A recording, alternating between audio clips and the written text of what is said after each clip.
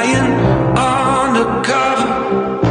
A nice suit and a family name. Says he'll make me a star if I just play the game. But that man doesn't know that I am bulletproof. Keep one foot on the sky and a foot on the road. I'm not doing this to try to make a name. I just like the way it feels on me, the way it looks on me. Still got the fire when you try to be a flood. Cause I like the way it feels on me. That little rush, rush, rush of blood. I hear your secrets, I know your plans. Ain't no way out without your blood on my hands. I taught the demons how to scream your name. They always say the best for the businessman. I'm not doing this to try to make a name. I just like the way it feels on me, the way it looks on me. Still got the fire when you try to be a flood. Cause I like the way it feels on me. That little rush, rush, rush of blood. That rush of blood, I'll use it for good.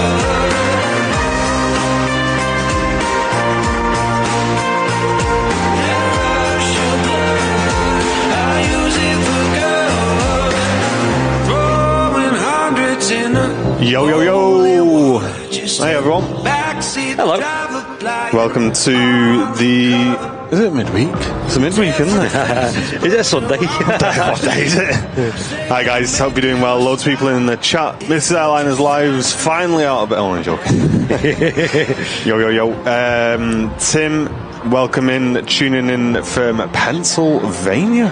Wow. Welcome in, dude. Erica. You're up early. Yeah. Shane, Matt, Lisa, Erica, Paul, Daviator, Feldy. Loads of people tuning in. Welcome, guys, to the midweek show. We tried to get live a little bit early, mainly just because the Emirates triple has taxied out, and that's on the way. So it'll be. Is that next out? I can't quite tell. No, there's a Jet 2 ready to line up just behind. So, yeah, 777's out in a second, guys, and we will be live for the next few hours, bringing you all the aviation action from Manchester as usual. Yes, this is a new time slot for the Wednesday, as obviously throughout the summer we've been doing the kind of afternoon and evening, and obviously with the days getting shorter, the RVP closing a bit earlier, it's probably best we just go back to the regular time slot, which, you know, tried and proven, has been very popular over the many years of going live here in the morning and sticking around throughout the mid-afternoon and things, or midday. I sat here working, thank you very much, in my dressing gown. Well, there you go. Are you working if you're in your dressing gown? That's the question. Yep.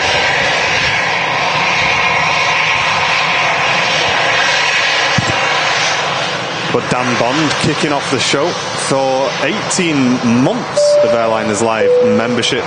Thank you very much, mate. Long-term support. Saying good morning, lads. Good morning to you. Cheers, Dan. EasyJet A320 coming in from Amsterdam Schiphol Airport. And a Jet 275 on the roll as well. Yes, good start. No messing around. Triples following that out as well. 75 on the way to Tenerife.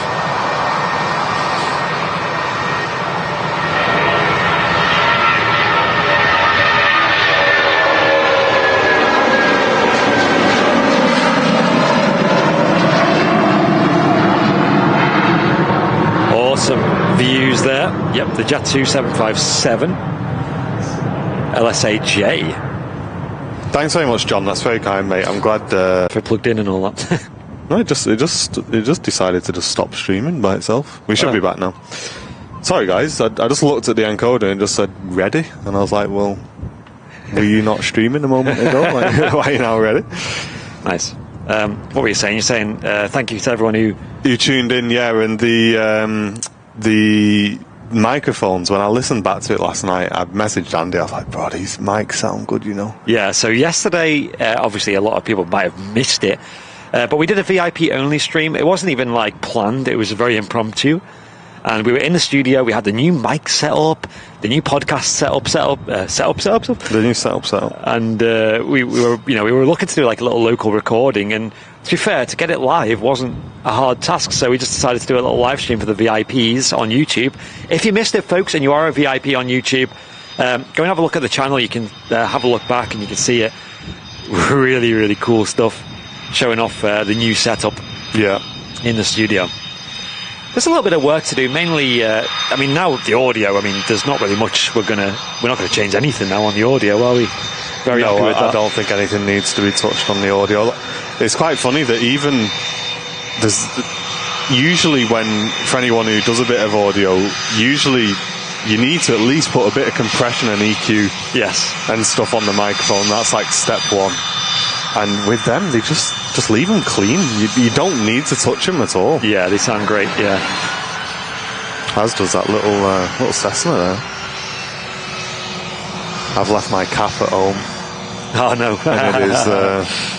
I realise how much it does. Yeah, cap is actually more important than sunnies, I think.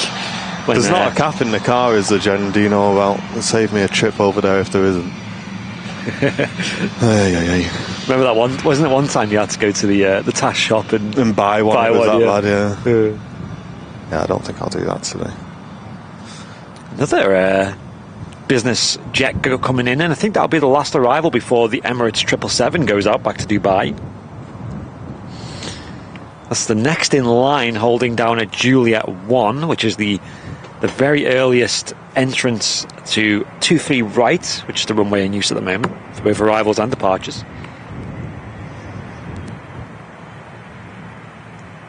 Looks like the triple is moving.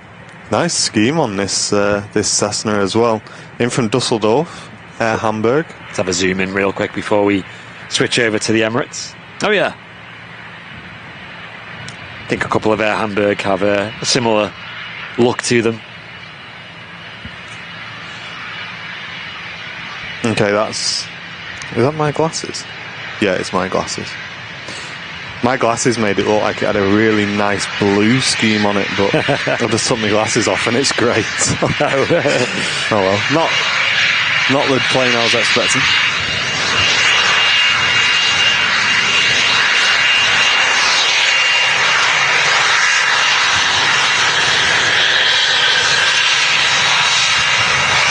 There you go.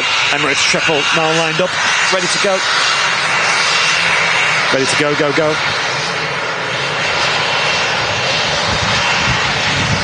Hey, hopefully, great to see you, mate.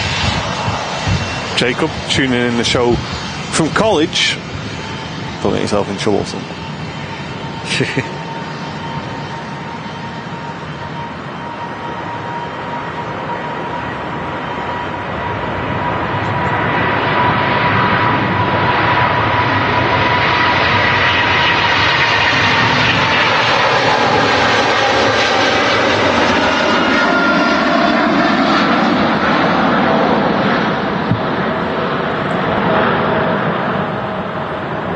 Wonderful.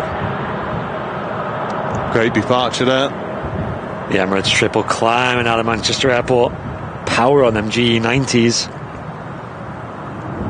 Certainly no messing about. They do sound good, don't they? Yeah. Really, really good. Lots of people in the chat loving that departure as well. And yes, we did hit 767. I think we're going to be hitting Boeing numbers for the next few weeks, guys. Yeah. 787 next. Someone did say, you're not going to do a 767 compilation. We've not really got many clips of 76s. Like, I know we're lucky to have the Omni, but, that, and then there's TUI, isn't there? And that's kind of it at Manchester. Yeah. And it's not like Jet 2 where they got loads.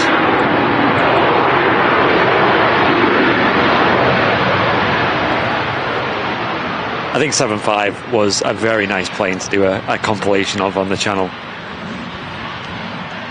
I'm ever so slightly scared of drinking my tea out of my new flask. Oh? You know when you just open the flask and you're like waiting for the burn. Yes. Yeah, it does hold the heat well, doesn't it? The You know, Airliners Live travel mug. I'm not brave enough. I'm going to take the lid off, so I've got a bit more control. Yeah, works well that way.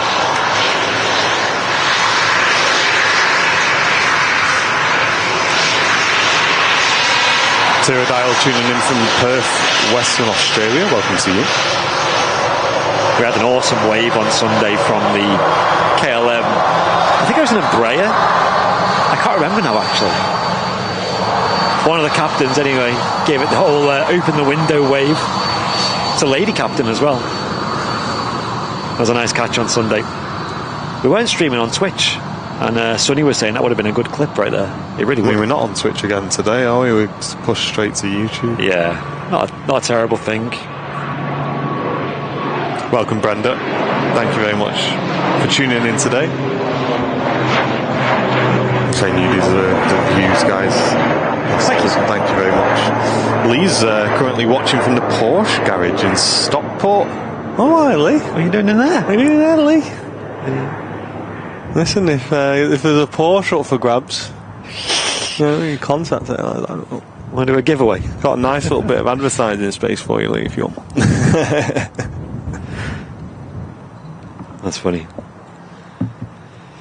I do like them new. Have you seen the new Porsches where they've got the red brake light that goes all the way along the car and kind of like wraps around the back? Like, yeah, there's one of them outside the RVP before, actually.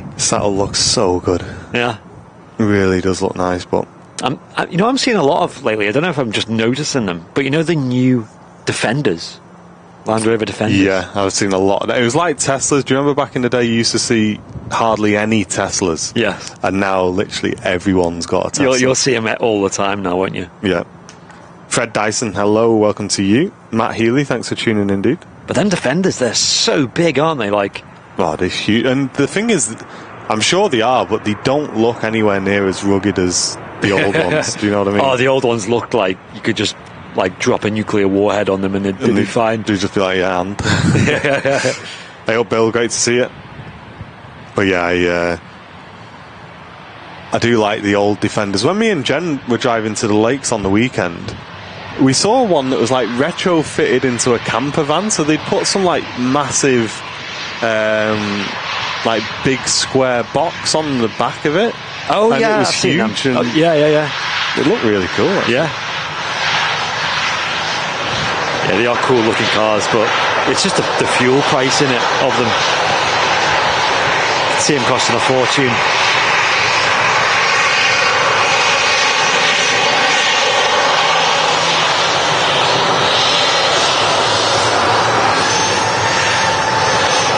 Oh, nice one, plane spotting, Mike.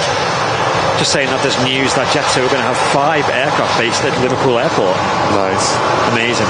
I could see them having a lot more, but I don't. We're quite close to Liverpool Airport, but this isn't official.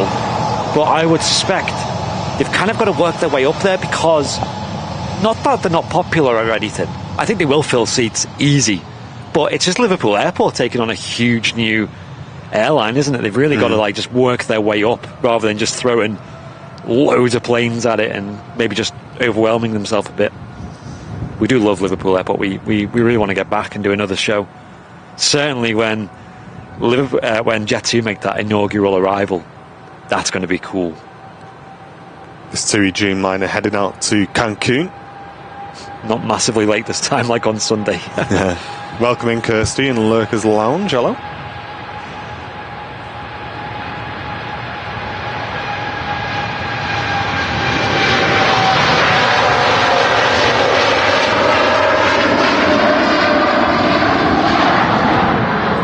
I do think Jet2 have cracked the code, though, in terms of just European leisure package holidays, right? They have really got it down to a T. My mum loves TUI. She's always talking about them, saying, oh, they're great and all this. I've never actually given them a go. And if I'm honest, they've kind of got it under control now, but the last year or so, they've had a lot of late flights, haven't they? And it's just put me off quite a bit. Whereas Jet2, how often do we really comment on Jet2's planes being late? I think Jet2 have their own sort of ground crew and dispatch team and all that. which helps a lot. Quite nice to see an old A321 from British Airways. Yeah, really nice. Not something we see too often. 18 years old, this aircraft. Wow. I don't think I could afford the tyre of a Porsche. Neither could I. Yeah, neither could we. Well, that's it. And if you were to get the more expensive cars, when you need to service them and stuff, you know, not cheap. That's why I used to like my old Vauxhall Astra. Because, like, fixing that thing was so cheap. Michael Singh tuning in from a cold Melbourne, Australia. When you say cold, Michael, how cold is cold? Give us a number. Give us a number, because I'd put a bet on it that it's probably not as cold as it is here today.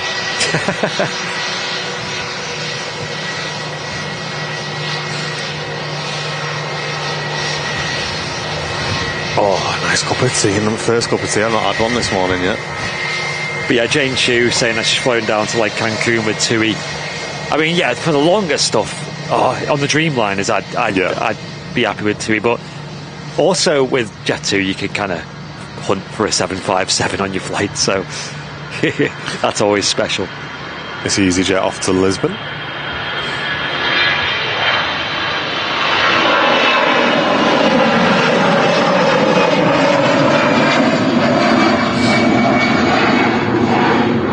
Awesome. Classic wingtips for the Airbus as well. Very similar to the classic 747. I know a lot of Boeing classic airliners had the old, what would they call them? Serrated wingtip design. Like on the triple, they have it as well. And the old 76s and 75s where it's just there's no winglet there. It's almost like it's been chopped off. There was a message in the chat, but I've lost it. You know when you see something, oh yeah, I'll talk about that in a second. I've completely forgotten and I can't find the message. What I do is I freeze the chat, right? So I'm like, okay, I'll talk about that next. But then just end up talking for ages about what we're talking about now, and then it's like that message is just no longer relevant to the chat. I've not got it open, Laurie, I'll be honest. You get it open now as well.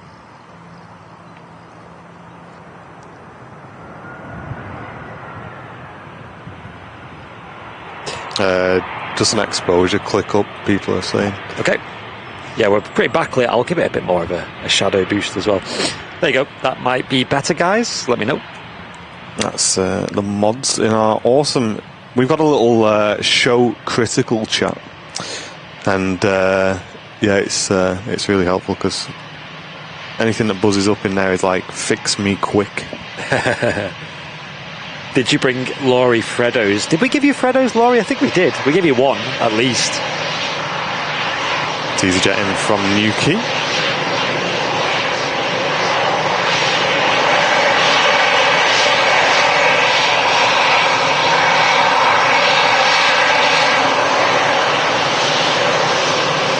Hey up, Mr. Bear, tuning in from Blackpool. Hope you're doing well.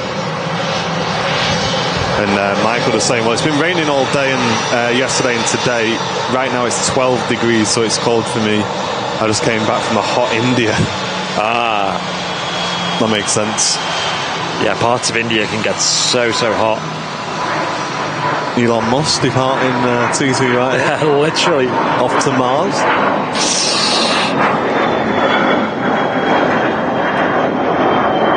Yeah, I've seen like Noel Phillips's video when he does like, remember like that Indian sleeper train and the Indian first class bus coach service. Not for me, mate. Yeah, and the heat, man, was just pretty wild. I can't remember where he was. Maybe like Mumbai or something like that. Yeah, I think over there, is it not? It's quite humid as well, isn't it? Yeah, which is the big killer. That's like, for me, dry heat is a lot easier to handle than lots of humidity. You got 3 Freddos, okay. I can't remember. Because, believe it or not, when we seen Noel Phillips, he actually requested, like we said, do you want us to bring anything over from the UK? First of all, he said sausage rolls, and what was the other one? Black pudding. Sadly, neither of them we can actually bring over because you can't bring like fresh meat or anything like that, or pork. So they weren't possible to bring. But he did say Freddos specifically as well. So we bought a multi-pack of them, and maybe we just chucked a bunch of them in for Laurie as well. Without telling Noel. Some of your Freddos didn't make it. Very spotty Brussels aircraft touching down here. Didn't STS take one of Brussels' aircraft in the other day? The A330, wasn't it? It's owned by Brussels, but it was in the Eurowings. I was going to say it was the Eurowings, wasn't it? Yeah. I think I'm going to bet it's going back to Brussels, and they're probably having like the usual checks and stuff done, maybe a cabin refit, because that aircraft was always it was owned by Brussels, and it was on lease to Eurowings, and thus it was actually painted in the full Eurowings colours as well, the A330.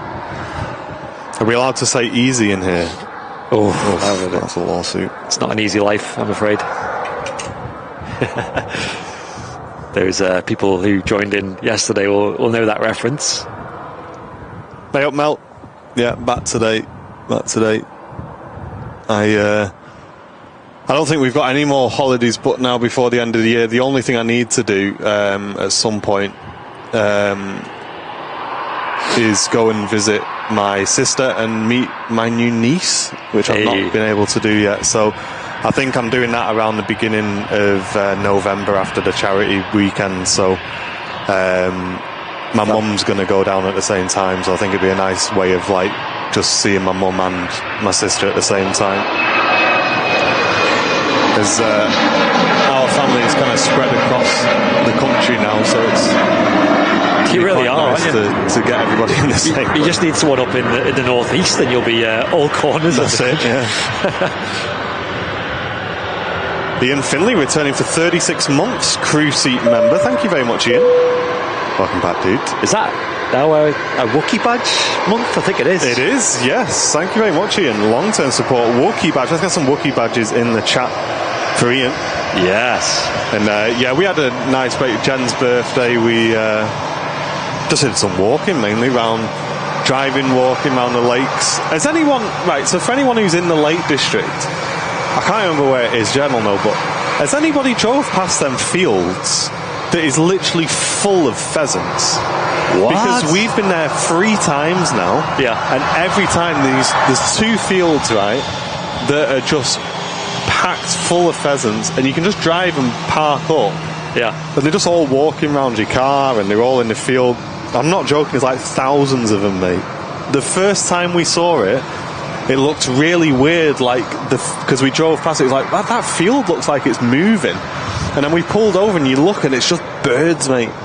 Pure pheasants. Pure pheasants everywhere. Like, it's like really claustrophobic for them, like it's loads. Nah, it's not that bad, but the first time it was just really, like, it took you by surprise. I've never seen that many birds in my life. Nice free range pheasant. I don't know, like, I've never even seen pheasant in a shop. Like, maybe in like a farm shop you might see it, like up near Derwent Water. Yeah, Jen's got a video.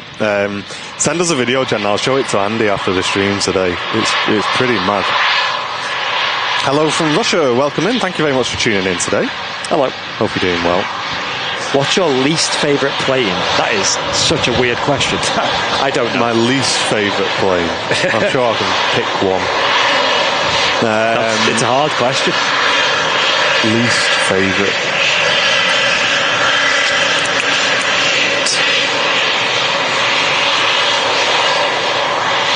You know what?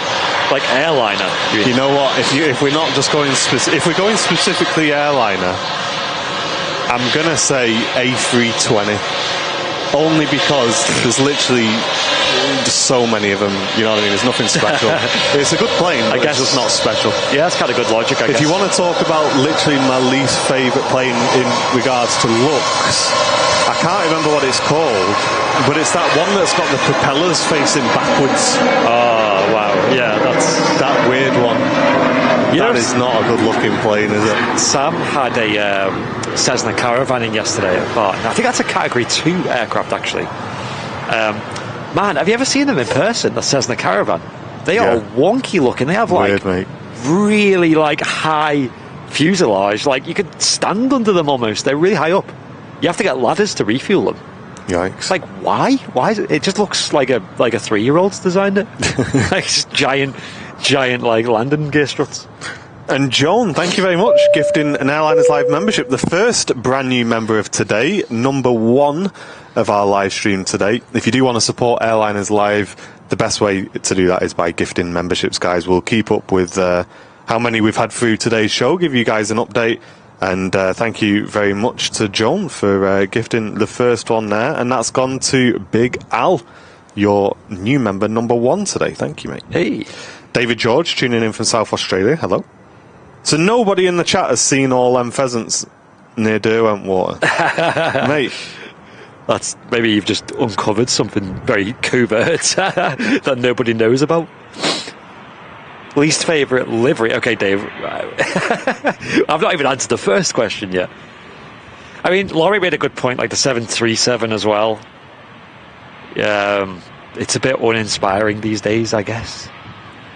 But this is just like relative. I'm not saying it's a bad plane or I hate it.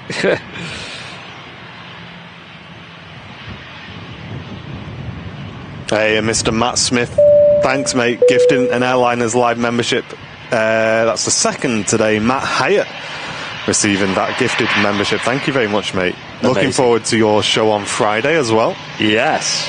It is confirmed that It is confirmed, right? Yes. That Matt's doing a show on Friday. Correct. And So you might be starting a little bit earlier as well. Oh, nice. Potentially. Stay tuned for that.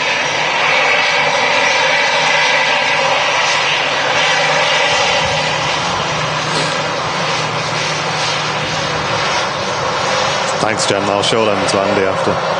Nice. Right now on the roll, and that's heading out to Dublin, so just a short flight for that one. And Keith tuning in on his work break. Thank you, mate. Cheers, Keith.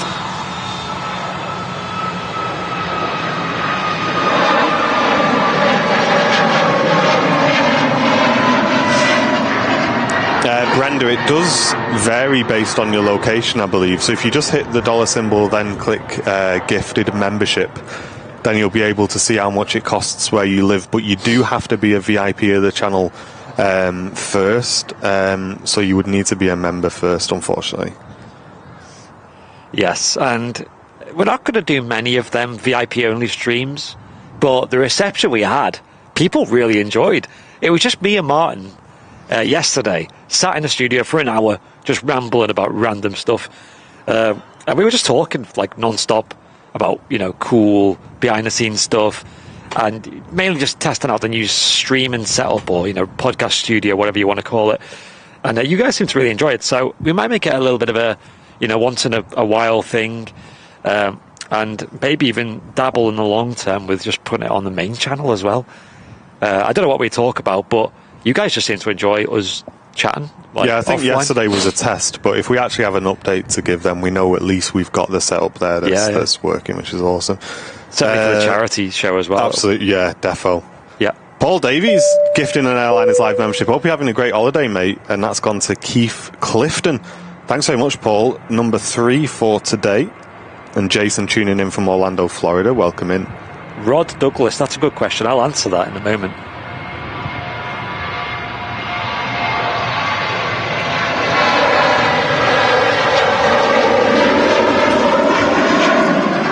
Corendon 737-800 heading down to the south coast of Turkey, Dalaman. And Alexander Elliott becoming a brand new premium economy member. That's 4 brand new members on today's show. Thank you very much, guys. But yeah, that is an interesting one from Rod. I am curious as to what the community as a whole is going to say to that as well. So, yeah, I mean, we have our thoughts. We've let them know. But Rod asking, YouTube ad, have you heard that YouTube are trialling ad breaks during live streams? Will this affect your channel? So, Rod, they've actually had YouTube ad breaks for a long time on YouTube as an option. Nobody really uses it, though, because it's annoying. And if you do it automatically, you don't choose when they play. So it could be like the A380 about to land, and then, you know, it's just interrupted by a shampoo advert or something, you know. Anyway, this Jet 275 heading out to Lanzarote. I'll continue the the rumble in a moment.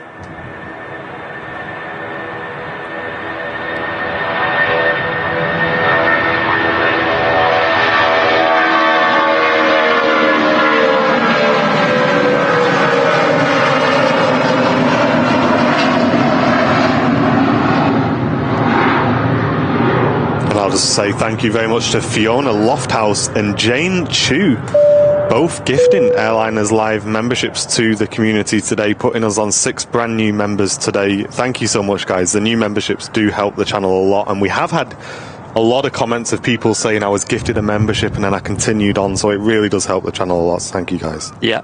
So we have dabbled in the past with adverts anyway, and to sum it up, we don't like them being on the midway through a show.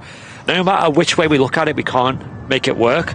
But on Twitch, which is another live streaming platform that we stream to sometimes, they allow people who are paying members of the channel to be exempt from the adverts. So what that means, right, is that if you're not a paying member of the channel, you can still support the channel financially by just watching an advert, right? Like, maybe there might be 1 advert an hour or something, or maybe 2 an hour, a lot less than you'd have on an actual TV channel.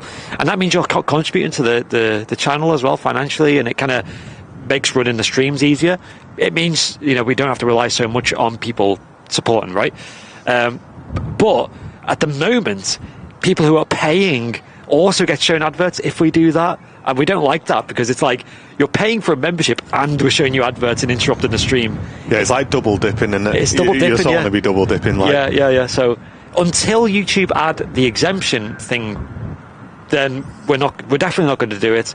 And even if they do add it, it would be a trial basis anyway. Exactly. Yeah. I think that is a fair way of doing it. I think if we were to ever do ads, it would have to be non-VIP members only getting them, and like I say, it would be like 1 an hour or 2 an hour maybe max. Yeah. But again, even on that, it still feels like the timing of it would have to be right as well. But yes, that option isn't available to us at the moment, so it is how it is. But because over on Twitch, it's quite common just to have like adverts midstream. Like it's a really common practice over there, and then obviously you're exempt by just paying a small amount to become a member. But one question I did have, because you guys obviously love to support the channel, that's obvious anyway, just by the amount of support you send in. Oh wow, that Air France. Where's it going? You can't park there, mate. He tried to exit there, I think, but obviously that taxiway is blocked off, so he's had to continue on. The only thing we have discussed before, which I don't know, I'm still undecided, but maybe you guys in the chat can give some feedback. There are periods at Manchester Airport where there is nothing moving, nothing landing, nothing taking off, maybe an aircraft taxiing to the runway, maybe. Yeah. And we have a button, which we don't use, by the way, but we do have a button here where if we press it, it will send 1 advert out to everybody who's watching the stream. And it may be like 30 seconds, it may be 10 seconds. It might be skippable. You may be able to skip it. But if there's 2,500 of you in here and you will see it, that would actually support the channel quite a lot. And if it was something like us putting waterproofing on, that is just like... Yeah, so while we're putting waterproofing cameras on, would you guys be offended if you said, right guys, we need to take a quick break, or there's something taxiing out, there's nothing happening, we're just going to run a quick ad? Let us know, yay or nay. I'd be really interested to hear your feedback on that. And Lindsay, thank you very much for gifting an Airliners Live membership today, putting us to 7 brand new members, and that's followed by... was that followed by another one? Terry Edwards, yes, gifting an Airlines Live membership, putting us to 8. Thank you very much. But yeah, let us know, guys, what you would think about that. I am curious, because we've never asked you before. Mel was saying that Twitch ads are ridiculous. I think they can be a bit insane sometimes, how many ads you have to watch sometimes.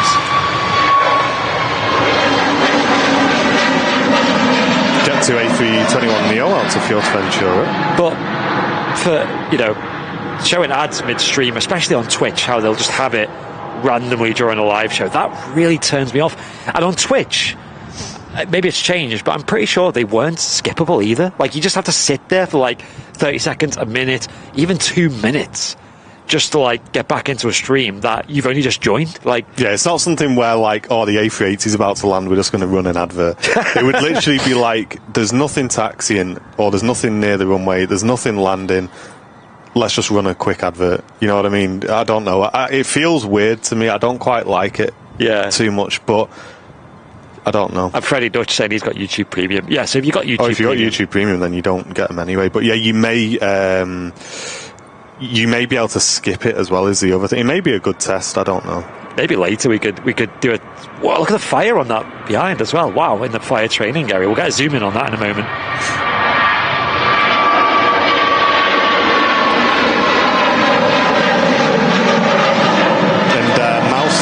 That's very kind, saying, yeah, for me as a non-member, I'd love to support you guys, despite not being able to justify a monthly payment. Yeah. Wow. It's a big fire over there. Obviously, that's controlled, guys. Yeah, nobody panic. That is the fire test training area over there. So it looks like they'll be doing some training over there at the moment. But what's running here? It's a Dreamliner out to Montego Bay. Wow, it's a big fire, that. Bonfire night over there. I have ad blocker. Yeah, that works too.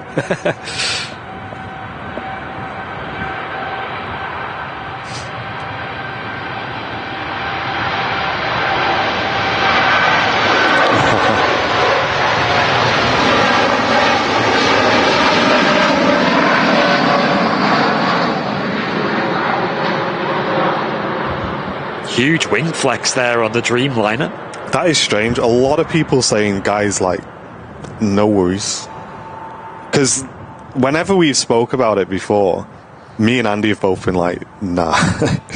Because that's going to cause a riot. Because we personally just don't like ads. Yeah. But, like you said, if it's something where there's literally nothing happening, I can genuinely understand that. Just, yeah. I don't know. I wonder if Sam's over there at the fire, by the way. Maybe try it later, just because also I did read that not everybody sees the ad anyway, because it just gets served to like people, like certain people and stuff like that. So yeah, I am curious.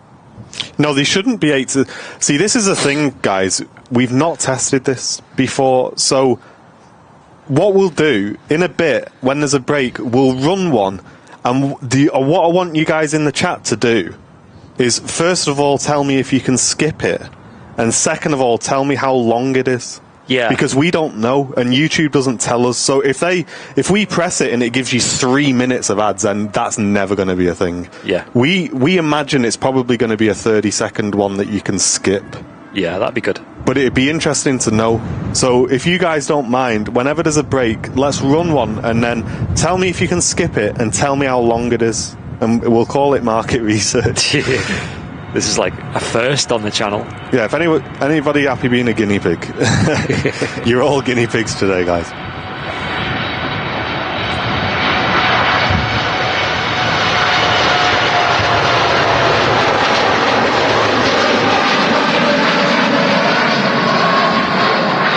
Thanks so much, Harry, saying I think you lads are too humble. Airliners Live needs to run. Now, it's not. You can't think of it as a.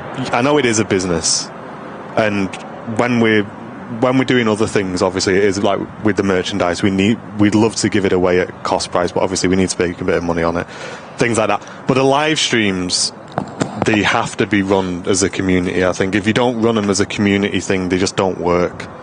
You know, so we've always been. Or I'd like to hope we always be quite honest with you guys about what we're thinking and why we're thinking it and this, that, the other. So that's why we like to talk to you guys about this stuff. But yeah, it definitely would be interesting to see. So let's wait for a gap. And I mean, we've got a little gap now, but there's something on final approach. And something on the runway as well. It looks like there's a Ryanair for Barcelona. Yeah. Sorry, I missed that. And the aircraft that's on approach is a Pegasus from Istanbul. Yeah. And neither of them are moving. Put ad on the bingo. That's not a bad idea, that. Should we test it? Let's test it. How do I do it? It's at the top of the very top, like, yeah, to the left, that's it. This one? Oh, that just says, add-ins. Sorry, guys. Just pressed it. Oh, well, there we go. There you go. I've done it. Let me know what happens. Can you skip it? How long is it? You may not be able to hear me. Yeah, that's... I mean, the Ryanair's holding for the advert to finish, so that's good. Well, let's see what happens. The thing is, like, I can't even test this myself because I've got YouTube Premium. So have I. So I've like, maybe all the other people, I'm not going to say they all do because they obviously don't, but there might be other aviation streamers who run them regularly and I just don't know about it. So not everybody is going to get this, by the way. YouTube doesn't send it. Right, 15-second ad. It worked. 2 ads, both skippable. 2 ads? Wow, I didn't expect that. Dave saying done and you can skip. Mine is 2 ads, 20 seconds that can't be skipped, no problem. Wow. 30 seconds skippable. 15 seconds skippable. Yes, you can skip. 15 seconds I could skip after 5. Yeah. Lisa didn't get one. Mr. Buzz could skip 10 seconds and can't skip. Wow, so it's different for everybody. It's literally everyone's got something different. My question is, what's the longest there? And 25 seconds. 2 ads. The first is 40 seconds. Skipped and missed the second ad too. Just a 5-second. It seems like about 30 seconds seems to be the longest downtime. And let's be honest, like, when you compare it to, I know we haven't got the production quality of TV, but when you compare it to TV, where you have to watch, gosh, is it like 5 minutes of adverts? Yeah, definitely not, Harry. These adverts, I think you would get about how much? I think you'd probably get about. I have no idea. What's the CPM these days on YouTube? Maybe £7 per 1,000 views or something. I don't think it's anything major. Yeah, so pretty much like everyone watching would equate to like a super chat or something, right? Like, I had 2 ads, only 10 seconds on my TV. I have it on my tablet too. No adverts came on that. I had Gordon Ramsay advertising Hexclad pants as Frank. Hey, that's another discussion. What adverts did you all get? I'm curious what. But there you go. So Harry just said, and this is another thing why we don't do it. Harry just said that we dropped 150 viewers there. Right. Which has always been the big concern of those. Yeah. I wonder, like, yeah, I guess that's the negative side of it, especially if you're running them regularly, right? Like I said, we'd be thinking like once an hour at the most, really. Wow, look at the taxi speed of that BizJet. Wow. V1. Crossing runway 23 right.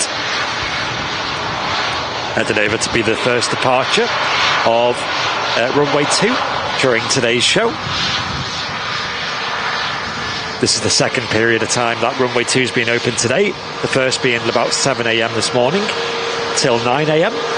And then it closes from 9 till 11 local time. And then onwards till 4 p.m. Tom, yes, we receive revenue for keeping premium viewers watching the channel, yes. Yeah, that's a good point. If you're a YouTube premium member and you stay watching Airliners live, we benefit from you just being in the stream. Yeah, it's pennies, but it adds up. Bill saying my advert was about how to cut tiles. Airliners Live is educational too.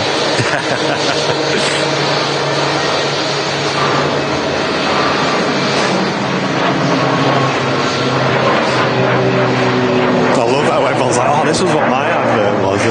Yo, this was what mine was. Isn't it mad how different the lengths of adverts were though? That was wild. I didn't expect that. I thought everyone would just get the same thing. Yeah, like on Twitch, where it's like I think on Twitch that you pick what people see, like lengthwise and stuff. Yeah, that's really interesting. How different that was. Thanks for doing that, guys. Appreciate it. We won't be doing that again during today's show. I just wanted to test that. Yeah, maybe we'll like you said in the chat, folks, that maybe we could have during breaks where there's nothing happening. I genuinely don't see a reason why not. Right, guys, there's a break. I'll see you. I'm joking. Only joking. So it looks like the second runway is now in operation. We got another prop aircraft about to touch down in from Dublin, and following that in is a Turkish A330-300 in from Istanbul. Catherine, is that real? Has it even been 10 minutes? Am I the only one who got a 10-minute advert, had to skip in the end? Way too long. So I'm guessing it was a long advert, but you could skip it, right? A 10-minute advert? I know, what the heck? Catherine, I have never heard of that. No. I've seen like a minute before, I think, was the longest I'd seen. But you could skip it as well. Airliners Live should do adverts and put them on other people's stream. Can you imagine? Can you imagine? Simon didn't get one, feels left out. I know, that's just what I mean. I feel left out being a premium member. I actually love YouTube Premium just because I watch so many. Oh, mate, I don't think I could survive without YouTube Premium. Like 1 month I went without it just to like cut a bit of costs, and I was like, no, it's horrible. It's not worth it. I watch so much YouTube that same. I could not be handling adverts. Yeah. It's the same with Twitch. I pay for their Turbo because I watch so many RP channels that I couldn't afford to be a paying member on all of them. Right. Yeah. And recently I've used Spotify for since 10 years or something ridiculous, 2013 or something. And only this year got rid of it because YouTube Music comes with YouTube Premium. So it actually saved me a bit of money, that, because Spotify's not cheap these days. It's like £13 a month just for music. Yeah. Chris? Too much. Who was it, Chris, out of interest, who said that? If you don't mind saying it in the chat. EI Fat, the ATR 72 from Dublin with Aer Lingus.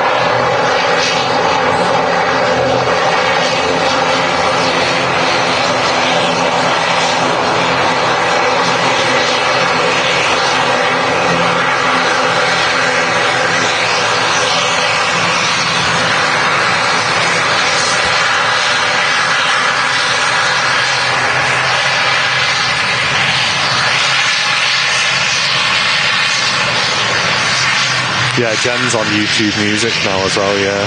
It's good, isn't it, Jen? Yeah, it's decent. I have maybe 2 minor complaints about it, though, compared to Spotify. First, Joe Rogan's not on there, that's one. Oh, yeah, good point, yeah. I didn't even think about that. One is that... so, with Spotify, I think when you were, on autoplay, when you're just, not on one of your playlists, basically... I think it would load up 5 or 6 songs first in your cache, so that if you lost signal, it wouldn't just cut out. So if you went into a tunnel or you went to kind of a rural area.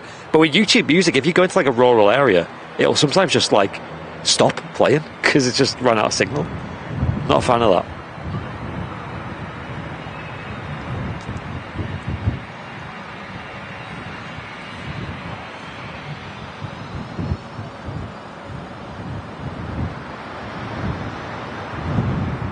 Turkish Airlines A330 coming in from Istanbul.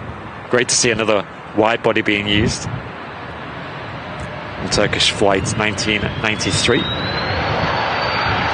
Yeah, because Chris said...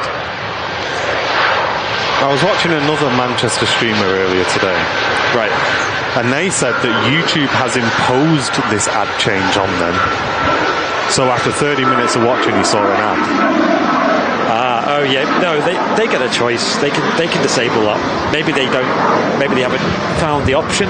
Yeah, that just to be clear, guys, this hasn't been forced on anybody. This is a new feature that YouTube are offering. Yeah, and you can choose whether or not you turn it on or not. With us, when we've set this live stream up today, we've clicked the button that says no, we don't want that feature enabled, and you guys will not see an advert throughout the stream unless we've clicked the button. Unless there's something we don't know about, but I'm pretty certain that's not imposed in the slightest. It might be different in different regions, like maybe the US and stuff. So, as for here in the UK, it seems that way. But yeah, I mean, the way we see it as well, we've seen that we had a viewer drop when we even played an advert that we let you guys know about and stuff. So, could you imagine if it was just YouTube deciding when to play? And like I said, I'd hate the idea of it happening during some kind of action that I don't want you guys to miss, like a special arrival or something, Yeah, it's definitely not forced, guys. You can turn it off. So that's, I'm not sure who said that, but that's not true. So it looks like they said it was mandatory, and you could choose from every 4 minutes up to 30 minutes. It's not mandatory at all. No, it's not. It's not mandatory, Harry. I know you're not saying it's mandatory. It's not at all. When you set the live stream up, you just click the button and say, yeah, we don't want you to insert ads. Yeah, you can press control it manually, you can, which lets you have the say as to when there's ads played or not. It's imposed depending on subscriber level. What? Maybe check on Airliners Lounge then, see if there's anything different, but I doubt it. Go schedule an Airliners Lounge stream. There's no way we'd have different features to somebody else, surely? No.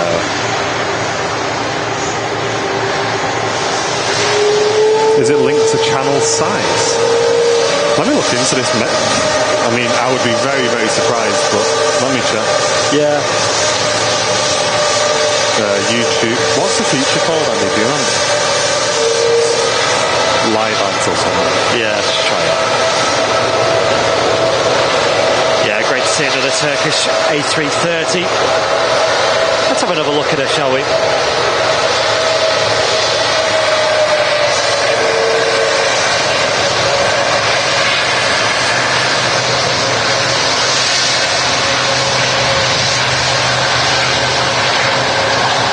That red tail design as well.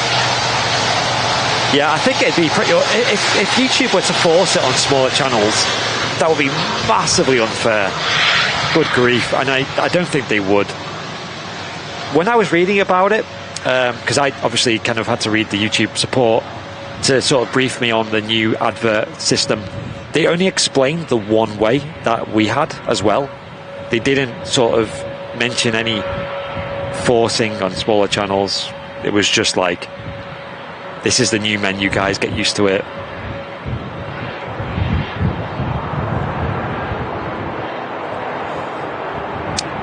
Got an Aer Lingus ATR, well, again, this time it's a British registration, British designated aircraft. Actually, operated by Emerald Airlines UK.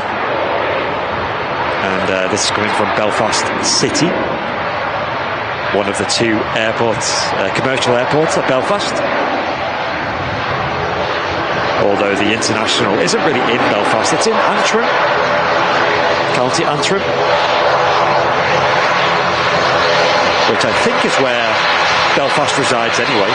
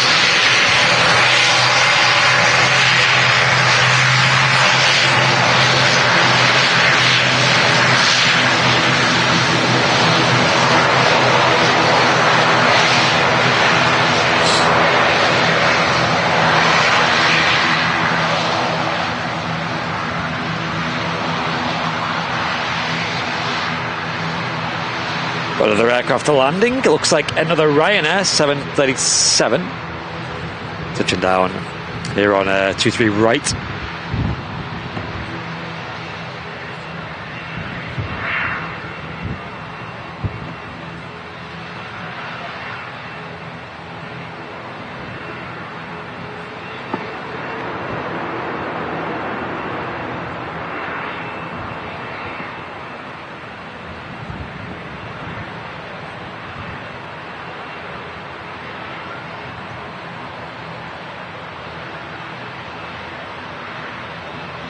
Plenty of 737s at Manchester, of course. They make up probably the vast majority, along with the A320s with Airbus. The 737's always historically been the most, well, certainly the last few decades, the most popular airliner in the skies.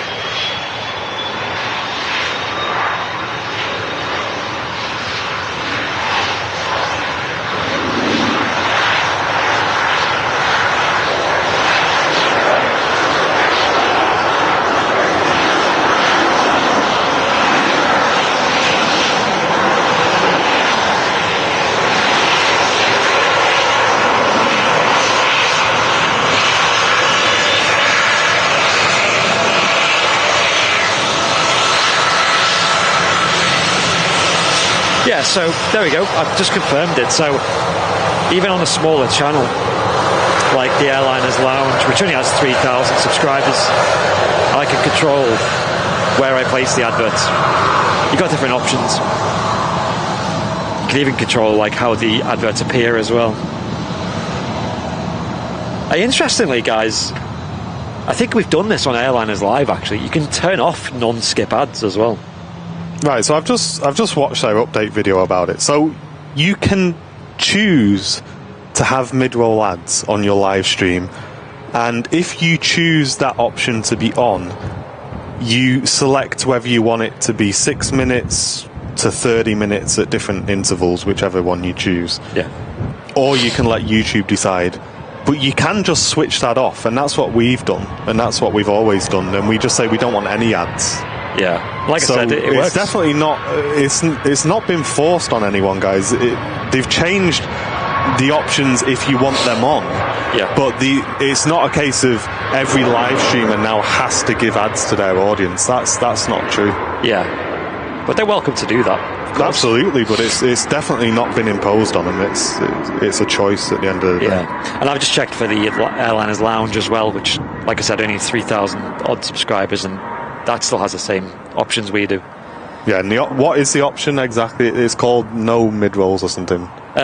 So you select choose how the mid-rolls appear, and then you can select insert mid-rolls manually, which is what we do. So that gives you full control. Yeah, so if you choose insert manually, your viewers will only get an ad if you've clicked the button that we clicked earlier on, guys, that we were talking about. You don't have to click the button, and then your viewers will not get an ad. So that's how to do it. Yeah. Maybe they don't know how to do it, but there you go. It's pretty self-explanatory. Coming in next, we got an Icelander 737 MAX 8 coming in from Reykjavik. And John, thank you very much for upgrading your Airliners Live membership to business. To crew seat today. Thanks very much, John. That's a huge upgrade to the channel. Really appreciate that.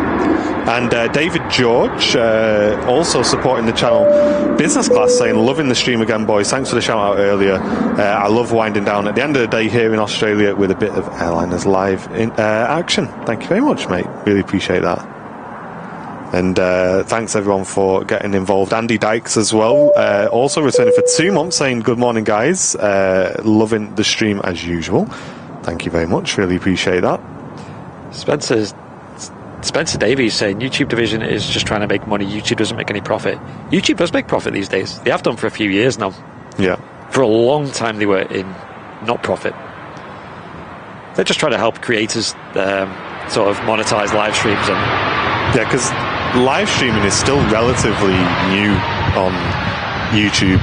Yeah. So these features that have sort of been around on Twitch for a while are only really just starting to get over here now.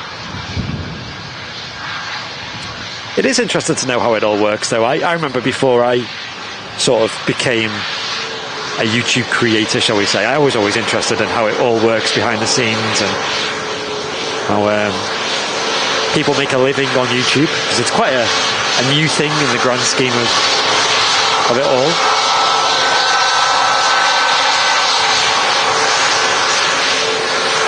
I still find it very hard to explain to people what I do for a living, especially if they're not familiar with the whole YouTube creator ecosystem.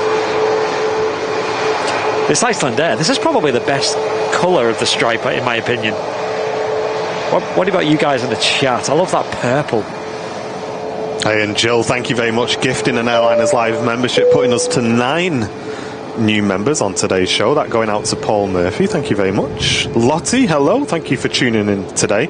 And Terry saying 400 likes. Can we hit 500? If you haven't liked the stream yet, guys, feel free to click that like button for us.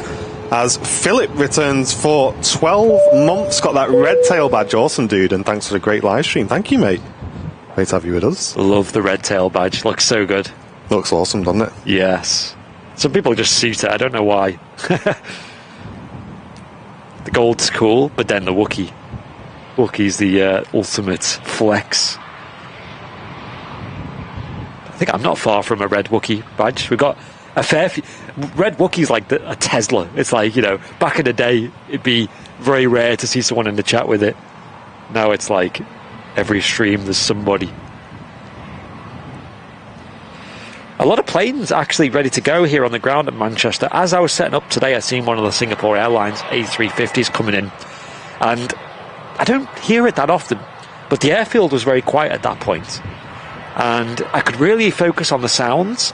And when that A350 came in, you could hear that like Rolls-Royce-esque, like that modern kind of chimey sound it has to it, like the resonance singing. You get it on the A330 Neos as well, when they're on short final, like the whistly sound to them. And I could hear that across the airfield. But that plane should be going back out, heading out on its final leg of its journey from Singapore to Houston, and it's going from Manchester on to the US now. I can't remember which reg we were on actually, folks, but when we came back from Houston, when we visited, we were on a brand new aircraft, and man, like, it actually made a bit of a difference. You could feel kind of how new it was. Felt nice, flew nice. It's comfy. Alt T, returning Airliners Live member, saying loving the live stream. Thank you very much. Appreciate it, dude. Welcome in. Thanks for supporting the stream today. Oh, I didn't know you had COVID, Susie. That's not good. Get well soon. Yeah, I hope you feel better soon.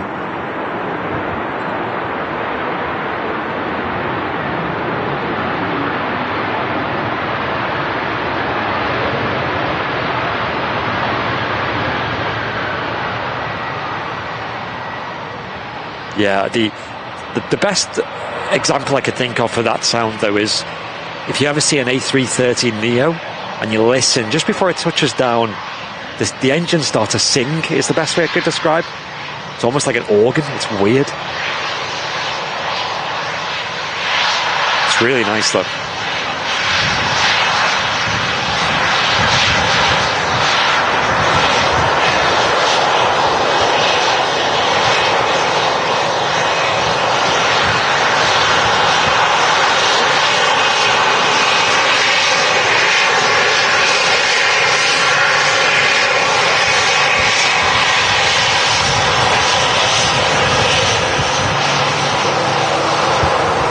Yeah, Erica, that's something I've not heard. I thought the colours that they've added to the Icelandair tail were specifically to do with the Northern Lights, but obviously that can't be true because like they have like yellow and stuff, and I've never seen the Northern Lights, but I'm pretty sure they're not yellow. But Erica saying the Icelandair aircraft have 5 different tail colours: boreal blue, magenta, sky blue, yellow and green, representing the different phenomena in Icelandic nature. So maybe it's more than just the Northern Lights then. I've heard Iceland's a beautiful place to visit. They have that Blue Lagoon, don't they? And I think Sam was telling me how there's actually like a crash-landed wreck of a DC-3, am I right? That you can find out in the wilderness. No way. And you can like go inside it and stuff. It's wild. Is that still a thing? Yeah, cheers for the info, Erica. I didn't know that. Obviously, I know of all the different colours and things.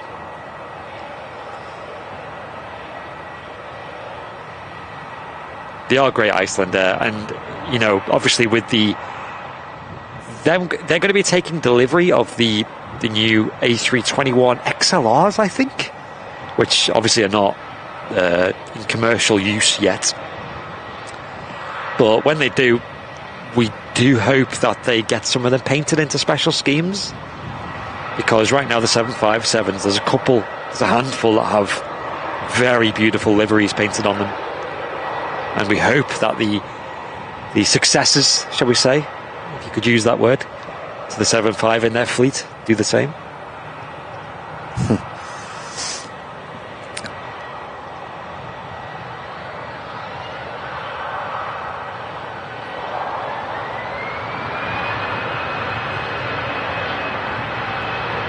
Oh, the sun's starting to come out now.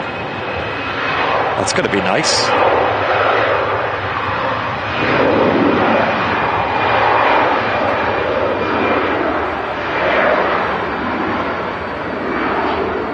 EasyJet A320 departing to 3 left at the moment. Heading off to, well, it's actually the shortest flight out of Manchester Airport to the Isle of Man. That definitely does not take long to fly over to the to that island.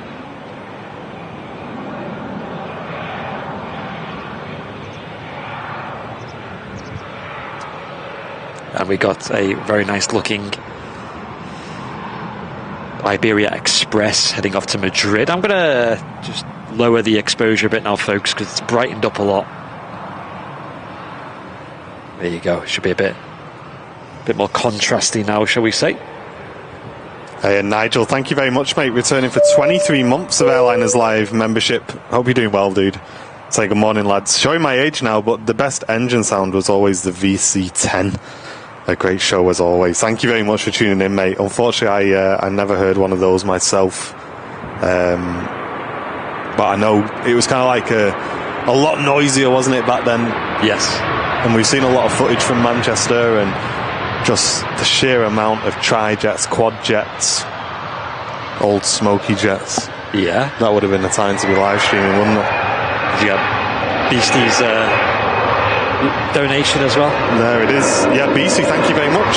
Sending in a £2 donation saying, just received my Airliners Live travel cut for my hot Vimto. Nice. Yeah, everybody should start receiving those. We did ship them out. When did I drop them off? At the post office yesterday morning. Yeah, should be arriving as early as today.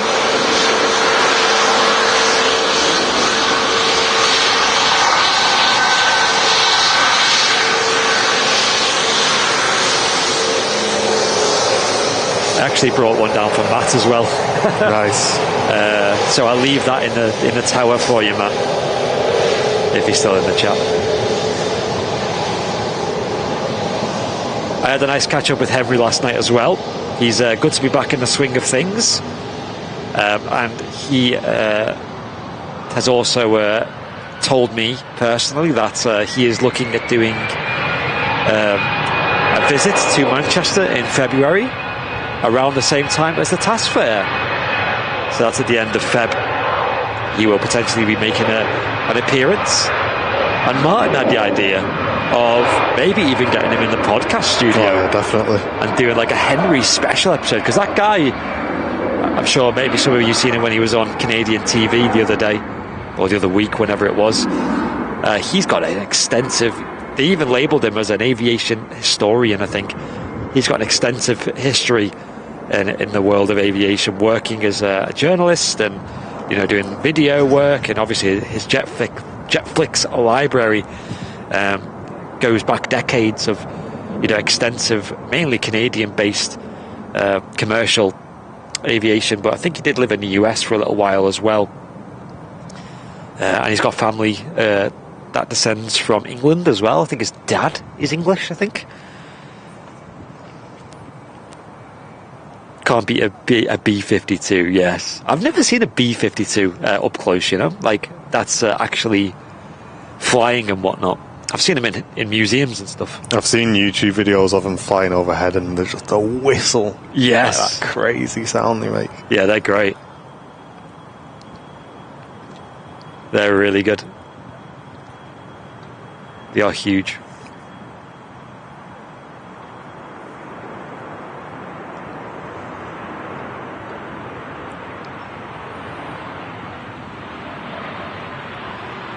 Yeah, there was a chap who sent in, I don't know if we've still got it, it's probably somewhere, a video that they took from what is, I think it was still back then the airport pub. It used to be a hotel as well.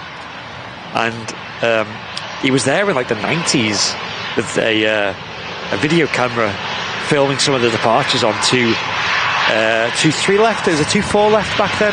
2-3 right. And yeah, it was epic. It was so good. Cheers, Bill. Thanks for tuning in, mate. Have a great day at work. Used to have like Qantas 747s and Cathay 74s and all sorts of tri-jets and stuff. So good. A350 at Singapore, taxiing out. Yes. Also got the Aer Lingus A330 as well. Should be taking flight soon. That's pushed back over at Terminal 2.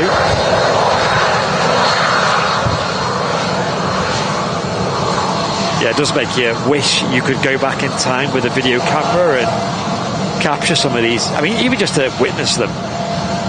For us, we've said it on the stream a lot of times that to see the Concorde here at Manchester would have been breathtaking. It would have been crazy, wouldn't it? Yeah. Actually, folks, speaking of Concorde, I've been working with the Aviation Society because they obviously have the Concorde Gala coming up, which I think is 20 years of GBOAC here at Manchester Airport, celebrating that this month. And they're passing me a load of footage from that day when the final Concorde arrived here at Manchester. And man, the footage is so cool. Like, they had like a water salute, people recording from like what is now the runway visitor park. It's just wild. Like, I don't know, it's like a proper throwback. So I wonder if they'd let us share that on the channel, but certainly it's all footage they have, like permission to use and stuff, and I'm editing it down for them into like a bit of a montage for the Concorde Gala. But like I said, it's a proper gem to see that bird at Manchester in video. Two very nice liveries there. The Urini crossing over and the Urini on the arrival and the Singapore crossing over, heading out to Houston. Yeah, nice to see Urini using the Embraer E190 today. They only have one of these in their fleet. And Simon, thank you very much for gifting an Airliners Live membership today. Really appreciate that, dude. Putting us to 10 brand new members on today's stream. Thank you very much.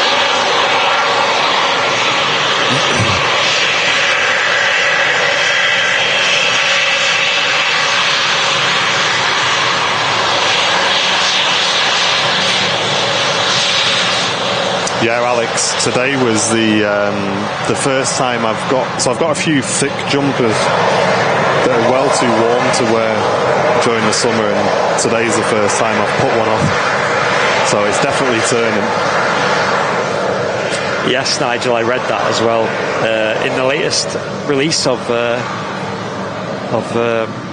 TAS Winged Words, they speak about the late Peter Hampson, who was a good friend of the channel as well, who was instrumental in getting the Concorde here at the runway visitor park. It's just wild that we have one here, because people will travel, really, really long distances to see them.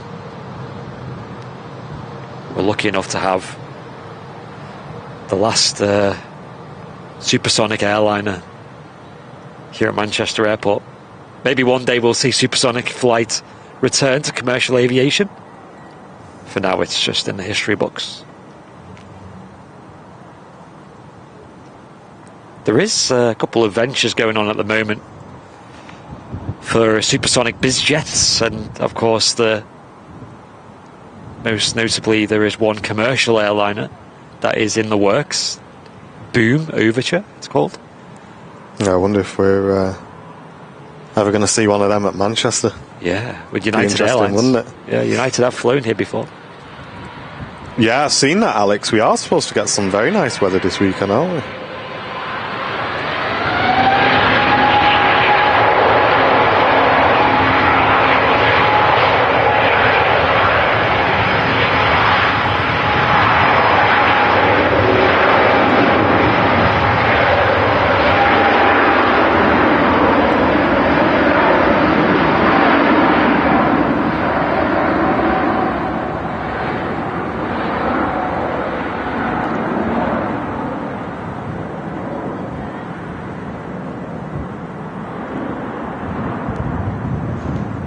I'd pay good money for an RVP hot dog right now, says Susie.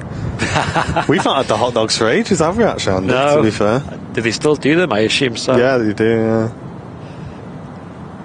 Yeah, I hope you're feeling better soon, Susie. I must admit, yesterday I was a bit concerned. I thought I was coming down with something yesterday, but I've woke up absolutely fine today. Yesterday, incidentally, was the first time that we've put the heating on in the office, and it's through like an air vent in the roof, isn't it? So I was wondering if it was just like, you know, just dusty because we've not used it all year. I was just wondering if it blew a load of dust into the room, maybe, because last night I was coughing and sneezing and all sorts at home, and I even ordered some COVID tests because I thought, God, I hope I've not caught something. But woke up with nothing today.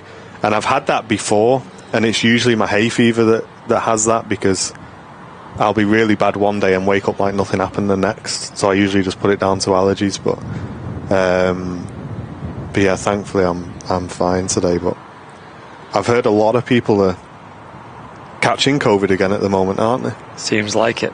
Well, and also it's just the time of year, isn't it, as well? Like, Yeah. I always remember in school and stuff, this time of year was always when I get ill. Yeah. So it's just days getting shorter, colder weather. Yesterday was cold, wasn't it, Matt? Absolutely. Alanto254 tuning in from Kenya. Welcome to you. Wow. Bit warmer there. Still shorts weather. You're like the TAS guy, Alex. There's a guy called Steve in TAS. He literally just wears shorts all the time, and you know when he puts long pants on. It's Sub-Zero. Yeah. Yeah, I know, Jen.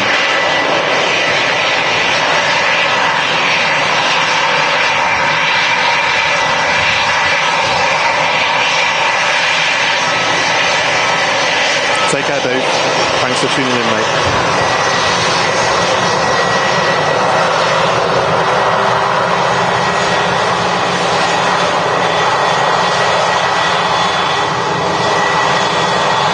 One of the subsidiaries of Easy Group, EasyJet. Got something in the works at the moment regarding that for the Airliners Lounge. But we did film another video yesterday as well, didn't we, in Airliners Lounge? Yes. So that'll be coming out in the next week or two. Yeah, it's the next week. Just about getting all the specific footage, isn't it, really? Yeah, pretty big job.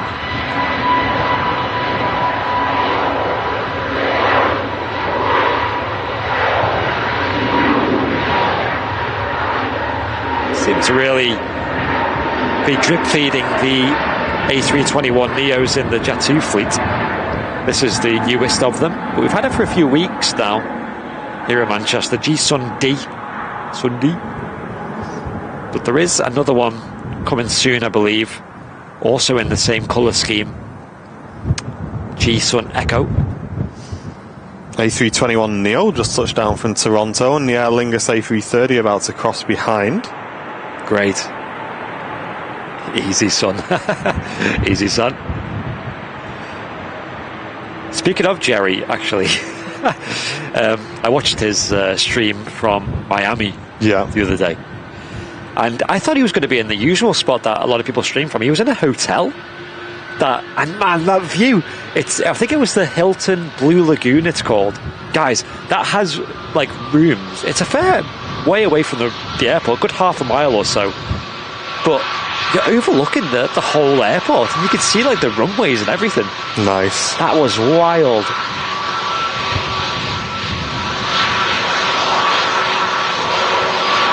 I do want to get to Miami Airport. It's high on my bucket list.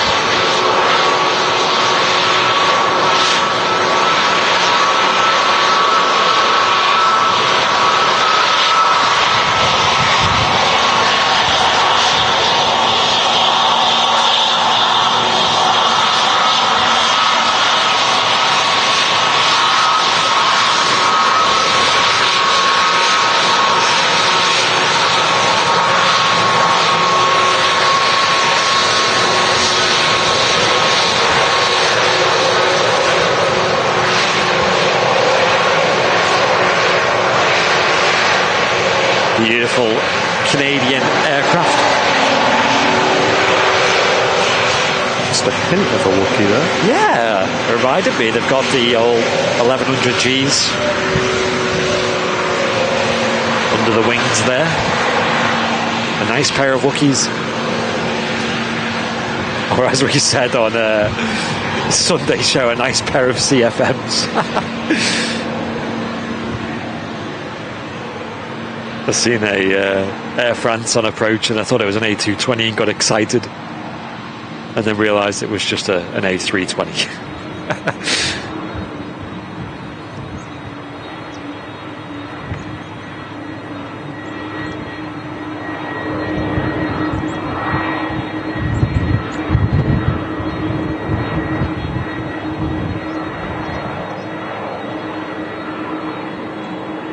Yeah, Chris, let us know if you book that particular hotel.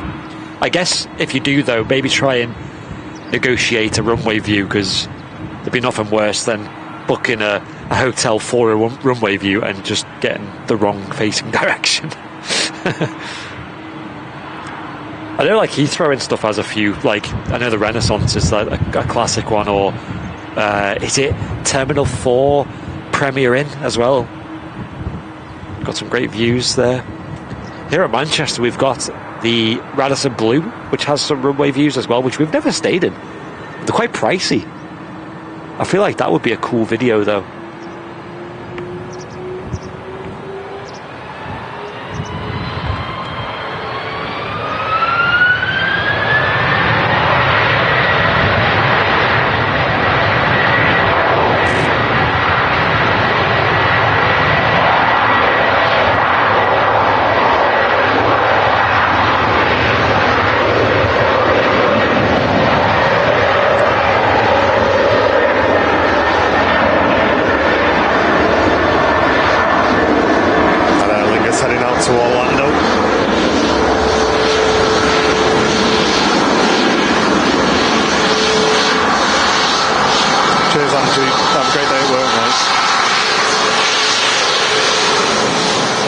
Chuck Morris tuning in all the way from Florida. Welcome to you, Chuck. Great to have you with us. Who else in the chat is tuning in from the US at the moment? Yeah, big shout out to you guys if you're up that early, or Canada.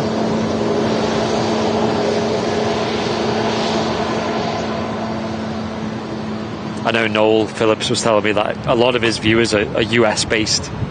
And I don't know if people just kind of like the accent, maybe. I don't know. He says he's quite popular over there.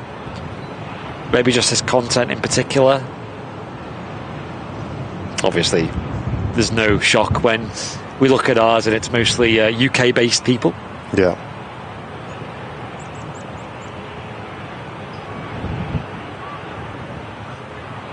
Yeah, mate. No problem. Laurie, you're tuning in from the US. Whoa. Got another Ryanair over on the other runway. Europe's biggest airline when it comes to fleet size. Las Vegas, saying Lee. Wow, what the heck? Is that an hour behind, Laurie? Is that like 7 hours behind the UK, I guess? I seen that the likes of Florida is only 5 hours behind us. So for them guys, it'd be like almost 7 a.m. now. 6:42.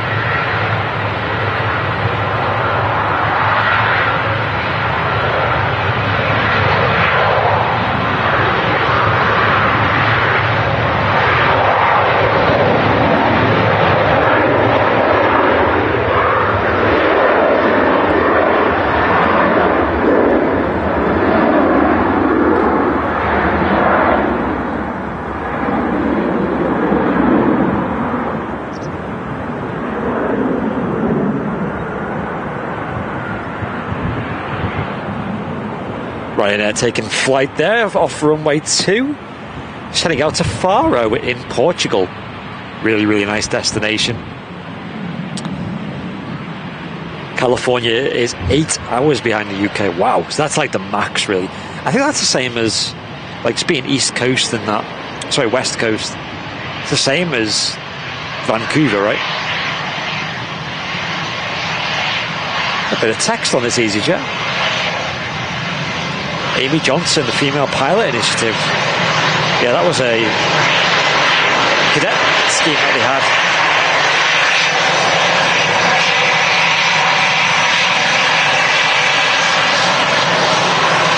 That's cool.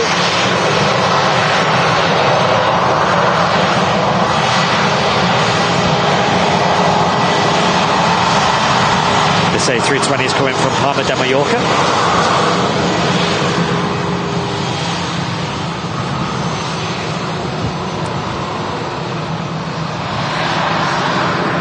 And the long girl that we've seen coming in earlier, the British Airways A321 with them classic engines as well. Golf Echo Uniform X-Ray Hotel. She's going to be heading back to London Heathrow on call sign Shuttle 3 Romeo. These particular planes don't use the Speedbird call sign, as they are doing the shuttle flights, they're known as, which kind of ferry passengers down to the BA hubs. We used to have flights to also London City and Gatwick out of Manchester. They've kind of stopped.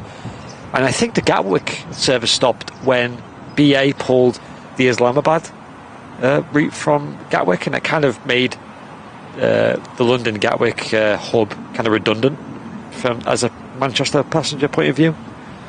So they just put all their eggs in the basket of Heathrow. Runway inspection taking place on 23 right. The KLM to cross behind, and Heather Norris, a brand new premium economy member. Thank you very much, Heather. Welcome back. Really appreciate the support. Alex Smith, thank you very much for gifting an Airliners Live membership, and Susie B also gifting an Airliners Live membership, putting us to 13 new members on today's show. Thank you very much, guys. 13 new members. That's awesome. Thanks very much for all the gifted memberships. They are a great way of supporting the channel and giving back to the community at the same time. And if you'd like to do that, you just click the dollar symbol and click gifted memberships. 13 brand new members today. And Tim tuning in from Pennsylvania. Great to have you with us, mate. Thank you very much. Cheers, Tim. Yes, Loopy saying good morning, welcome to our 767 show. It kind of is. I just hope we do see her at 7.6. That'd be nice, wouldn't it? Yeah, during the show. I've seen some 7.5s. And we've seen some 7.8s as well. So, you know, can we split the difference?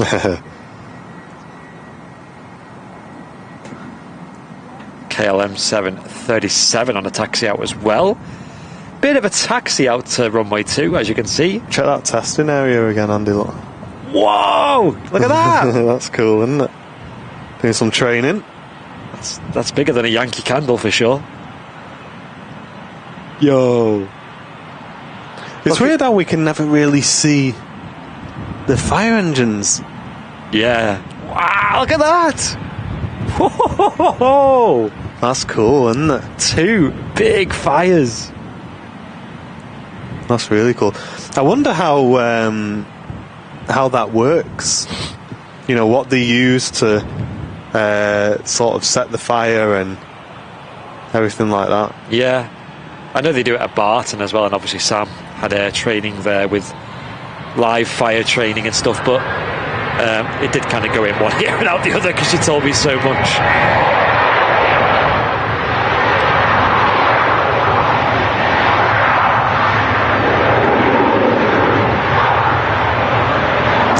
Who's not been to Manchester before, that's the fire training area, so don't panic. Nothing crazy going on. That's just where the fire crew do their training. Yeah, keeping their skills up to date.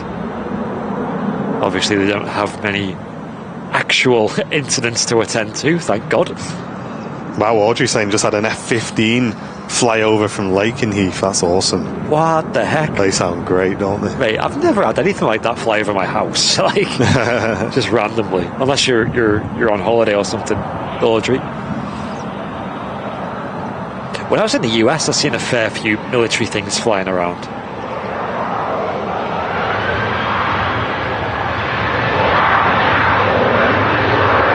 Okay, well, I'm on the way out to Amsterdam.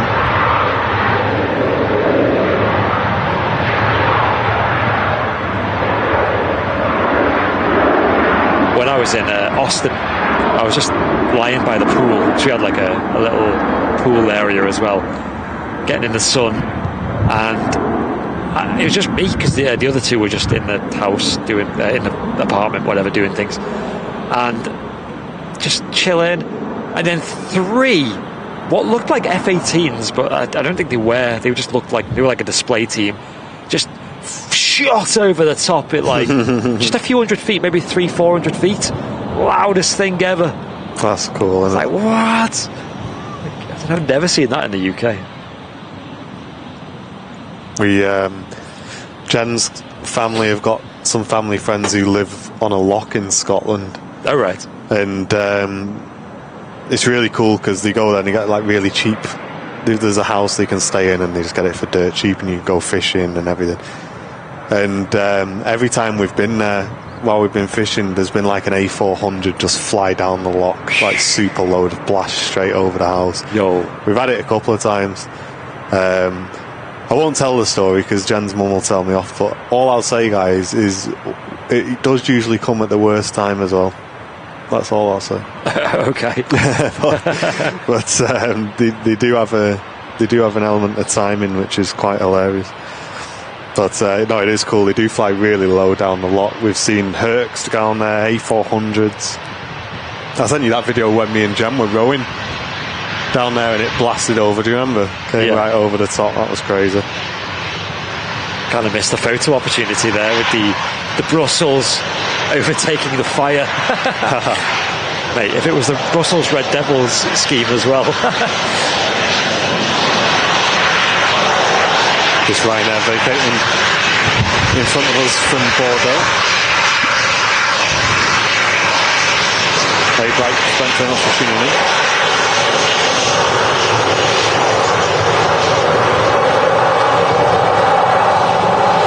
Wow, that's awesome, Dave.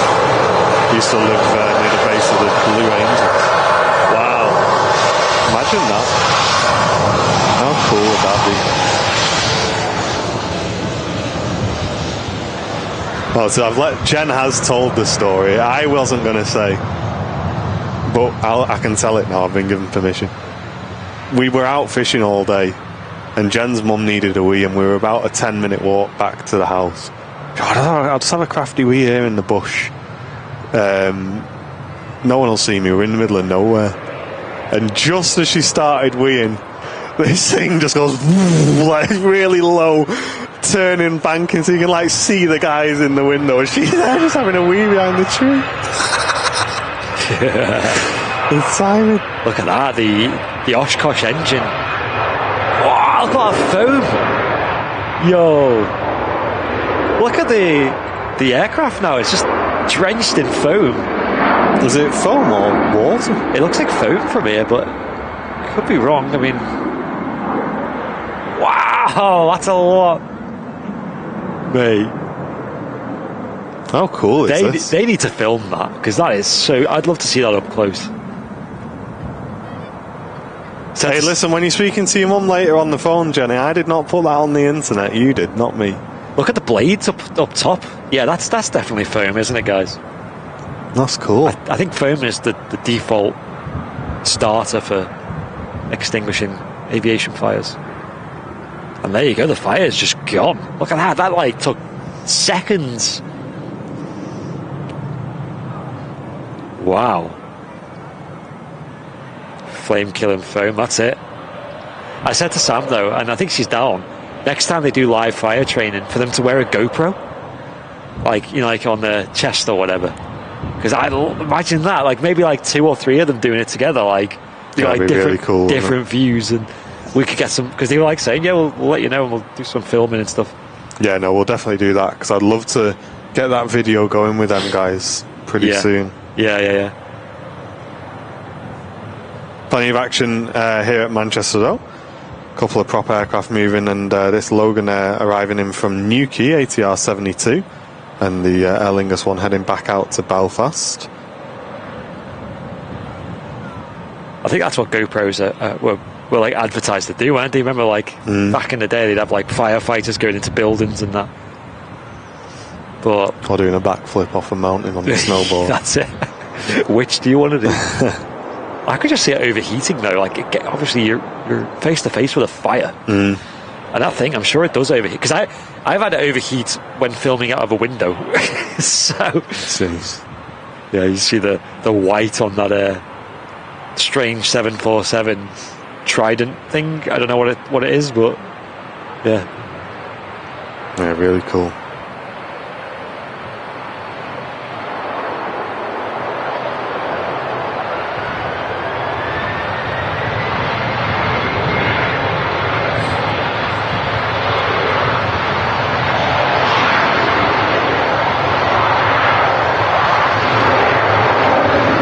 So cool seeing him extinguish it though.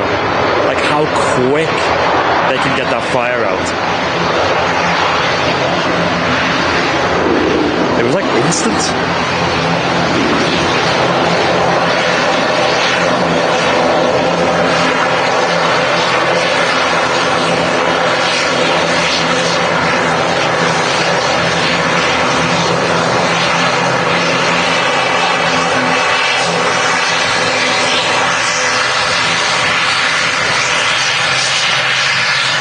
Welcome in, guys. 1,000 live viewers tuning in. You're watching Airliners Live.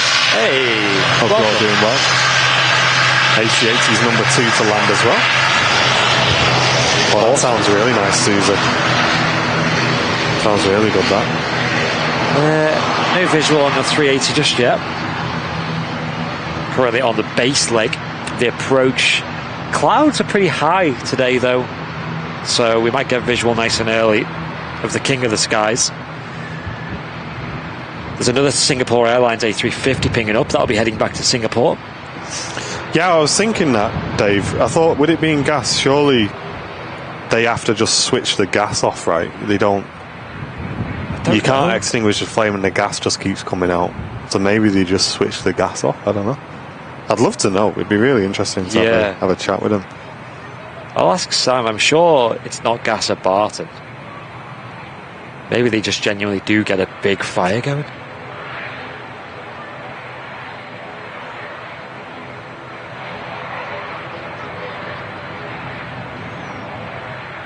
Great to see so many of you guys tuning in today. Thank you very much for hanging out.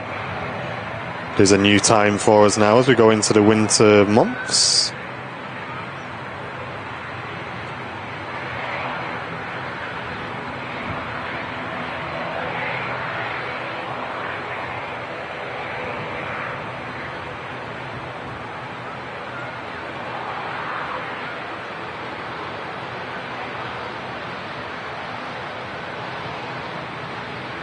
Yeah, it's not a bad idea, Tina. When it comes to like specific industry, like like representatives, I guess, like trying to interview an ATC controller, it's not just finding someone who does that job, but also finding someone who would be willing to be on a podcast with cameras pointing at them and stuff. Most people, I don't think, are that interested. To them, it's just a job, right? But that would be cool. We'll stick with the channel. There is a Singapore on the taxi out as well.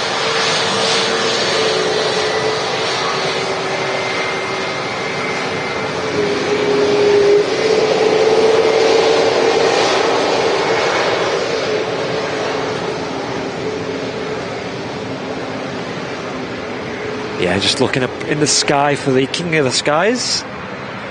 Any visual yet? Is that it? Or is that looks like a biz jet? Yeah, there's like an executive jet coming in next. Looks like a Phenom. Yeah, and the 380 will be behind that then. It is on the ILS, so yeah, it'll become visible pretty soon, I would have thought. Just going to take a quick drink.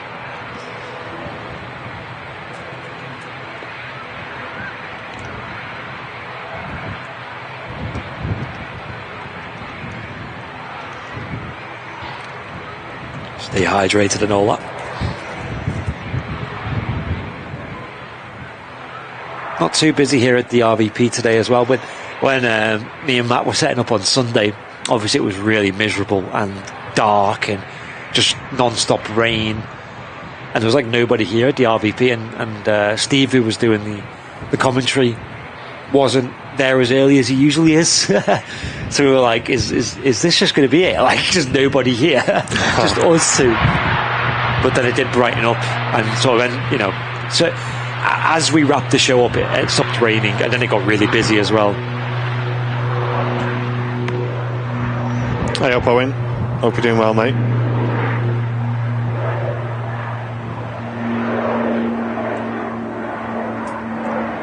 Ooh, the gear coming down on the Emirates A380. Caught already. Coming in on runway 23 right in Manchester. Bosh, bosh, bosh.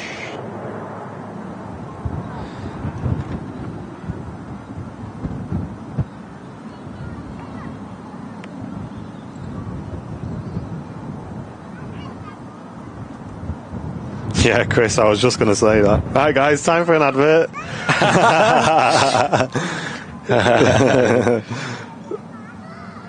Just everybody leaves.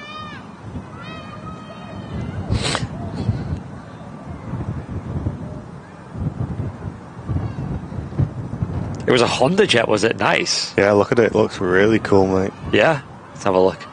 I can still see some spray going on at the fire training as well. Whoa, that is a cool looking biz jet. American reg as well. That can't have many seats on board. Yo, I love that. Looks pretty funky. Yeah, the way the engines are mounted are what's cool about this aircraft. Yeah. Wow. Let's get a head on of this, because that's something special. Get a little video as well.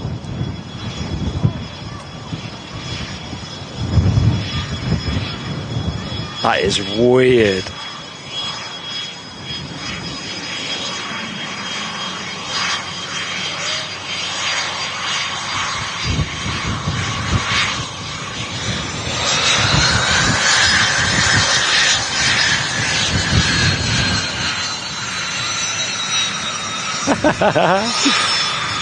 Look at it. Them engines. I don't know, there's something very strange about having the engines mounted like that, isn't there? It's so bizarre. Right, anyway, from a very small plane to a rather big one. The ads aren't mandatory, Neve. That's the point. There is no mandatory ads. They just selected the wrong option. With a very crafty screenshot.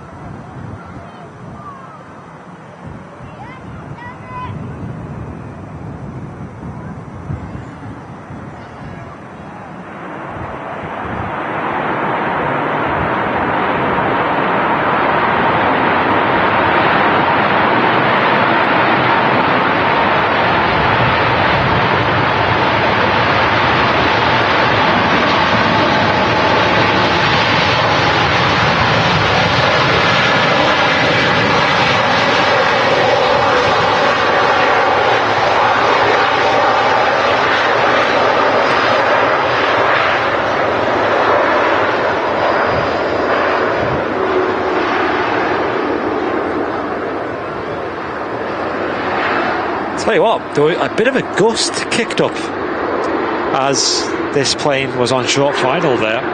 You could kind of see the A380 getting blown around a bit. Pilot had to work a bit keep the aircraft lined up on the runway. Speed brakes still out there. You can see them on the wings.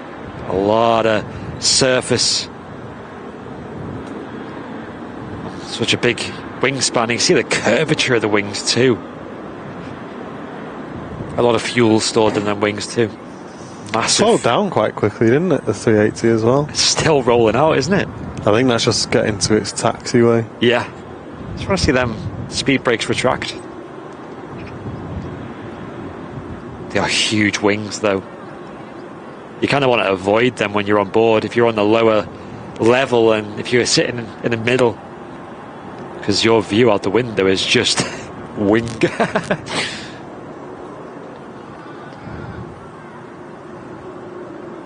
I suppose you kind of want to be on the upper levels. I think the best place to be, I know it's going to be the most expensive as well, is up front, in front of the wings, so sort of just below the S there. You'd have an awesome view. You were saying that when you went on that, and my mum said the same thing actually, the windows are quite small, aren't they? They're really deceptive because on there's two tiers to the window. The inside one's massive, like the window blinds are huge, probably the biggest I've ever been on. But the outside window is really small. So as a result, the FOV, field of view, is small, you know, because it's like a big one to a small one. If it was the other way around, like a small one to a big one, it makes sense. I just guess, like, structurally, it can't have too big of windows because it's got, you know, a lot of weight and two floors to it, right? Michael Curtis, thanks so much for the 380 super chat, mate. Hey. Same for the King of the Skies. Thank you very much, Michael. I love the new design of how the super chat's showing the chat as well. Tidy, isn't it? Really nice. Thanks so much again, Michael. Appreciate that. Yeah, YouTube are definitely making the live platform a little bit better in increments.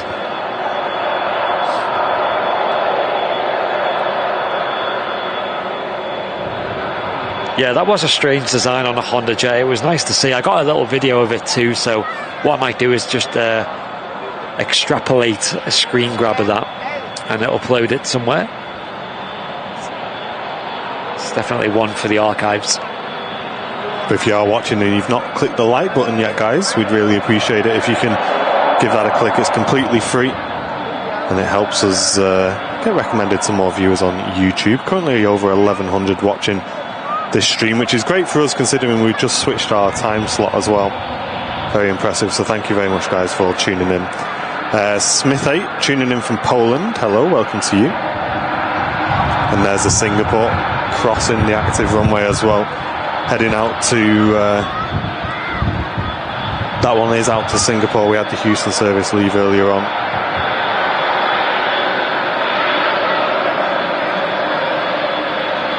Seeing the King of the Skies taxiing back now, heading off to Terminal 1.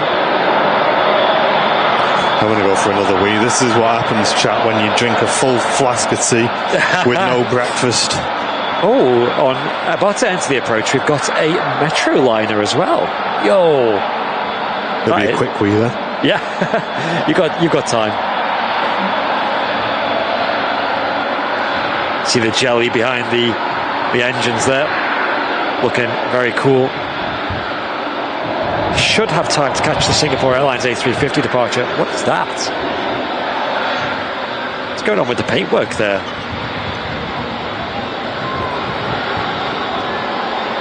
What am I looking at right now? Is that like from an old paint scheme? Why is it blue?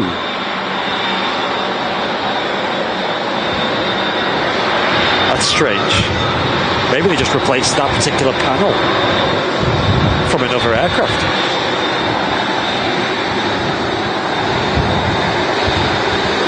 Oh, wave as well.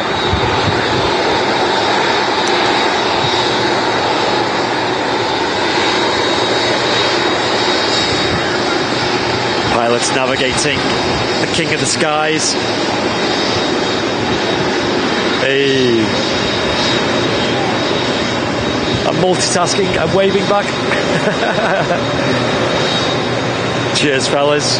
Hope you had a great flight into Manchester today. And the Singapore Airlines just about to enter the active departure runway. Looks like it anyway. It's taking a strange line.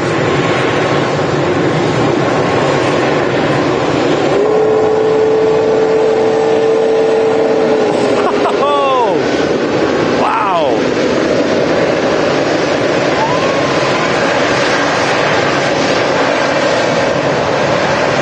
Yeah, we waved back. Of course.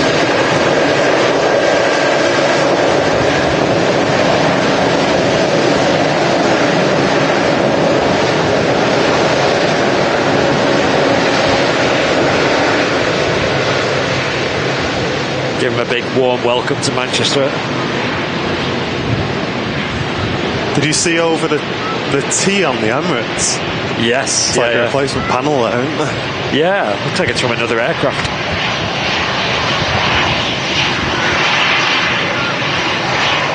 Help, John.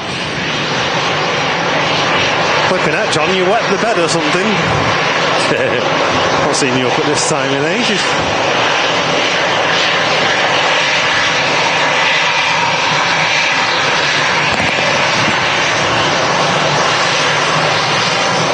It's the emergency slide cover. That's cool. Thanks very much, Carl. Nice. Cheers for the info, mate.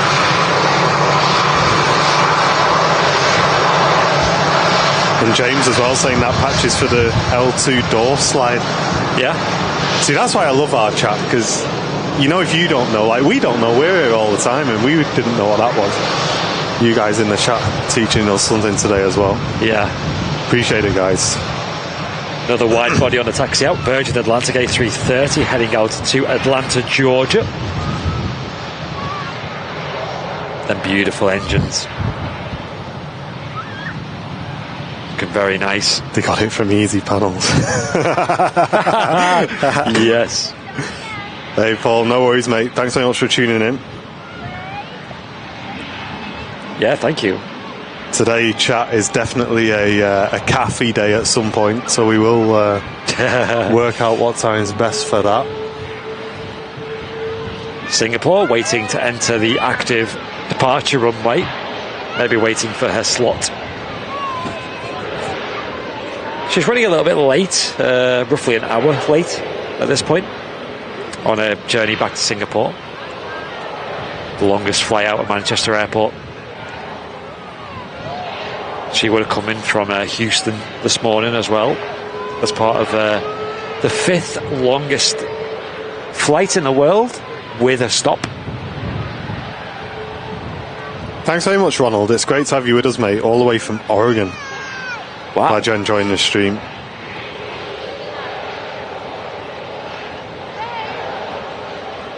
Yeah, we do get a kick when we get a wave from the flight deck. The thing is, I feel awkward not waving back, so I've got to like balance myself to one arm is waving and the other arm operating the camera. And Hans tuning in from South Africa. Hello.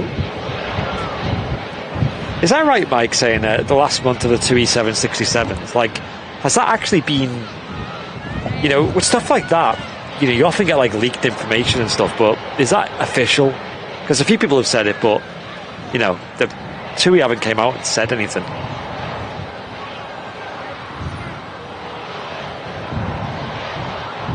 Like the original rumour that I heard was that they were getting rid of the 7.6s before the 7.5s, and then obviously the 7.5s just disappeared. So, you know, I'm always sceptical of info. And I've heard from the pilots at Jet2,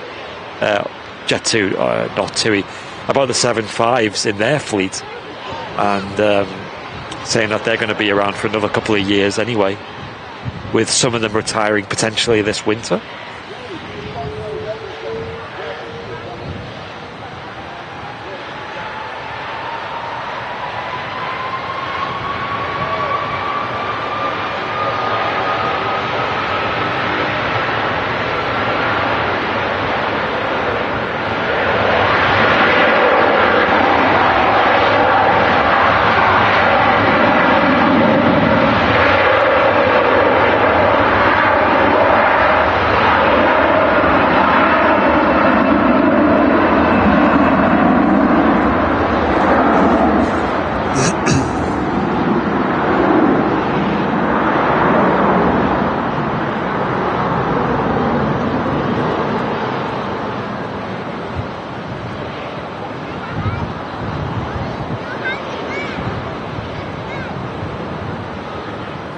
Duncan, sorry mate. That's all right. Tuning in from Melbourne on his birthday. Nice way to finish a great day with some Manchester Airport action. A very happy birthday, Duncan. Let's get some hearts in the chat, celebrations in the chat. Duncan's birthday today, guys. Hope you're having a great day, mate. Thanks for choosing Airliners Live as part of your way to spend your birthday. It's very kind. Thank you. Yeah, plane spotted Mike saying apparently the 767's last flight is the last weekend of October. But how do you know that though? Like, you know, it's all kind of just relayed info. Guess almost Chinese whispers. You could be right though. I'm not saying you're wrong, but I'm just skeptical. That's all. But if they do get retired, I'm gonna certainly do my best to try and catch the last flight, because that would be pretty sad. They've got 2 here at Manchester still, I think. And a huge welcome to Ronald, who's just joined Premium Economy membership as well. Thank you, Ronald. You've just pushed us past the unlucky 13 new members on today's show, putting us to 14 new members on today's show. Thank you, mate. Welcome to VIP as well. Got an arrival coming in, and I think this is the last arrival before the Metro liner. Nice. There's a Ryanair in from Rome. And the Metro liner is on the way in from Amsterdam. Really nice, loud prop aircraft. Yeah, we'll get a video recording, I think. It's almost a special arrival. We love them. Hey, Holly, great to see you. Thanks for tuning in.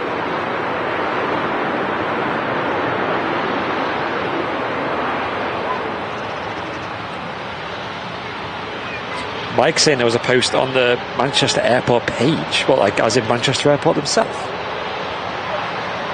saying that the last will go in November. Okay. Yeah, we'll make sure we keep an eye on that for you guys. Thanks for the info in the chat as well. Appreciate it. Very sad news though.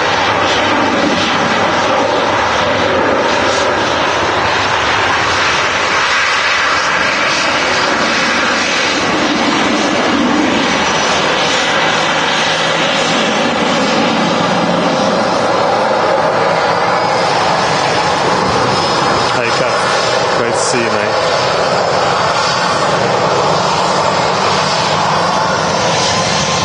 Plenty of aircraft on the way into Manchester as well. So stick with the channel, guys. We're going to be live for the next couple of hours, bringing you all the aviation action. Got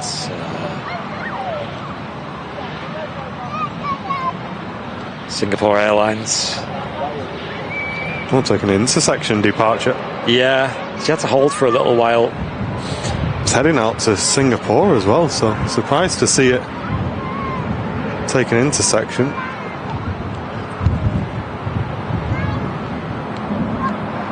I'm sure it's more than capable, though. The A350 would have just done some updated performance calculations. The A350 systems, you can actually tell it what intersection you're taking off from, and it'll adjust the power setting based on the amount of runway length left, because the system knows the length of the runway at Manchester, and it knows the distance from the intersections and how much runway you lose using them. It's quite clever. We might have to cut this short though for the Metro liner, which I think, although a lot smaller, it's a bit more of a special catch.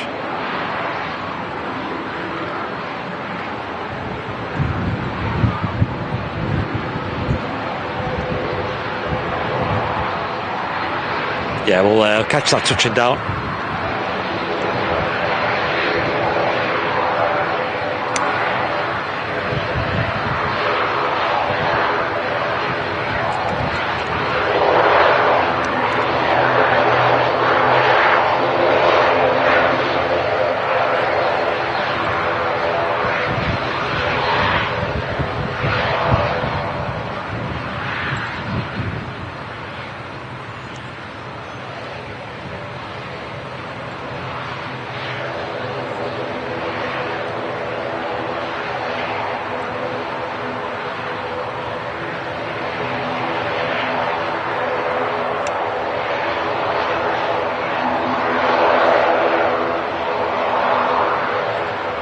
Been a little while since I've seen one of these at Manchester.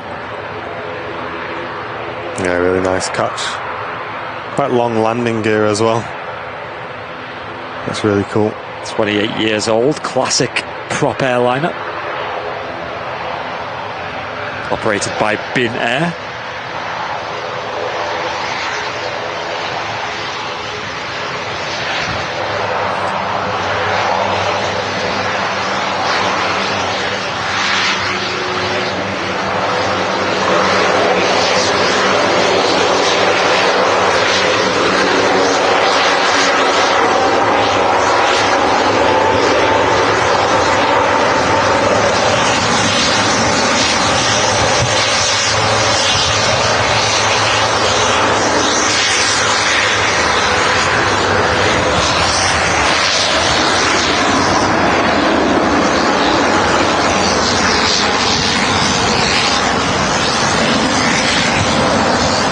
Catching a Singapore Airlines A350 taking off as well. I'm sure Singapore have done that before, where they where they hold long enough to catch the whatever arrival. Yeah, they advance the engines just as we want to hear the sound of those props as well. Yeah. Hey up, Paul, tuning in from Thailand. Hope you're doing well, mate. Hello. Have you been there on Bin Air? Yeah, where have you been?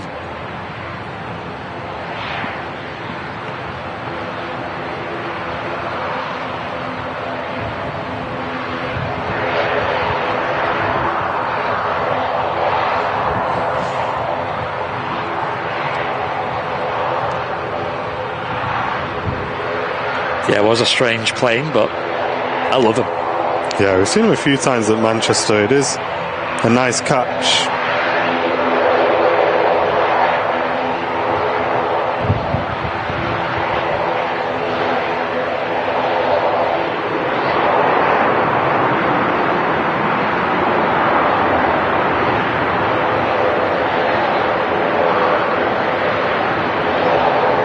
Where's that plane? Yeah, I've not seen that for a while either. Literally.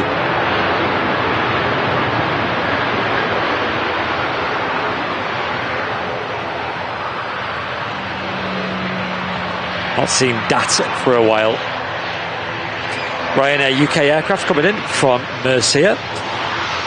And we've also got an Air France A319 on the taxi out. Nice. Used to be really common to see them at Manchester. These days, obviously, we've got the A220s that do a lot of that route.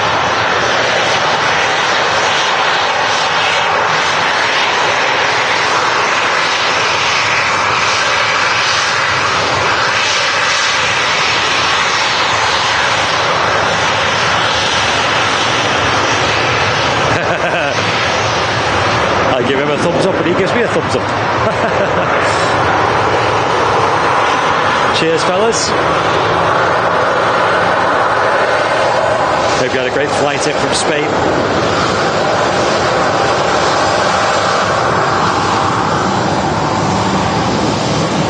Much more ideal conditions for flying today.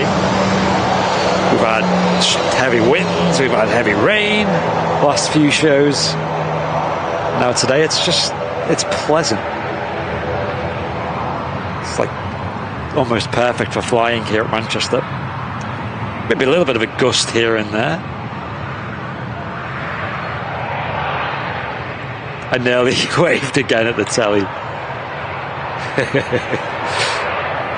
A lot of people apparently do that. Speaking to people at like the TAS fair and stuff, and they all say that they like waving back. Yeah, it is nice to catch, isn't it, as they vacate the runway. I do wonder sometimes from there how much you can see of us, because it's not very big, is it? Yeah. And although we feel like we're really close, we're probably not that close. Yeah. Sometimes I'll give them a wave as they vacate.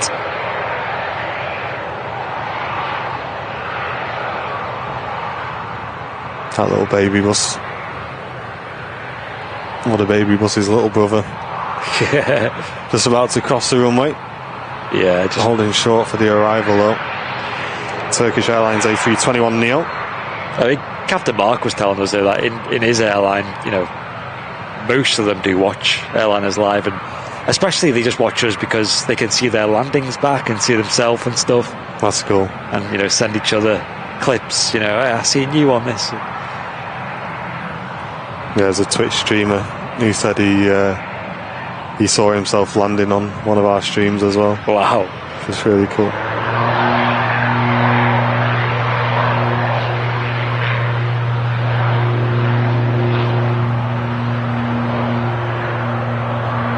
The Turkish Airlines from Istanbul. I'm not sure if they're doing many flights from the other Turkish airports, but they're certainly doing a lot of flights to Istanbul. I was going to say the capital, but it's not the capital, is it? Andy's saying there was a Metroliner where he worked at Shoreham, and he used all bar the last metre of runway on the takeoff roll. Whoa.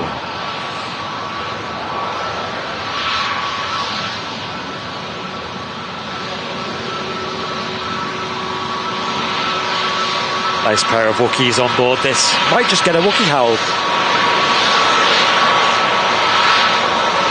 It's definitely a distinct sound on them engines.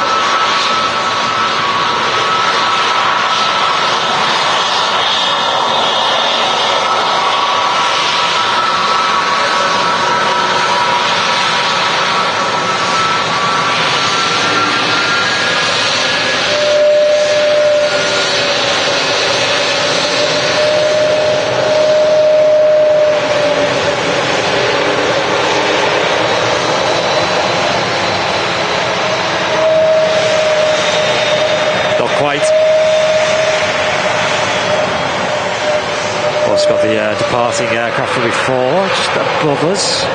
Where is that? It's gone into the clouds. Must have.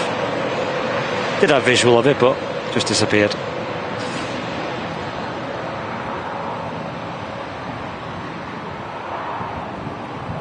So Ryanair lining up the sporty bus, the baby bus, the small bus, the Airbus. One of the small buses. It's a bus. Without an airliner's live sticker on it. Heading back to Paris Charles de Gaulle, one of the busiest airports in Europe. Apparently a bit of a nightmare for pilots to navigate that airport as well. So I've heard from the old Twitters.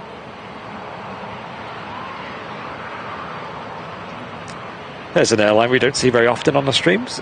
Austrian with an Embraer 195.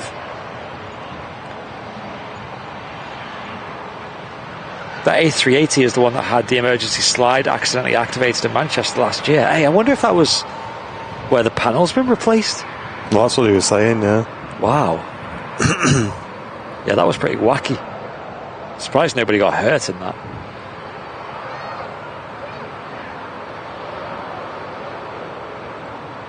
I think Captain Mark was working that day and he's seen it. Oh, really? Yeah. Or he sent me a photo anyway.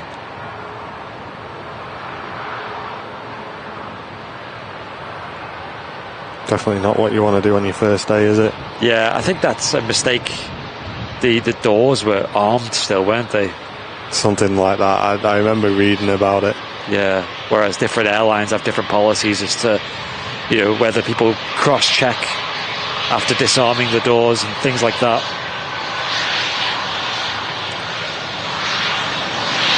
This Austrian and Embraer 195 LR in from Vienna. 12-year-old aircraft.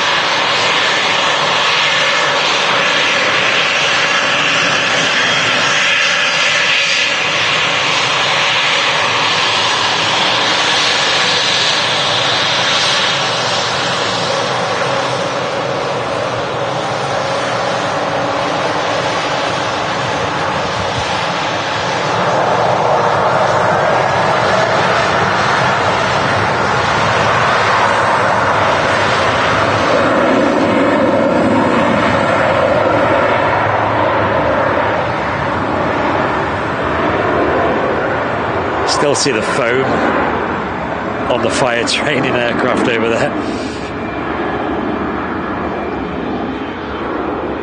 That's wild. I'm going to watch that back when I get home. Maybe, I don't know if I recorded it. I think I did when they were extinguishing it. It was pretty wild.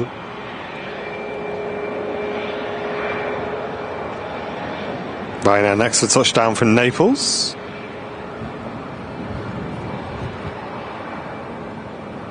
Hey, welcome, Peter. Great to have you with us.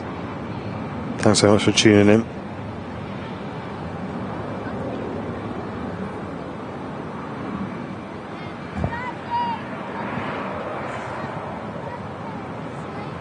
Here's the Ryanair 737. A couple of planes pinging up on the ground as well at Manchester. Stay tuned for that. And if you're watching as well, make sure you're watching in 4K if you've got that option. Especially if you're watching on a TV or a big screen of some sort.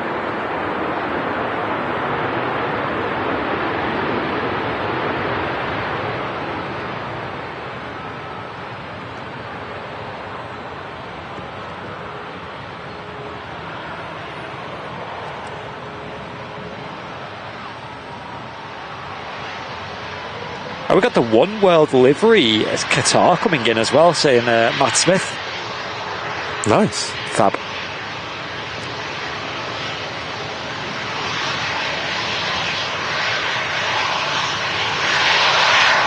Welcome in, George. Tuning in from Liverpool. Great to see you.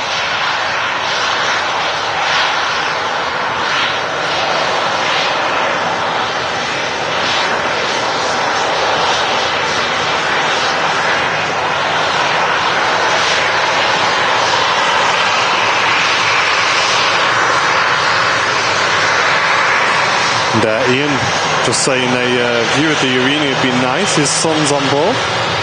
That's about to taxi out, so we'll keep an eye open for that one. Yes. I think they use Terminal 3.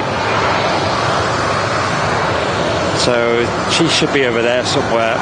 The Urini Embraer 195. Yeah, it'll taxi out there, exactly. It's already on the move. Nice. So we should see that in a moment. Another viewer from Melbourne, Australia, tuning in. Welcome, John. Just see it there, hiding behind the King of the Skies. There is the King. We're hoping to catch this going out later in the show as well. Yeah, it's due out at 2:05, and it will be the last movement for us on the stream. Yeah. Whether or not it's going to be on time, we will see. Yeah, I can't really stay much later than 2:30 on the live stream. Yeah. But we'll try. Certainly would be nice. But yeah, we did see it coming in. At what was quite a gusty moment here at Manchester Airport. Landing on 2-3 right, King of the Skies. See that rudder as well, full left deflection, as well as the breeze takes that loose rudder to the left. If you're enjoying the stream today though, folks, don't hesitate to hit that like button on YouTube. That actually helps us out massively. And JBH is tuning in from Brisbane, saying, I love the variety you guys get here, so much better than here. It's great to have you guys with us from Australia. Perfect to see so many people from all over the world tuning in. Yeah. Have we seen the Honda jet, followed by the A380, and then the Metroliner, followed by the A350. Thanks very much, Gareth. Really appreciate that, mate. Great to have you with us in the chat today. Lufthansa in the new colour scheme. I'm definitely getting a belly rumble chat. I think it may be time. Maybe time. I have been quite hungry lately, in general. Oh, well, there you go. You know what I mean? Any excuse. Do you want to open a cafe, Andy? On the usual. Yeah, go on. Sound easy. All right, chat. I'm going to nip to the cafe. Leave you a brown bill. Stand by.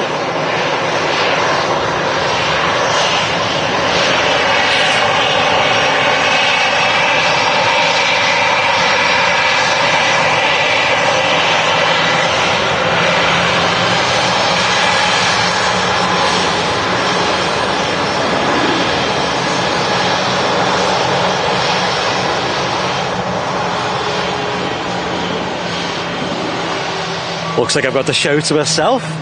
Right, should we start playing some country music and talking about horses? There was one, I'm not going to name names, so there's one comment who really did not like that horse story. Thought it was too off topic from aviation. You need to stick to planes. Here we have a Airbus A321 Neo heading off to Istanbul. It's got an orange tail and it's also got orange winglets. And it looks nothing like a horse. No horses to be seen. Oh, here we go. The Urini Embraer's on the taxi out though. I see somebody in the chat wanted a shot of that. I'm sure we'll catch the takeoff heading off to Guernsey, back home for this aircraft. Like I said, they've only got one Embraer in their fleet. I have no idea why. That sounds a bit strange to me. And I know with like Flybe and stuff, there was a lot of critics who claimed that the issue, well, one of the biggest kind of business mistakes was their expansion into the Embraers. And I think what Flybe also tried to do was take on bits of Europe as well as a result. And that didn't really work out very well for them. Strictly aviation, yeah. Anyone in the chat who talks anything but planes, you're all banned. There's a bird on the tail. Oh, no, that's not a plane. That's a bird. So yeah, this Urini is just waiting to cross the runway because there is a plane about to land.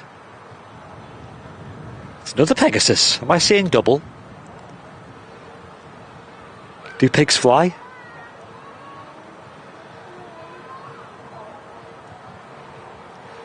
Mark saying, hi there from Sydney. Just adding to the Australian viewers of your great coverage. I said hi in person when you were here, when you were back in Manchester. Mark, I think I remember that. Thanks for tuning in all the way from Sydney. Wow. Must be quite late in the evening for you guys, right?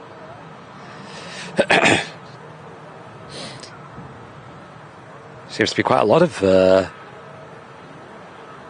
Australian viewers today. What are you all doing?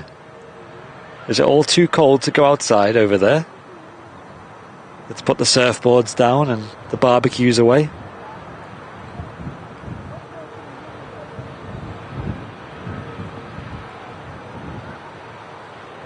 No steak slice for you then, Brabil. No. Nada. Negative.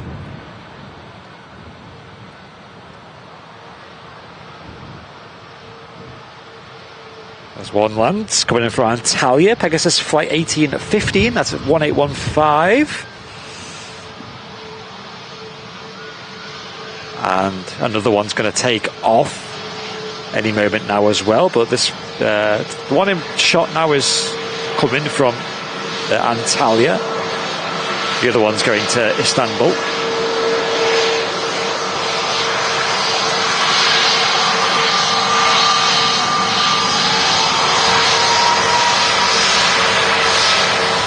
There she goes.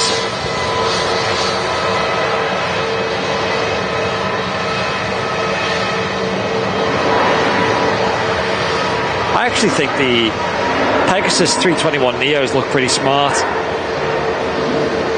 Mask design and the CFM engines as well. Looks quite tidy. They're actually apparently a low-cost airline as well. Never flown with them myself. I know Henry has, and he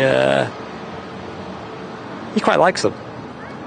Sandra, thank you for gifting an Airliners Live VIP membership. Since Martin's not here, we're gonna go overboard.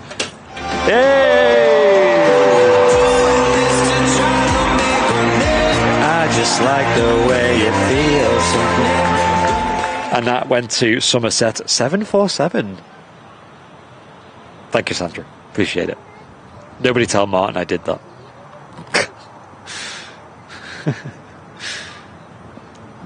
I won't be allowed near the mixer again.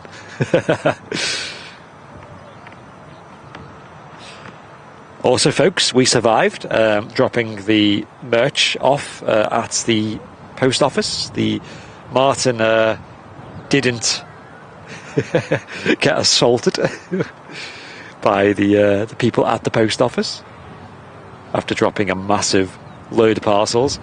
We actually went to two different post offices. We split it half and half. So he took off to the regular one, the one that is often quite moody and doesn't like us bringing lots of parcels.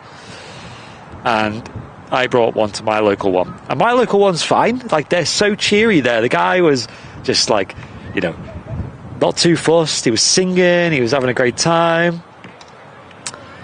Scanning all his parcels in. Having a little chat with him. And Martin rocks up to his local one. And it's like very miserable. Not happy about having so many parcels at once. And, you know, the problem with Royal Mail is this is just normal for them. Like, they are... Their system is designed in which if you just buy lots of parcels, you have to drop them off and they have to scan them in one by one. It would make sense for them to have like what is called a manifest, like a big sheet of all the parcels and just scan it in one go. But they can't do that apparently, unless you have a business account or what I forget the name of it, but there's like a pro business account. And that costs quite a lot of money and actually wouldn't work for us because for the most time, we're only selling like one or two items a day. You know, so most times we are just dropping off like one or two parcels. But when we have like a new merch item or somebody foolishly thinks it's a good idea to run a flash sale during a live show, then we get a lot more parcels.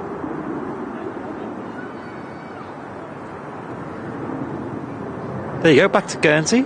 Glad we could catch that departure. Looks like a very smooth takeoff, and hopefully it's a very smooth flight. They'll have a lovely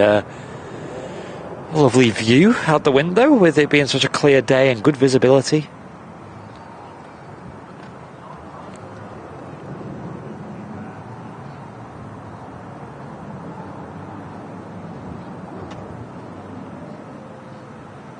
Yeah, I think we have daylight savings at the end of October, where we gain an hour, I think. An extra hour in bed. Maybe.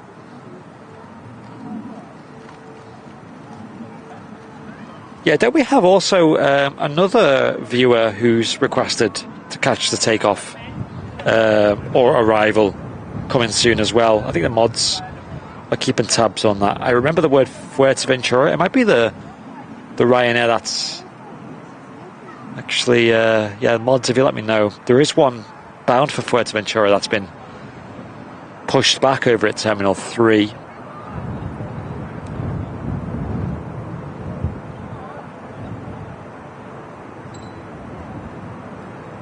It's quite a long time to be on board a Ryanair. Over 4 hours. They can sell you a lot of items on that flight.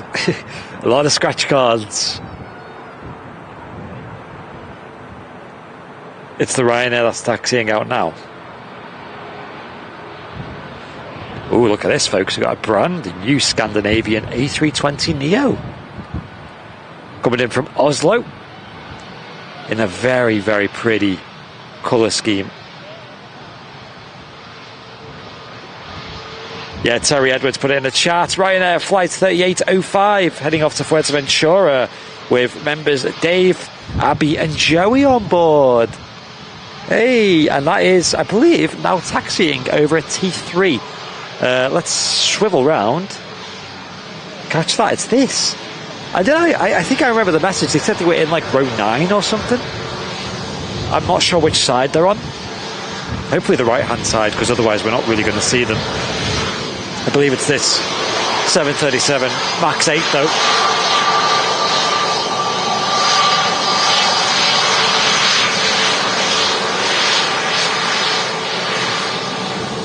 Yeah, Chris, it is like a long time to be sat in an uncomfortable seat. 4 hours. That's the problem. When, you know, Jet2 have the same problem. Like, Jet2 seats are not that comfy, but at least with Jet2 you might get lucky and be on a 7.5. but there's no other real option. Maybe TUI. I think TUI seats are a bit more comfy. They'll fly BA via Heathrow. The I-6. We see this particular plane quite often these days. Maybe it lives at Manchester. It's an Irish registered. I know they have some planes that live at London Heathrow, like 12 odd. Yeah, has anyone else ever flown Ryanair for more than a few hours? Maybe 2, 3, maybe 4 hours? Find that your bottom got a bit numb? Same with Jet2 as well. They're just not designed for, like, kind of long haul, right? Even when I was flying Singapore Airlines, them seats were pretty comfy, but even after 8 hours of sitting in any seat, right, you do get a bit of a numb bottom. Maybe that's just me.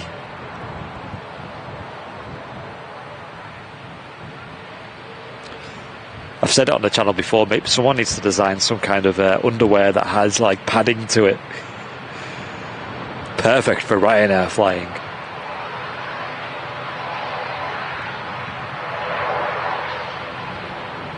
The budget boxes.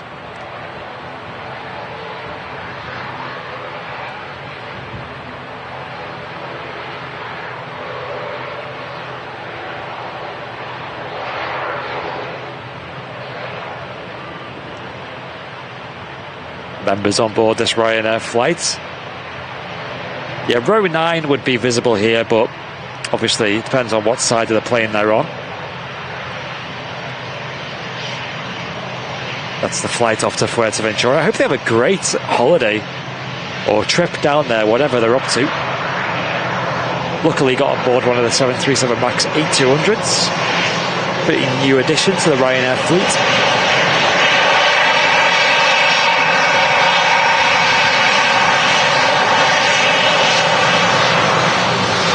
Oh yeah, cycling shorts can have padding in them. Yeah, that's a good point, Lee.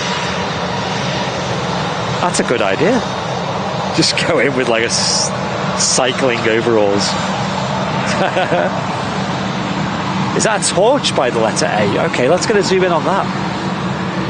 And a delivery. Nice, thank you. I don't see any. You're not thinking it's the landing gear light by any chance? Yeah. Oh, hang on, I think I do see it. Oh, you got it? Yeah, letter A, right in the middle. There's a torch in the window. That's awesome.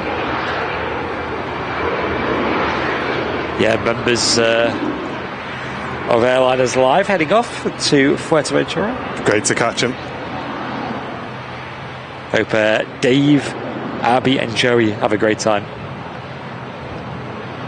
Yeah, a couple of people in the chat saying they see it as well. This plane's getting a bit closer now.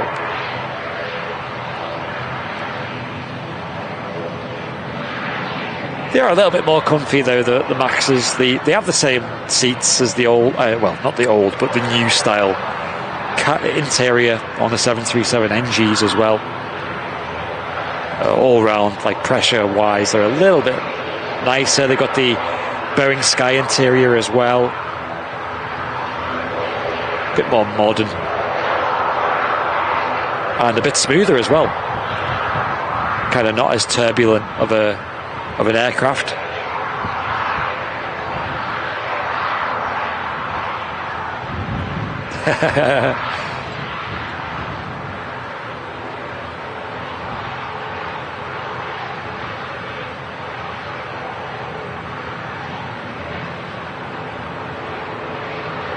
The padding on cycling shorts is in the wrong place for a plane seat. Okay. Maybe that's a product we need to provide. Yeah, they're sending a few emails now.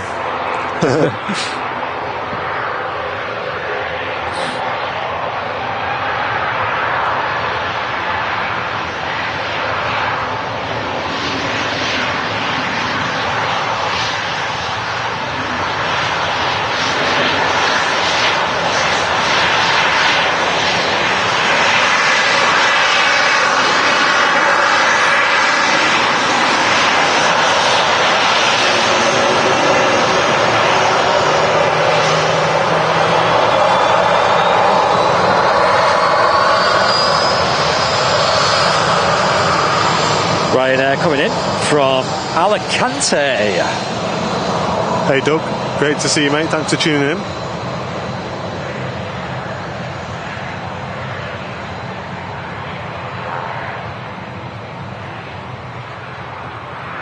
They have the Qatar One World not too far away, already on the descent into Manchester Airport. That'll be with us in about 20 minutes' time. Nice special scheme on the Boeing wide body.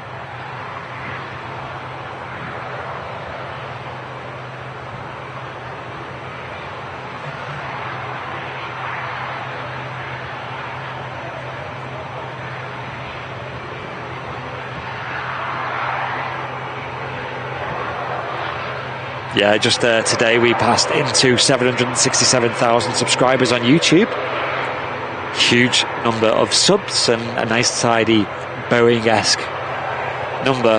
The next big milestone now is going to be the 1 mil, which we've got some rather cool plans in the works for when we hit that. Hopefully it'll be around the time of the new year. I reckon it'll be around January, personally, but it could be sooner. Keeping an eye on it. Fingers crossed.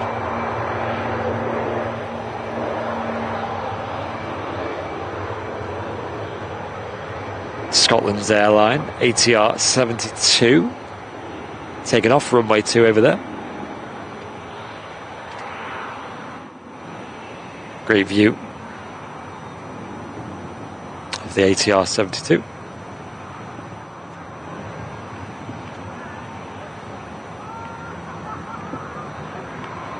Oops. You hearing that as well? Yeah. It is number 4. Yeah, it's going to be down there somewhere.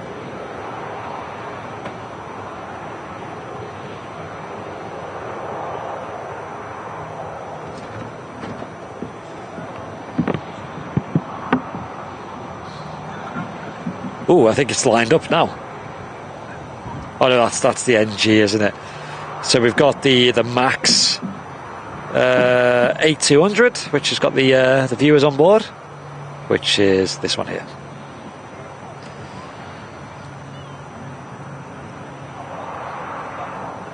Should be taking off soon.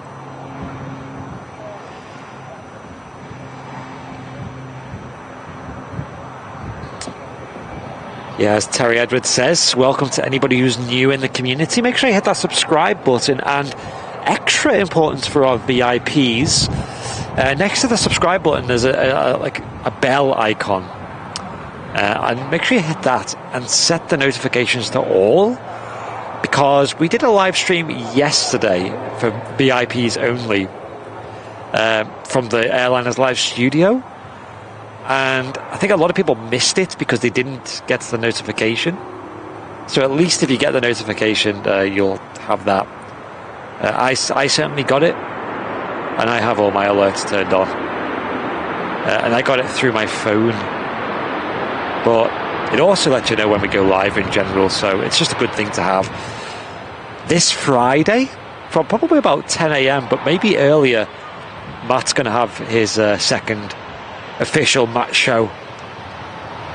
This one is going to be just him as it stands. So tune in for that. Go show some support. Be patient with him. He's still getting in the swing of things. But importantly, just make sure you tune in and show the guy a bit of support on his show.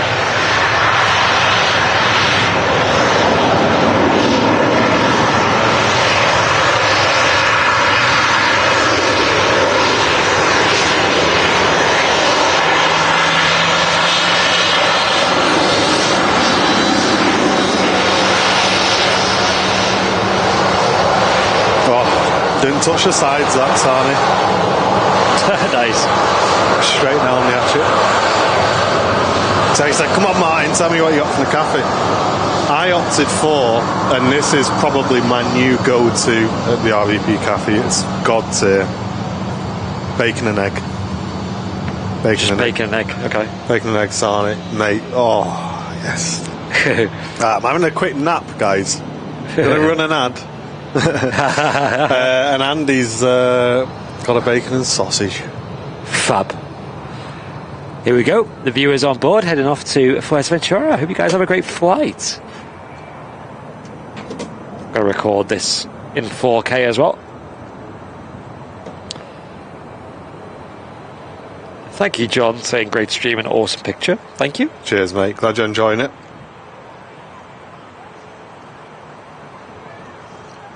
Oh. You know that feeling when food's that nice that you just think, oh, that was banging that. But I definitely could have had another one. I'll be back in a minute, guys. Definitely nip into the loo, not the gavin.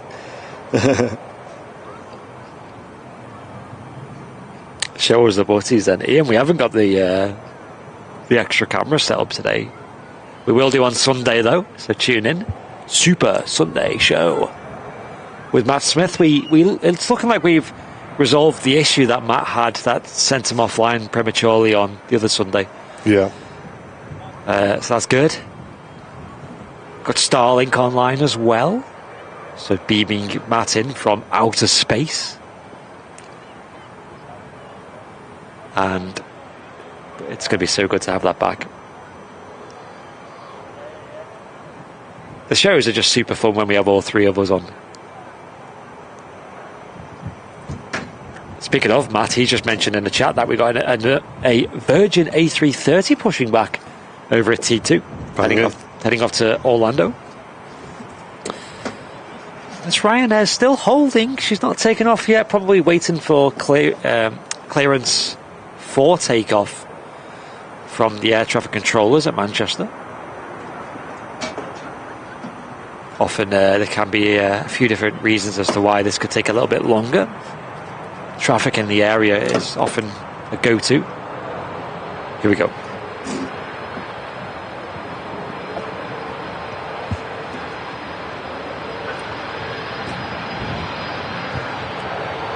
No, we don't, Chris.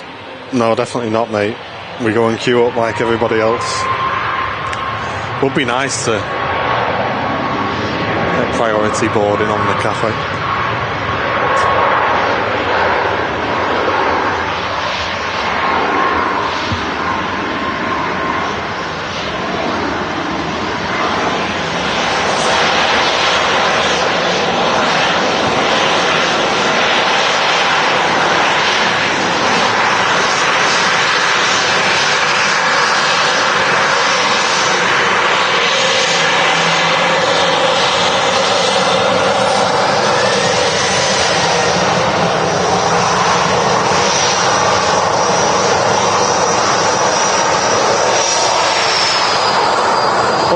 Like a click and collect thing, or is that not a thing anymore? I don't know, mate. I know they had the app, didn't they? But I don't know if it's used or monitored. I've never tried it. It'd be good if it was, but yeah. I've never tried it. But no, it was no sauce, Holly. I don't have sauce whenever I have an egg on a sandwich. So I think the egg yolk kind of looks after that for you. No, that was 10 out of 10. Alison Rogers returning for 19 months of Airline is Live membership, saying just wanted to say the Airline is Live new merch arrived today and loving the brand new mug. Thank you very much, Alison. Yes, so for anyone who doesn't know, the brand new insulated drinks mugs are now available, guys. Travel mugs on our website. They're in stock, ready to ship. So if you want to get yours, airlinerslive.com. They are available. And thanks to everyone who supported the stream today. We're on 15 brand new members on the show. If anyone would like to support the channel today, if you can click the dollar symbol, then click gifted memberships. We'd really appreciate it. Jen's in the ketchup on the egg sandwich. Yeah, I just don't need any more sauce on mine. But you know what I'm like, Jen? I don't like tons of sauce on stuff anyway. Yeah, I'm like that too. If it was like, it's maybe like a beef burger, bit of ketchup on that works well. The Iceland Air 737 Max is on the way out too. Someone in the chat asking if this is an A318. This is actually an A319. I believe EasyJet don't have any A318s, and in fact, the A318 in general is disappearing. They don't make them anymore, and it's quite rare to see. Hey, awesome, George. Thanks very much for your order, mate. I hope he likes them.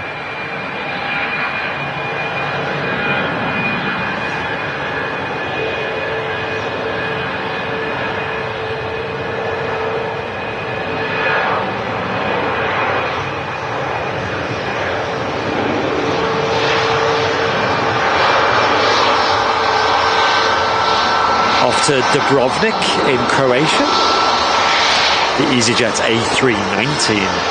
And Alison Rogers gifting 5 Airliners Live memberships, putting us to 20 brand new VIPs today. Hey, wow. Thanks, Alison. Appreciate that. That's huge.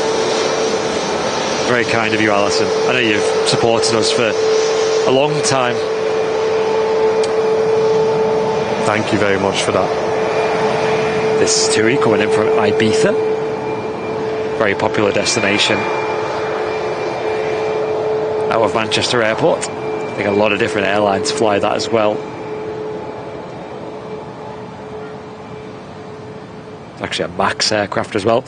Coming in, a Ryanair, and I think the Qatar should be landing soon. That's currently on what is now the downwind leg of the approach. Like I mentioned earlier, it's the One World special. We've been getting quite fortunate on the stream lately about catching these Alliance specials. The other day we had one of my favourites, the KLM Sky Team special. Yeah, it's a nice one. Yeah. Now with Scandinavian joining Star Alliance as well, potential for a Scandi special scheme as well.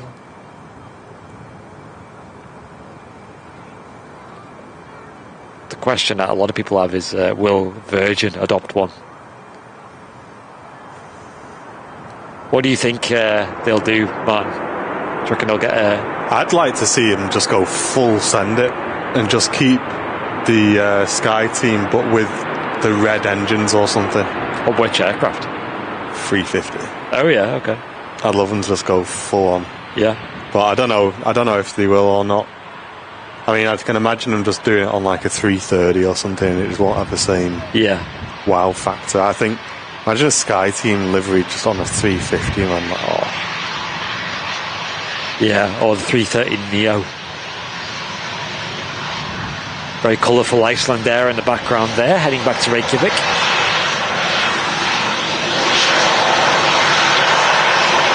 This Ryanair's coming from Krakow.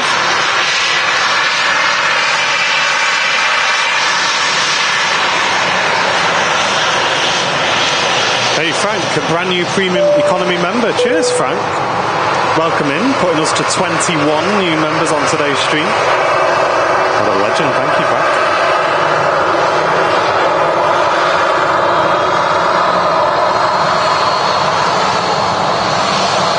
Oh, Chris, I'd definitely be down for that, mate. And talking of Virgin Atlantic A330s, there's one on the taxi out now. We're heading over to the south runway to depart very soon. Nice. That's on the way out to Orlando. Yeah, Joanna knows grey body and keep the red tail and engines. Yeah. Yeah, that lovely Sky Team silver fuselage. But the KLM one doesn't really have the KLM blue to it. It's like a dark blue. It's weird. So I'm curious if that will happen. If I could place a bet, though, I think it'd probably happen on the 330 Neo. But you never know. They are still taking deliveries of the A350s, I believe. Obviously, GV Bob, which is one of the Manchester-based ones, is pretty new. I would love to start seeing some 330 Neos coming into Manchester, a few more. Yeah, I assume they're going to surpass. They're going to take over the old A330 classics, right? Yeah. They've already retired the 200 series. Yeah, it's going to be a nice upgrade, that. Honestly, like, with this 330, though, that's crossing, you can kind of see it's like an off-white on the livery. It's not a pure white, and I'd really love to see with the Neo and just go for a pure white, on the body. Right. I think it'll just look a lot cleaner, a lot more modern. Yeah, it's hard to tell with the older A330s because it just makes them look old, worn, I think is the word. Whereas if you look at this Iceland Air, it's nice ice white. Literally. Let's have a look at the Virgin. Got this Ryanair first vacated.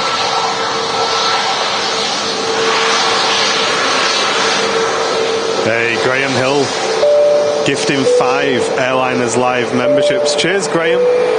Thanks, mate. Putting us to 26 new members on today's stream. Hey, thank you, Graham. Legends. Hope you're well, Graham. Not seen you for a while. I think he was on the show that I was on before I left. Oh, yeah. I meant in person. I remember we've seen him at the RVP before. Really nice chap. Great to have you with us, mate. Thanks so much for tuning in. But yeah, I've seen you lots in the stream. Doug saying, just had a knock on the door. The delivery man's just handed me my parcel from you guys. Finally got my VIP badge and the Airliners Live travel mug. Nice, Doug. Absolutely awesome. Thanks for the order as well. They are really good, them mugs. I'm super happy with mine. It's going to be very useful this winter. Yeah, definitely. Absolutely. Virgin Atlantic next to depart on the south side. Yeah, it is. Although it's very pretty livery, I think a tiny touch of paint on the white there would go a long way.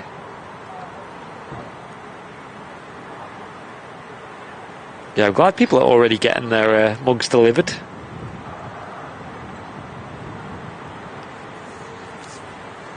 Yeah, for anyone who saw the picture we posted of all of the parcels. I am surprised me and Andy survived delivering those to the post office. There was so many.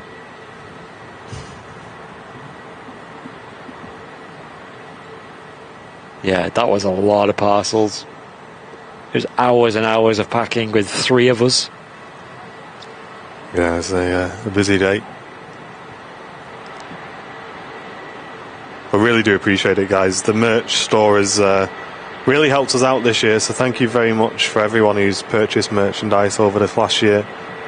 It's surpassed anything we ever thought it could have been, so thank you, everyone. And it is really cool to, every now and again, catch sight of someone wandering around with your merch on.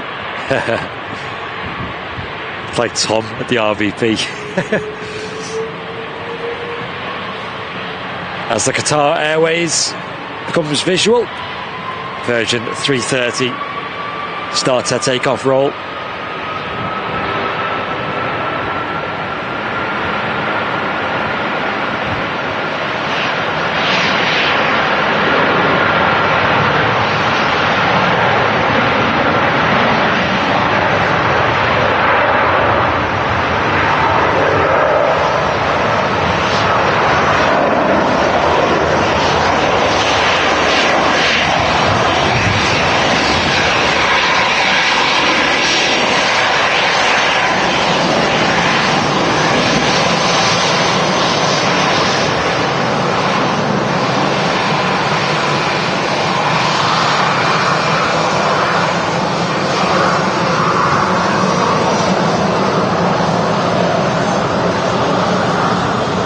One out on the wide bodies from Airbus to Boeing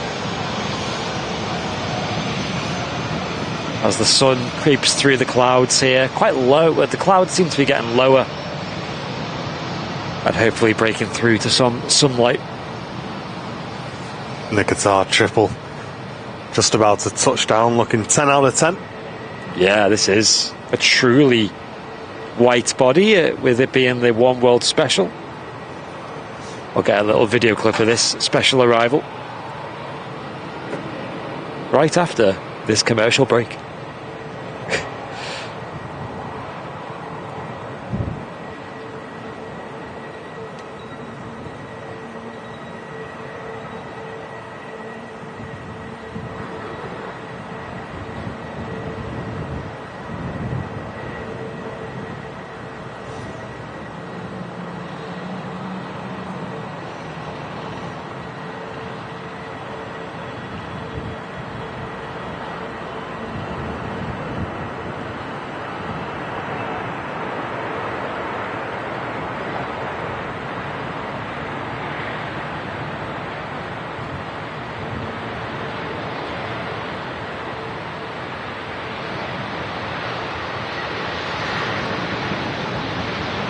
It's interesting how it's got the Qatar silver or grey engines and tail too. Yeah, it looks a bit weird, doesn't it? With the grey tail. Yeah.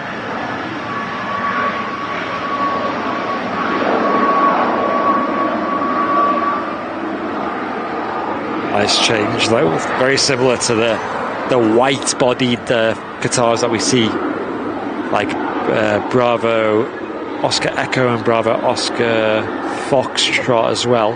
Hey, but talking of liveries, how good is the news that Saudi are going to be adopting what we thought was a new retro scheme for the full fleet? That's nuts. Mate, that is so good. Yes. For anyone who hasn't seen it, I posted a picture, guys. I came out to catch it on the first arrival into Manchester. Got a really cool picture of it. I'm well happy with it. And it may even be making it into this year's calendar. It's one of my favourite pictures of the year so far. And then we saw the news on Twitter that this may be their new scheme, which is just so good. Looks absolutely 10 out of 10. Really, really nice scheme.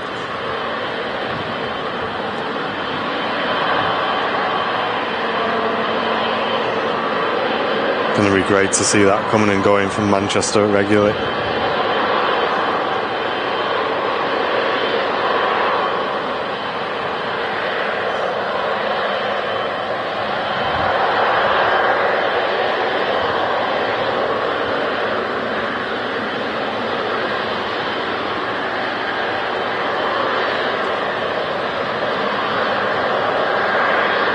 It looks good, doesn't it, Joanna?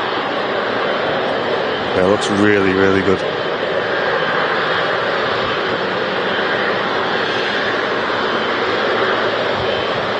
Be interesting to see how long it takes to start seeing that regularly.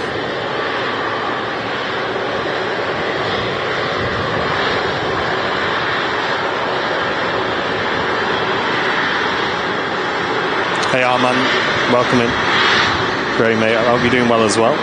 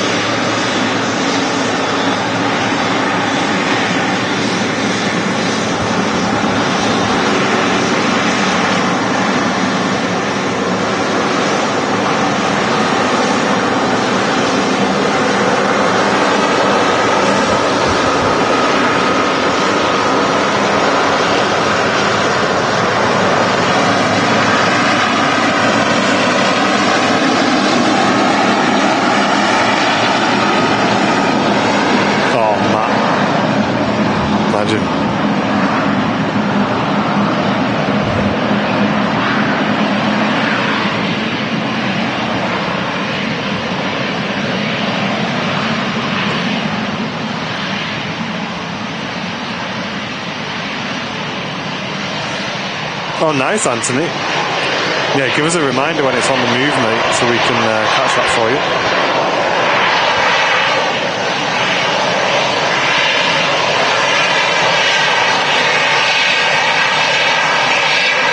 EasyJet vacating from Palma to Mallorca.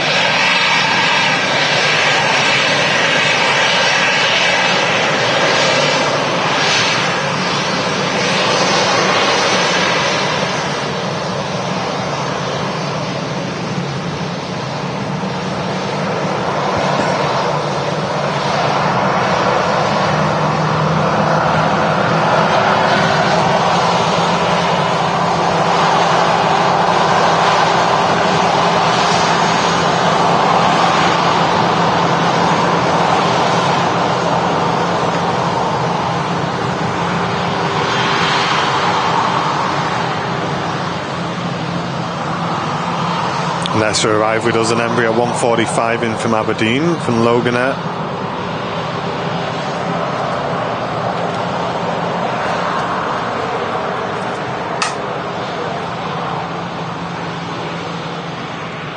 And we do have a TUI Dreamliner operating a flight from Malaga.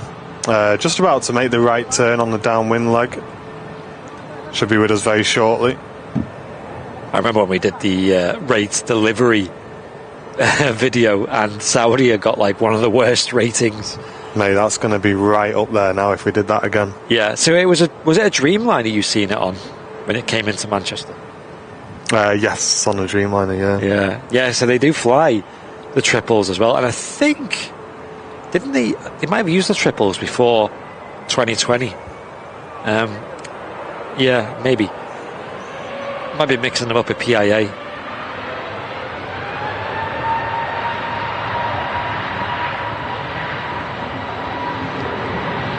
I think that's a really good example of a livery just done really well. Yes. Can we just get that guy to just do all the companies we see at Manchester? I wonder how much it represents did they have a retro scheme back in the day, or I wonder. I'd have to look into it. Yeah, let's see what the inspiration is behind it. I think it was very similar, but it had is it a slightly different design on the engines and the tail, maybe? Right. The Qatar retro is really cool as well. Yeah. Not seen that for ages. That's the kind of livery I'd come here just to see.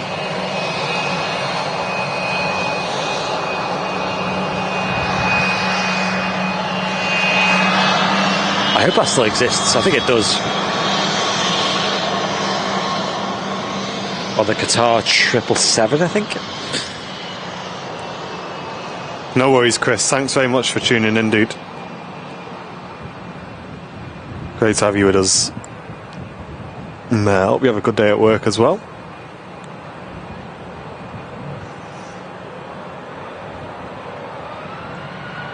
And then next lands a Ryanair aircraft, followed right in by KLM.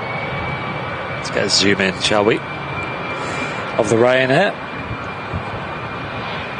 Also got a TUI 787-9 Dreamliner about to enter the approach. Coming in from Malaga, a nice short flight on board the very modern Dreamliner.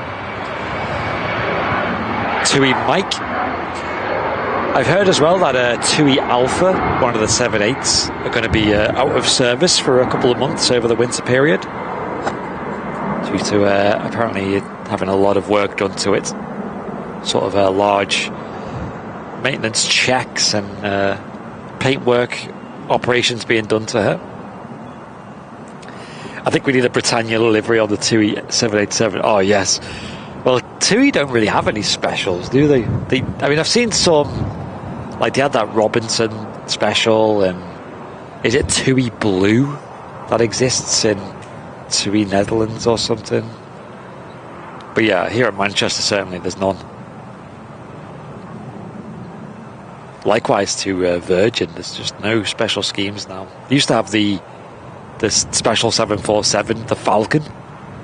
That was cool, wasn't it? Yeah, they also had that NHS. Was it an A340? They had the NHS special, or an A330? They had that. They had an A340 which said like, wasn't it like a very big? What did it say? Thank you to NHS or something. That one, or you talk about a different one? Let me check it.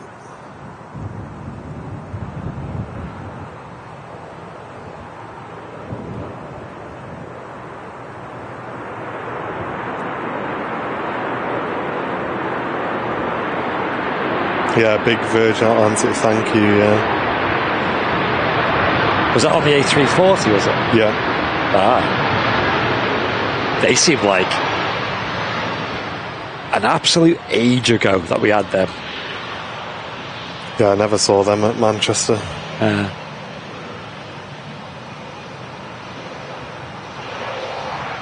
If only 5G could have come out a few years earlier, eh?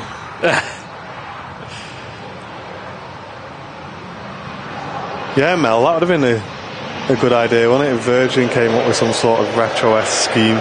Yeah, they do have like their retro livery, don't they? That was it. One of the 74 still had. I think it was Forever Young, like the old style.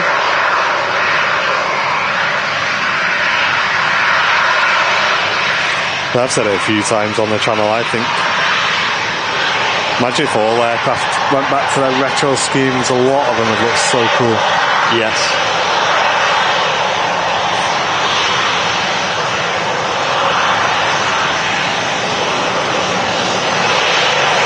Brian tuning in from Maryland saying, wasn't sure I was going to catch you with a new time, mate. Glad you could tune in. Thanks very much for dropping in and saying hello.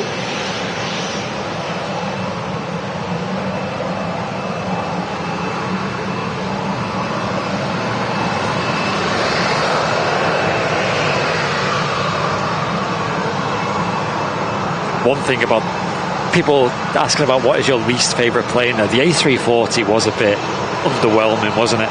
Yeah. Like, I don't know, I know it was disliked by pilots quite a lot because it was quite underpowered for what it was, and it was a bit just random almost. Wasn't very popular back in the day either. Yeah, the pilots didn't like it at all. Yeah. And as a spotter, it's kind of cool, but it was always underwhelming. Like quad jet, you expect it to be a bit more loud and exciting. And yeah, and it kind of went, really. Oh, the 600 series was kind of cool. I think Lufthansa still have them, but yeah, the 300s are a bit. Tom Pearson, brand new premium economy member. Cheers, Tom. You're member 27 on today's show. Thank you very much. Welcome into the VIP club. Welcome.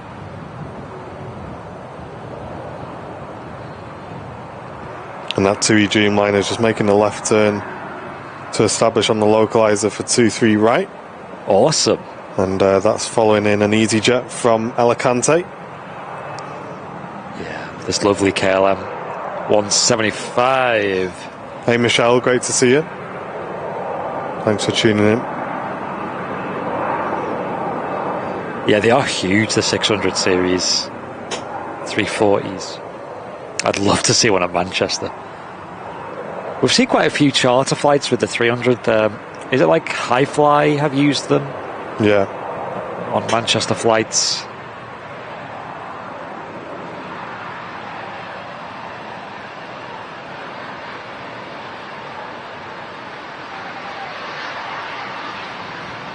I know they've seen them a few times at Vancouver.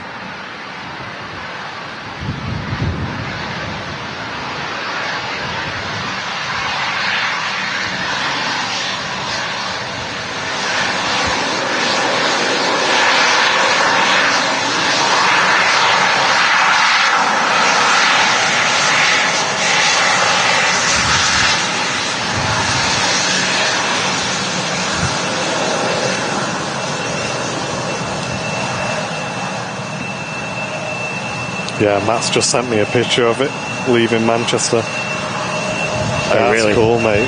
Yeah. So long, isn't it? What series did they have for the 340 600? The 600, Wow.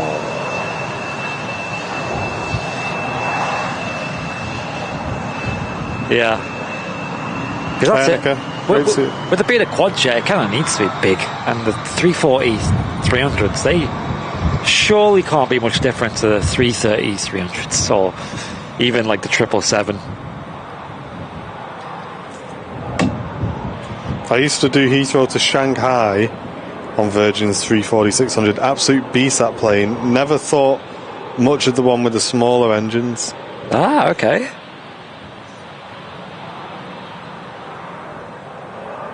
I suppose when it's got that Virgin charm to it as well. That lad, a lot. Liam Fletcher upgrading his Airliners Live membership to business class. Thank you, Liam. That'll help us a lot, mate. Cheers, Liam. Really appreciate that. Was it you, Liam, that we seen at the task fair as well, the last one? I think it was. Unless I'm mixing you up with another Liam. And they're just about to touch down. Is that EasyJet flight?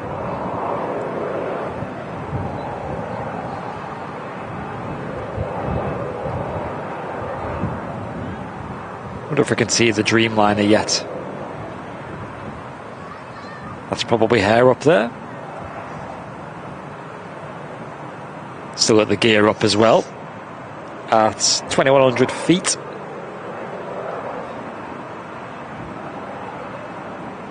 Just coming down now, actually see the doors opening on the belly of the aircraft.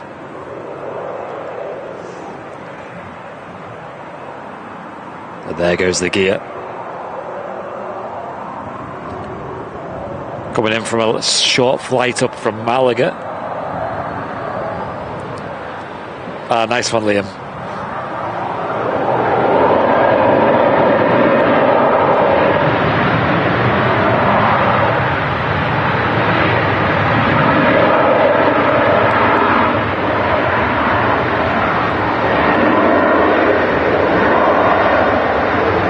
So you're one of those people who can remember names, because I'm really good at remembering faces. Right. So if I see someone, I know if I've seen them before. I'm terrible with names. Really, really bad with remembering names. Yeah, sometimes I can be bad as well. The worst is when someone tells you their name and you forget it. Yeah, it's so embarrassing because you're like, oh yeah, do you remember me? I've met you that day. I was like, I do remember you, I promise. I just don't remember your name. Yeah. You know what I mean?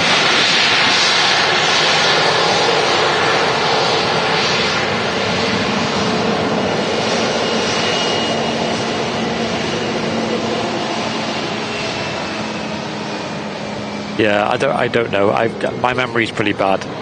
Somehow I manage to remember names. Sometimes. Yeah. Don't be offended if I don't remember your name, though. It's just in my brain. That's how it works.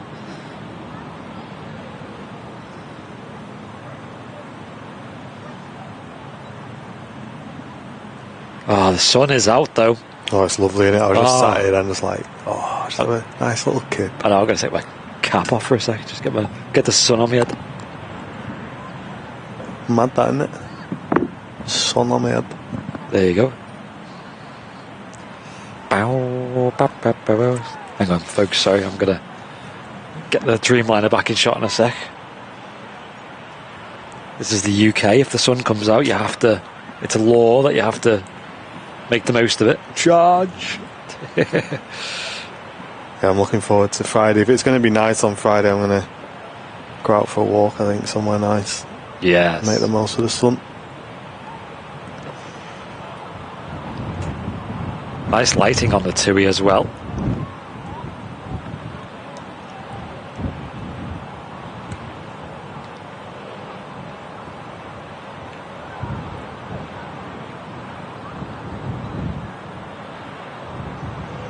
Two-and-a-half-hour flight from Malaga.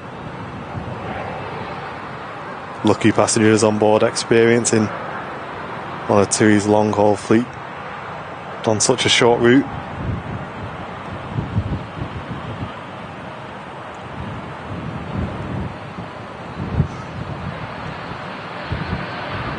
May even get off in front of us there, chap. I think so.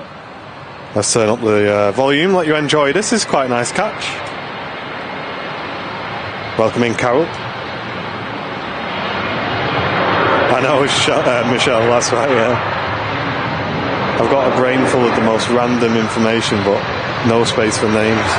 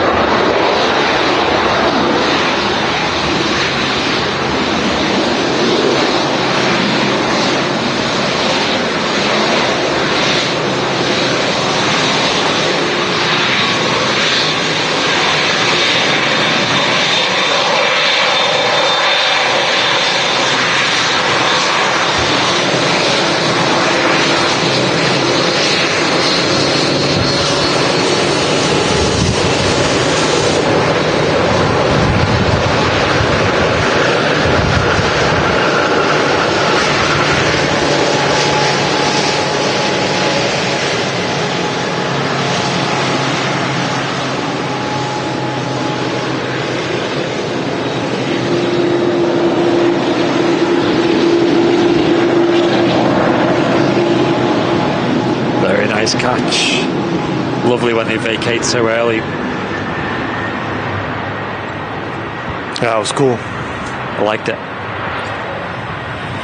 Yeah, a couple of planes on final approach. Jet 2, first catch of a Jet2.com plane coming in from Palma de Mallorca. Turkish A330 just missed another slot, really. What is, like, I've spoken to a few people who fly with Turkish, and, like, they are probably, when it comes to the wide bodies, the most consistently late here at Manchester. I know TUI sometimes can have a bit of a mare, but something going on with Turkish. They suspect they're just having major issues with their ground handler Swissport. And I said, why don't they just like bin them off if they're having significant issues with them over a long period of time? But the issue is they'll have global contracts with these ground handlers, so it's not like they can just change one particular airport's provider. They've got to do it, you know, they're in a big contract basically. I think the ground handling is the issue with Turkish from what I know. Not sure why them specifically, but it is what it is.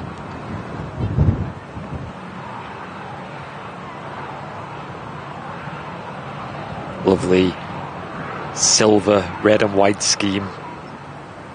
And a great landing. Top jobs.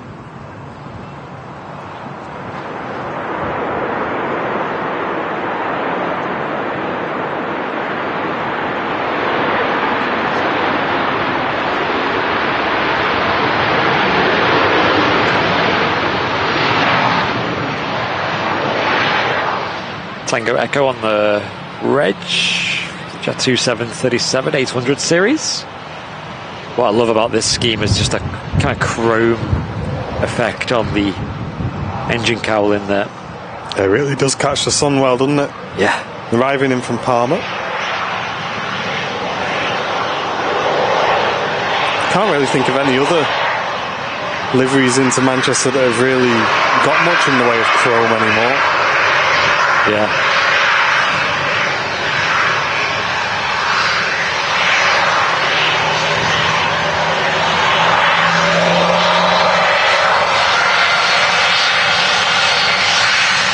Cheers, John. Glad you're enjoying it, mate.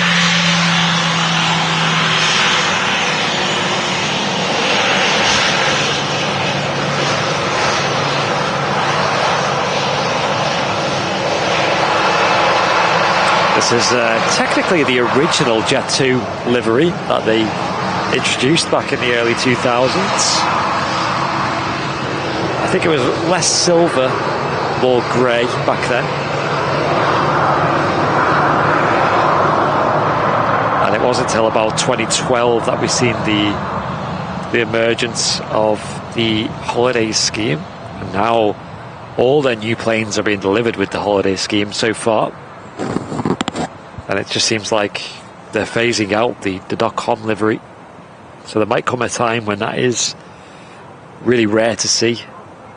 I really do hope not. Yeah. Out of the two, it's my favourite. Yeah, same. It's just... But also Jet 2, like, you go on the website or you look at their uniforms, a lot, like, red is like their colour. Yeah. Like, look at the...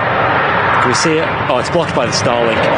But they've got the maintenance hangar here. It's red, you know. Talking to Jet 2 in the .com though, there's a 7.5 on the way in from Alicante, Yeah. which is only about 10 minutes away. So we've seen that one touchdown. Jenny Watts, hello to you. I think she's going to start lurking, she said. Yeah. Put us on the TV for now, no worries, Jenny. However you want to enjoy the show.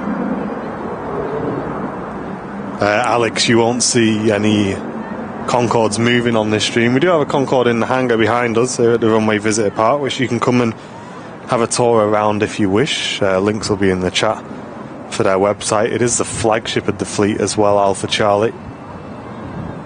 Really cool piece of aviation history here at the Visitor Park. Why should a red Jet 2 with the white logo? What, just all red? That would look pretty cool. They should do that as a special scheme. It is just weird how they did adopt the holiday scheme and just kept it. Maybe there is definitely a push towards the white body on fuselage these days. It's quite rare to see new airlines that, or especially existing ones, going with more colour than just white. Oh, there's the fire back on there in the background. Oh, yikes. Yeah, look at that. It's a big one. Let's have a look. Fire training happening again. We've seen this earlier on. And what was amazing was how quick they can extinguish this fire. Although, that's crazy. Look at that one. Wow. Yeah. It's crazy how it's just going up and down. I wonder if they'll get the fire trucks out again. I assume so.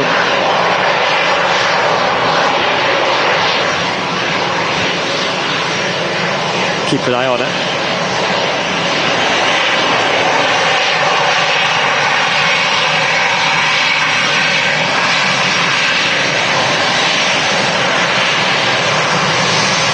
There you go. Lufthansa deciding we don't need to see that. Oh yeah. Whoa, that is so cool. Look how quick they're putting it out. Move, EasyJet. And Those it's two gone. planes just... Nah, guys, you don't want to see that. Yeah. Wow, look at that foam. This is the second time we've seen this today. A little bit of fire left there. Oh my, they're just on it. They're on it. Look at that. It's mad how they're all like taking different angles at it and stuff. Yeah. It's not, there's obviously a lot of strategy that goes into this. That is a big fire. Are they going to get that big bit out? That is wild. Whoa. Mate, that is a big fire, that. Considering that is literally like a 747 fuselage. It's bigger than that.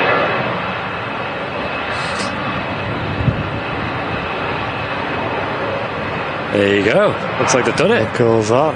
We have a round of applause. There's some 10 out of 10s in the chat. Manchester Fire Team, look at this, guys. Really cool to see. Oshkosh tenders used here at Manchester. We've seen them doing displays in front of the RVP as well. Really cool bit of kit. And a few of them over there getting a bit of practice in. Yeah, that was really cool. If someone, Turkish 330's taxiing as well. Cheers, Matt. someone wants to send Sam a picture of that screen grab, that'd be cool. I think she'd be pretty impressed. And Jet 275 is on a slightly off angle downwind leg. It'll be turning onto the base very shortly. And looks like it'll be our next arrival, actually. And there's not another arrival for the next 5 minutes or so. Yeah, keep an eye on the King of the Skies, because we do want to catch him on the departure, but just depends on how late it is. We are on a bit of a time limit today, unfortunately, so we'll see. We do also have, though, should be departing before that, the Virgin Atlantic A350, which will be heading out to New York, actually, and that's due in about 5 to 10 minutes. So those who have got radar open, keep your eyes on the ground here at Manchester for that. Is that a real X-plane or just a model? I think it's just a mock-up, I think. Yeah, I think it's a fixed mock. Yeah, it's not got real... when you see it up close, doesn't look real at all. No, it's it's like a metal pretend one. Yeah, it looks like a 747 with an engine on the roof. Yeah, it's cool. But yeah, they obviously have a lot of downtime, with it not having many incidents, shall we say. So keeping their skills up to scratch, working on live training is what keeps them sharp on their skills.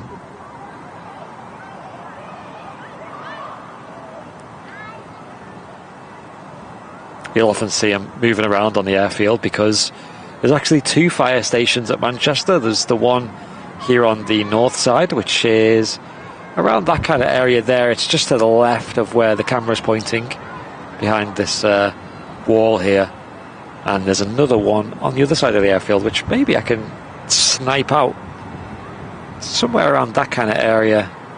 It's probably one of them buildings over there.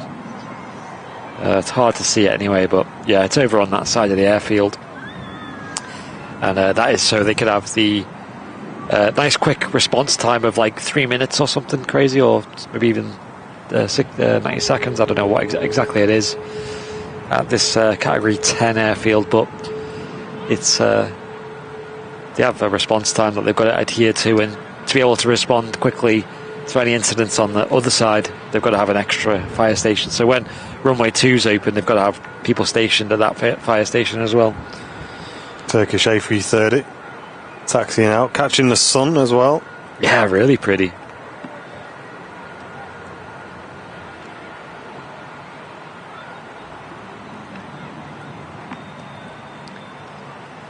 Finally going out. Was due out at 11:15 this. So it's like 2.5 hours late. Yikes. It's not ideal, is it? It's like half of your flight time. Yes.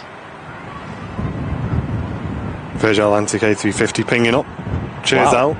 Nice. A little bit early. Wonder if the same will be said for the A380. Jet 275 established now on the approach.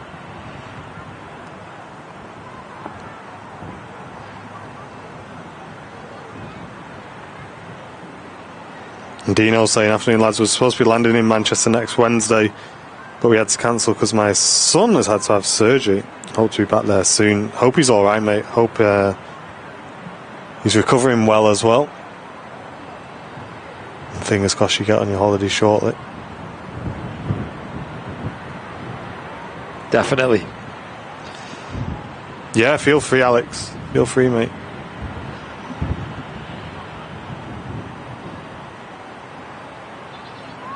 Gerald saying it'll be made of steel as well, so it doesn't melt.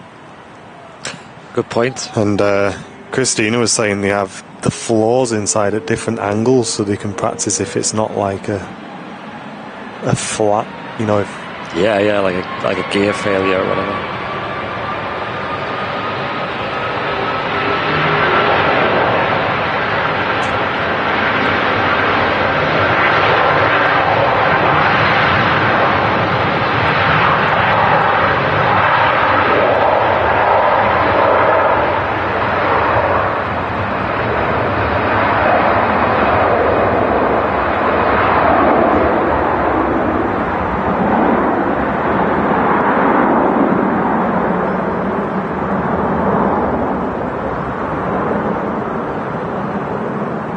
Finally heading back home, the Airbus wide body.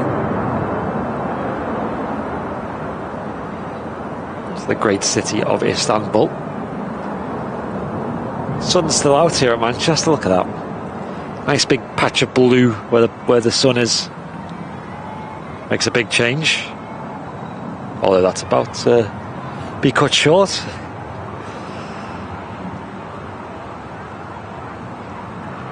And here's that Jet 2757 coming in next. Yeah, Christina saying I love the 330 sound. It's good, isn't it? It's good. And we've also got the Metroliner pinging up at the moment. Nice. Seems to be off and on the radar, but yeah. Cheers, Terry. Yeah, as Matt says, the Metroliner's on a remote stand at the moment. It's probably not the aircraft for the jet bridges. Interesting how it didn't use Signature Aviation. Maybe they still have access to the remote stands anyway. Yeah, let's get them 757 emotes in the chat for this classic airliner. Coming in from Alicante.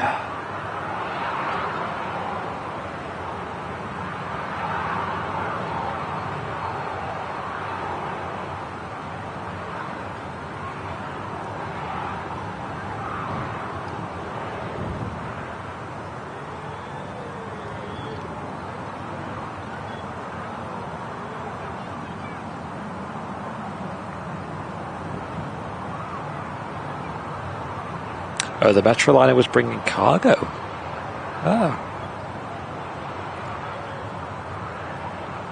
Did not expect that. This is the oldest of the Jet2 757s. She's now 35 years old. And her birthday allegedly is in October, actually. I wonder when that is. Good to find the date on that. Throw a birthday party for her.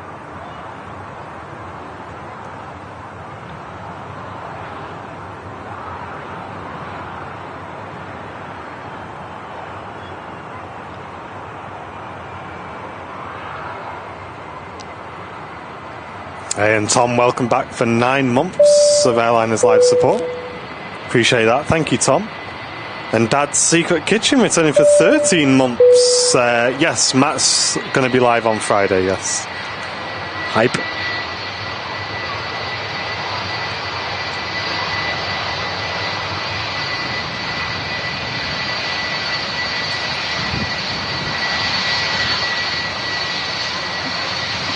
Eighth of October, really? That's pretty soon. I haven't even got a present yet.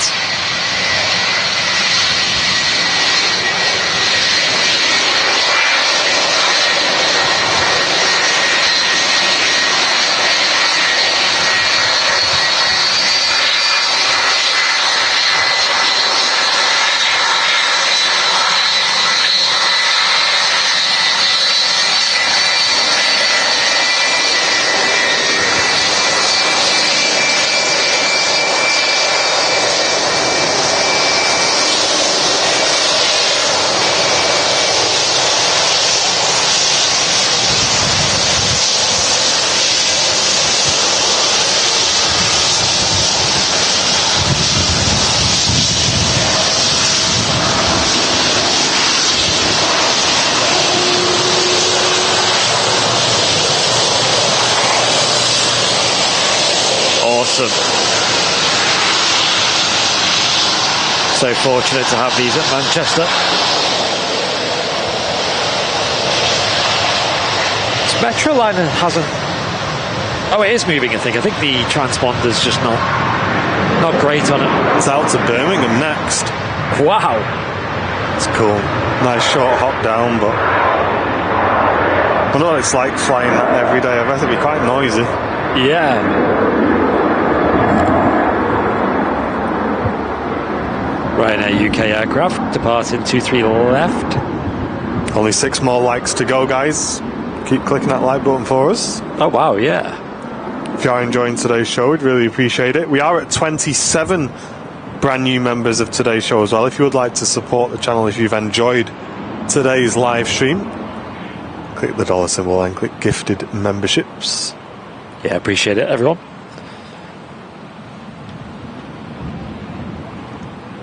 A bit chilly today, but it's when the sun's out, it's lovely. But there is a bit of a breeze now at Manchester. There is an EasyJet on the taxi over by runway 2, probably heading to one of the holding points. Just waiting for the Metroliner to enter the picture. Hey, I think we just hit 1,000 likes. Nice one, guys. Thanks very much, everyone. A350-1000 taxiing out as well. Yes, Erica, good shout. Be seeing that depart very soon. Fab. That's been a good show today. This is the new time slot for our midweek show through the winter. So make sure you set your clocks and tune in when you can. And Chester Mike, Mod Mike, gifting an Airliners Live membership. Cheers, Mike. Appreciate that, mate. Legend. Thank you very much, dude. Putting us to 28 new members on today's show.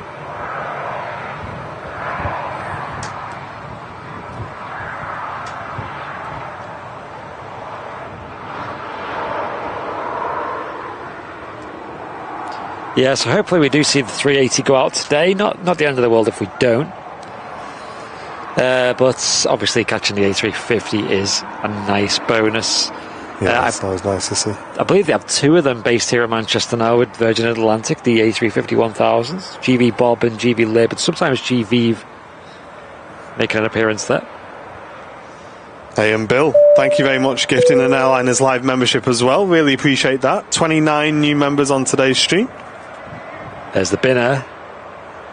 Speaking of shiny engines, look at them.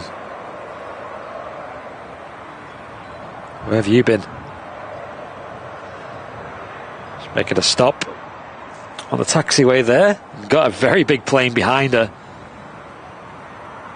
She's got the Virgin 350 following. So we'll see that emerge soon.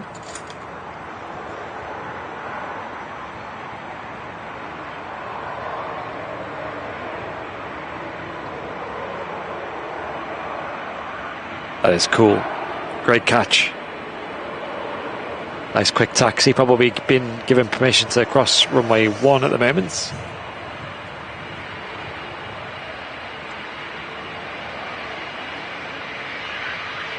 Them landing gear wheels look so small as well. They do, don't they?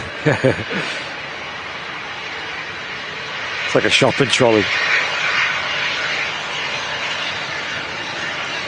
And there we go, from a small plane to a very big one. 1000 series of the A350.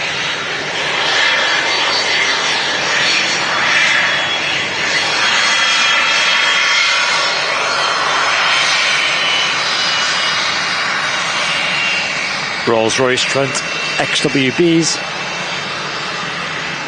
Beautiful aircraft. Yeah. And the Welsh wings as well, manufactured in Airbus Broughton.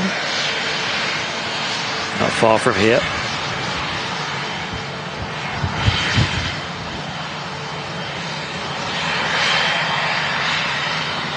What if the luggage are called bin bags? Yeah. Is there a calendar? Yes, there is, Jim. We're in the final stages now of getting the design finished, and they should be going up for pre-order very soon. Yeah, like every year there'll be a limited number. We're using the same manufacturer last year because they were really good quality. Really happy with them.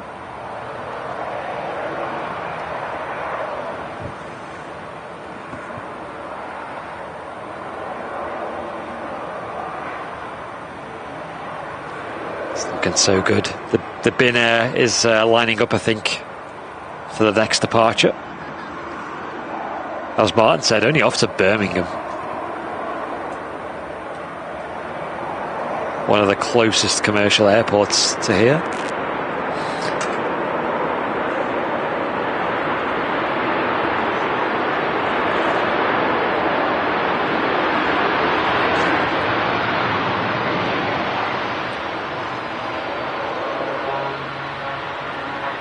Off she goes.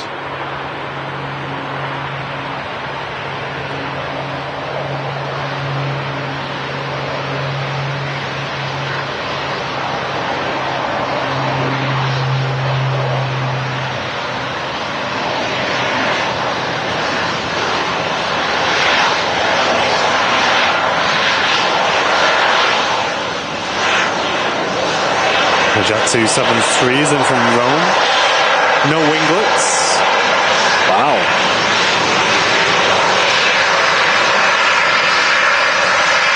That's odd.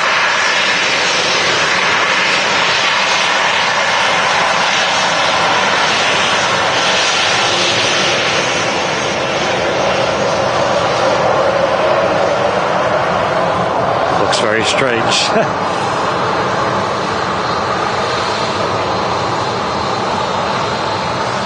Just serrated edges.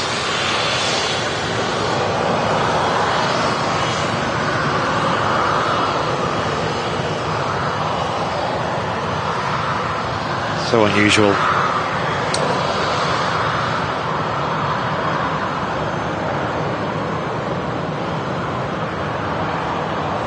I don't like it, Stumpy. Yeah, it does look really unusual on the 737s, doesn't it? Not so unusual on the 7.5s or the 7.6s.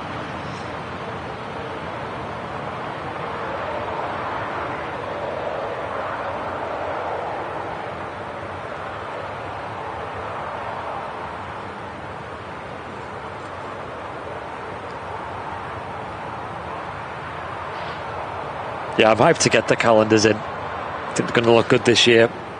Might be a couple of entries, maybe one or two from Matt Smith as well. Yeah, there's definitely a few going to be in there from Matty Voigt. Yeah. Because there's one picture in particular that I really wanted. And he sent a few, and actually, there's a lot of good ones in there. So thanks, Matt, for making the process even harder. Process of elimination. Yeah. Oh, look at the engines there. Looking really pretty. That's a really good shot. Shiny girl. Entering 2-3 left. Heading out to New York, JFK. In style.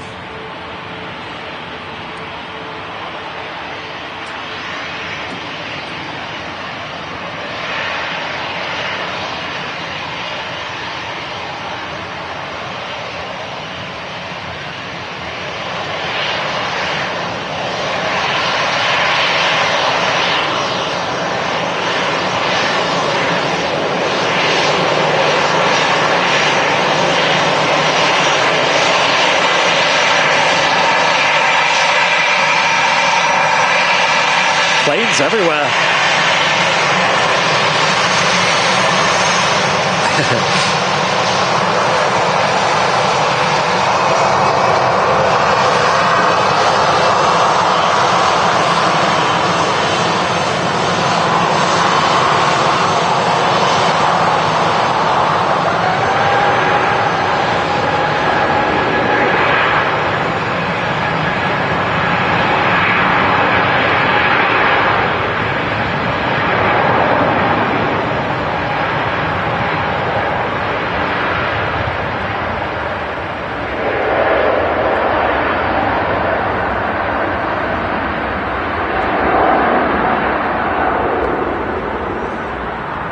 Sorry to hear that. Flying Peacock's another person in the community with COVID at the minute. That's wild. Wow, a lot of community members got it right now. Alex asking, feeling better soon. Alex asking, is Virgin starting a Vegas route from Manchester next year? I believe so. I think it's an A350 they're going to be using on that as well. Yes. But I'm not 100% on that. But yeah. Send as many as you want.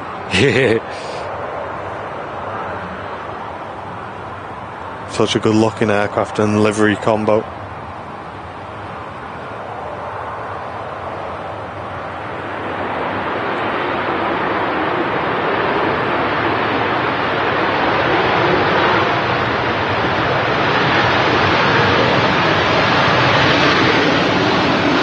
Jet 2 touching down from Verona and a Scandinavian crossing behind out to Oslo. Yeah, I think it's that EI6 again, heading back out. Very pretty, brand new A320 Neo. Apparently a Sky News heli about to overfly the airfield as well. Just behind over the terminal building. It's got Sky News on the side of it as well. Yeah, I want to see this. It's around the tower area, that sort of direction.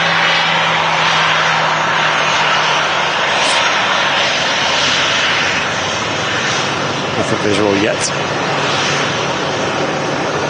That's cool though. Yeah, we might miss it. It seems to be heading a long way round. Oh yeah.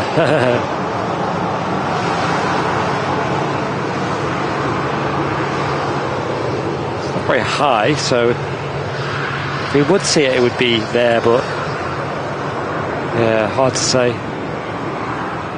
Hard to say. It's kind of flying adjacent, parallel to us rather.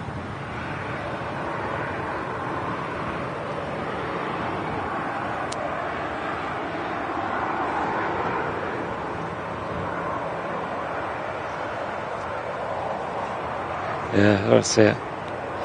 That's a shame. I don't know why I wanted to catch that. Yeah, it is good to see Manchester busy again, Alex. It's very strange to think back. I remember me and Andy like chatting, like, God, what we're going to do? we've got this channel, it's just starting to do well, and now there's literally no planes. And then we'd look on flight radar, and honestly, you could count the number of planes that were over the UK on one hand. Yeah. And you'd be like, oh, there's one just took off from Germany, should we wait for it? But A320. Crazy, wasn't it? Absolutely crazy, man, to think. It was an excruciating wait, but at the same time, like, the channel grew in tandem with Manchester Airport getting busy again. So it kind of worked out quite well in the end. And I think the whole pandemic served as like a nice break where we could rethink things and restart. It put things into a new perspective as well. Yeah. Because for us, obviously, working in the events industry, it was literally every weekend there was an event. And the calendar for the whole year was booked out every single weekend. And you're just like, how do I get out of this? Yes. You know, like, there's not a convenient time, because you were obviously handling all the repair side of things. I was managing all the events. Yeah. And I was like, when is a convenient time here for me to hand my notice in? There really isn't one. Yeah. And then COVID happened, and it's just like, you know what? It can't get any worse than this. Yeah, so then event-wise. We thought we'd get just, I don't know, like... We thought we'd be sacked. Yeah, expected the worst. Airliners Live at that point wasn't even covering up for one person to work part-time at that time. It was just, we'd get a few £100 a month if we were lucky. Just through, like, support and things. Yeah. We literally had about 100 VIPs at that point. But, yeah, it's very strange to think back to now. I can't imagine how we did it. Going into that place. Yeah. And just working from 9 and then sometimes not leaving until like 5 in the morning the next day. And when we used to go and do the boxing events, and you'd just be driving home and it'd be like 2 in the morning. Yeah. Stopping at the Mackies on the way home. That's what we used to do. So me and Andy, not only... So it was funny because our boss was all right sometimes about a few things. And one of the things he was all right about was he didn't mind me and Andy offering filming services to the clients. So that was really cool, actually, of him, because obviously it was kind of a bit of a conflict of interest, because not only was I quoting the clients for all of their staging and production needs, but then on the side I was saying, look, and if you need any promotional video work doing, I can handle that for you, like on a private level. And he was all right about that, which, to be fair play, you know, you didn't have to let us do that. And yeah, me and Andy used to do these boxing events for a really awesome guy actually called Lee. He was an absolute, one of your legends. He was just so cool.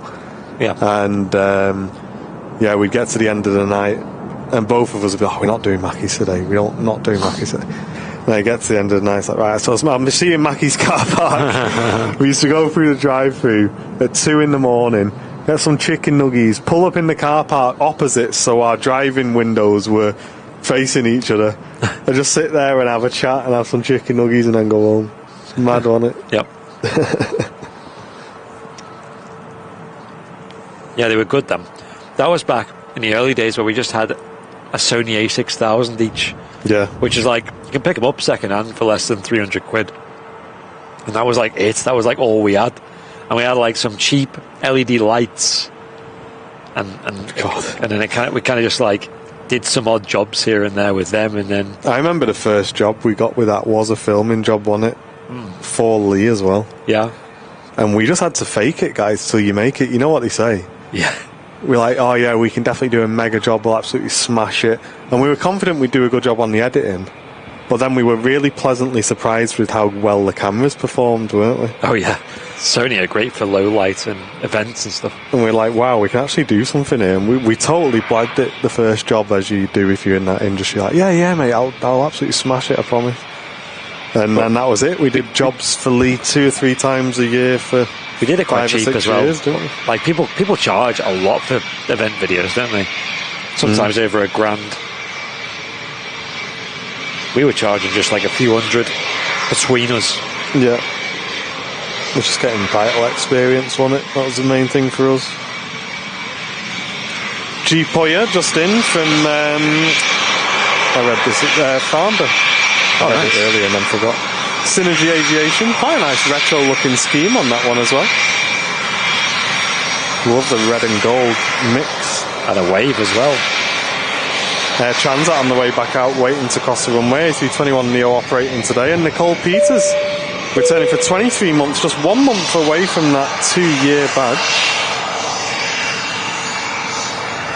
We're on 29 new members on today's show. Thank you, guys. Yeah, and John's got the A6000 now as well, and it's absolutely perfect for what John's using it for. It's such a... If anything, it's probably overpowered for what John's using it for. It's such a good little camera. Well, we were considering it, weren't we? Because if anyone watched the VIP stream yesterday, we had the wide-angle camera, and an A6000 would be perfect for that. And it's just an E-mount lens fitting as well, so you can fit a lot of the standard Sony lenses on it too.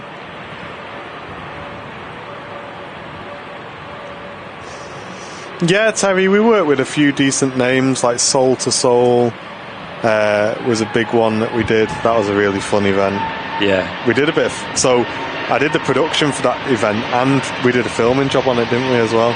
The brand new heavies. New heavies, yeah. They were there as well. I got really into them after that. They're good, aren't they? Great band, yeah. And then we had the... what's his name? That really good DJ? Trevor Nelson, yeah. Is that him? Yeah, that was really cool. Yeah, he was alright. Yeah, nice guy.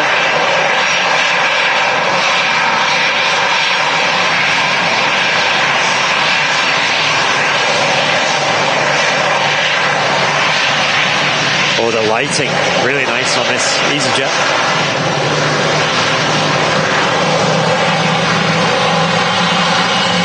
Other bands are available. Yes. Yeah, we've done jobs with some reggae artists as well, which is really cool. I love my reggae music. Maxi Priest, John Holt, Damian Marley, Marcia Griffiths. What was that ska band? Bad Manners. Bad Manners, yeah. Ska.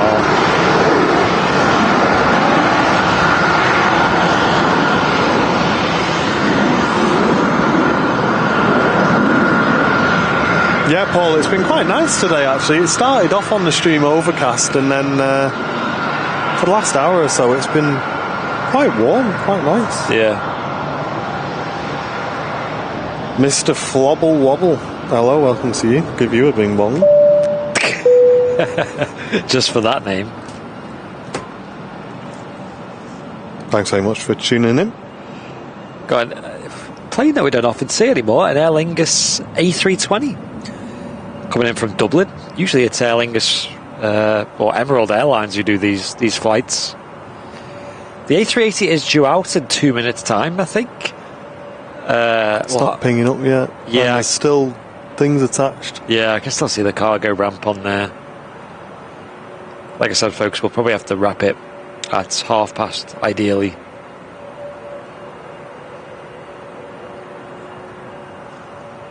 Well, thank you very much, everyone who's tuned in today. It has been a really nice and relaxing show.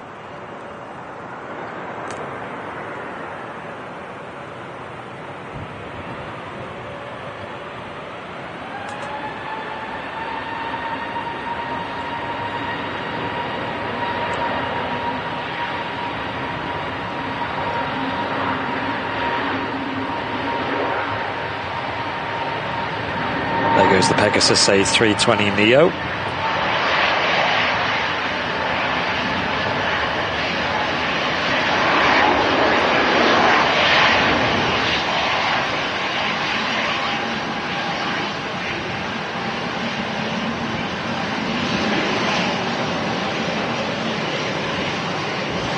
Hey, nice one, Martin. Hope you're having a good day at work, mate.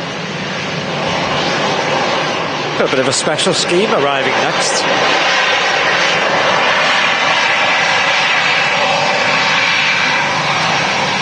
A Vueling level hybrid on an A321. Team from Barcelona.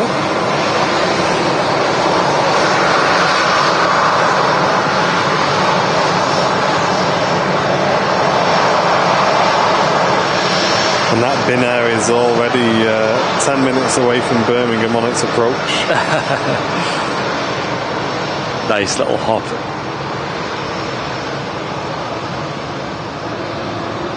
Spoilers still out there on the wings, and there they go. I must admit, I do say this quite a lot, but I do miss the reggae festivals. All right, They were good fun, man. like back before you were at. That was before the previous company. I Yeah. used to work with a guy called Colin, who's still a good mate of mine, actually. I catch up with him on the phone every month or two. Give him a ring, ask him what he's up to, and yeah, he's still doing a lot of it. He's doing a lot of installs and stuff now. He's kind of moved away from the festival game because it is a bit of a grind. But it's just fun, man. You just used to like meet at the unit 4 in the morning, load the vans up, drive down like Preston way, do a reggae one in Preston, or the big Manchester Carnival, and just the atmosphere at the carnivals, man, was just something else. Everyone happy and celebrating.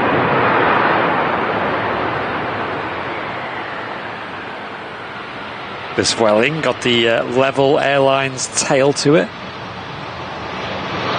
Bit of a hybrid scheme. On the A321. It's got the level winglets as well.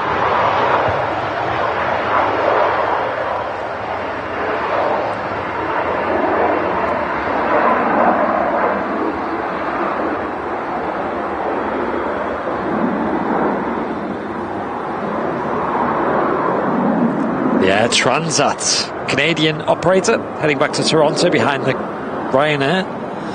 That'll be the next departure, it looks like. Off 2-3 left.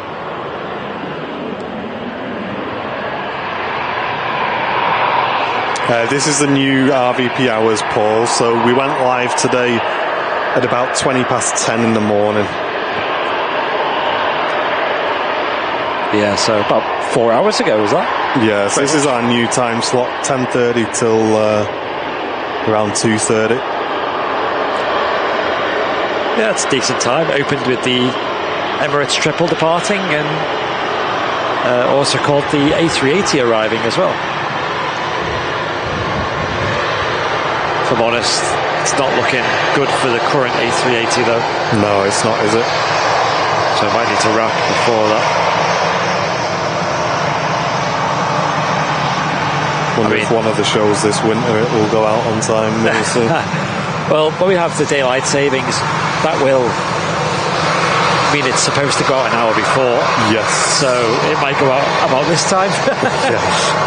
which would be perfect. So I guess there's only like 2 or 3 more weeks of this time slot left. This year's gone so fast, hasn't it? It's scary, isn't it? Yeah, it's scary. Don't often see the Air Transat A321 Neos on the streams. We usually catch the 330s. I believe it's the 200 and the 300 series they operate. Rarely the 300, but mostly the 200. A lot of foam or spray or something over there. Look at that. Over by the fire training area. I was looking at that. Maybe some kind of fumes event they're dealing with.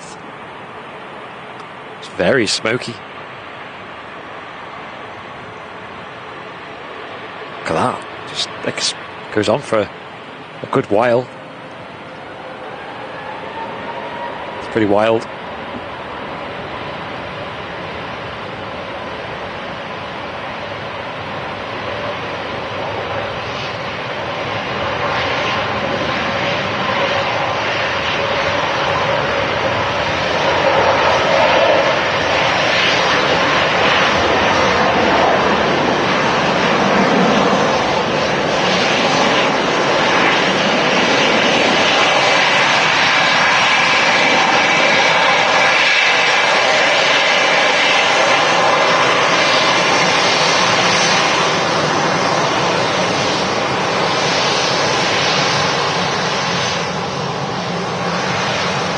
Hey, pal, thanks for tuning in.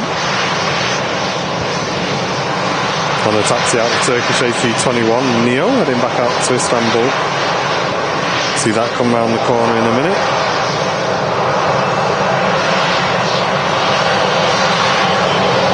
Yeah, not a lot of movement on the A380 at the moment.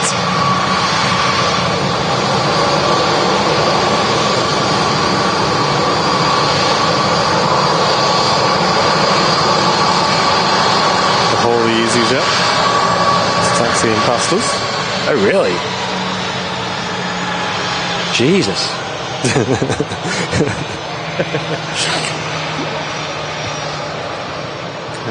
Yeah, I know flight radar is not the best indicator, but that says it's still going to be at least another half an hour. The A380. So, I mean, to be fair, what day was it? Where it didn't go out till after 3. I don't even think that's that unusual. When we're in the office, actually, we sat there and you'll hear the 380 going out, and it is usually around about 3 o'clock. Yeah.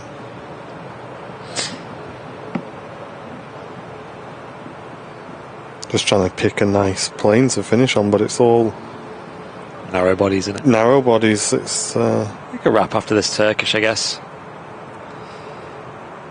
I mean, there's a fair few planes to depart before by the looks of it. Hey up, Paul, great to see you, mate. Thanks everyone for tuning in today as well, really appreciate it. Thanks for everyone who smashed the like button, for dropping gifted memberships as well, and for tuning in and getting involved in the chat. We really do appreciate it. I know you guys will start to get used to our new time slot very soon, and we look forward to seeing you next week. Yep, got a few more streams. We got Friday as the next live stream on the channel. That'll be from around 10 a.m, maybe a bit earlier. That'll be Matt's Friday show. And then after that is Saturday. We'll be live from 8 p.m. UK time for Henry's YVR show. And then we'll be back for the Super Sunday show Sunday at about 9, maybe 8:45 Sunday morning.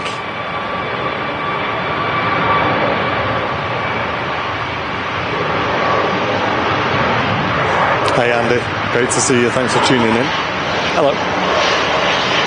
Hope you're well.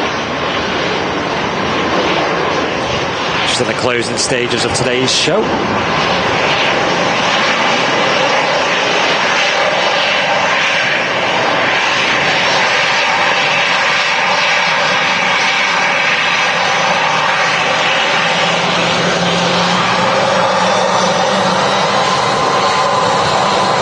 Lovely sound for an MCF 56s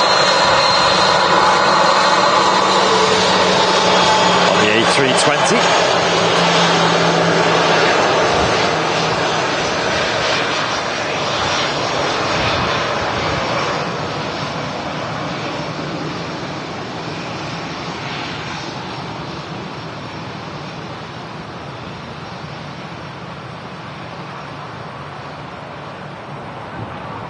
Yeah, there's the Turkish 321. We'll wrap after this plane departs. Hope you've enjoyed this midweek madness. Plenty of planes at Manchester today. And awesome to pass through 767,000 subs as well. After we finish here, feel free to have a look at the Airliners Live merch store, where you can buy some Airliners Live branded items and also support the channel with your purchase. The most recent item on there is the travel mug, which is like a coffee flask, hot drinks flask. Also works for cold drinks as well. And there's now international shipping as well. So if you're in Europe, the US, Canada or Australia, they are areas that are allowed. We're going to add more regions as we go. And if you haven't read it already, the newest edition of the Airliners Live newsletter is out, October's edition. Plenty to read about that if you want some extra info about the behind the scenes and what's happened on the channel in the last month. Yeah, really good read, that one. Got some good feedback. Second edition of the newsletter. We do enjoy writing those. Yeah, they're fun.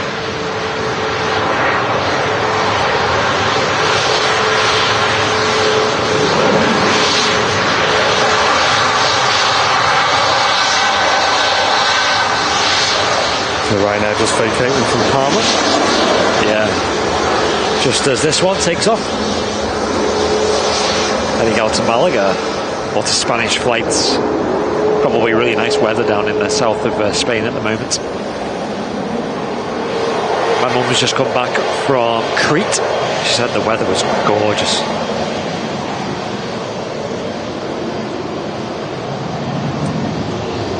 How quick you guys pushed out a 767 holographic. Yeah. I think we're sick of them things at the moment. Posting them because we had so many to ship on Monday.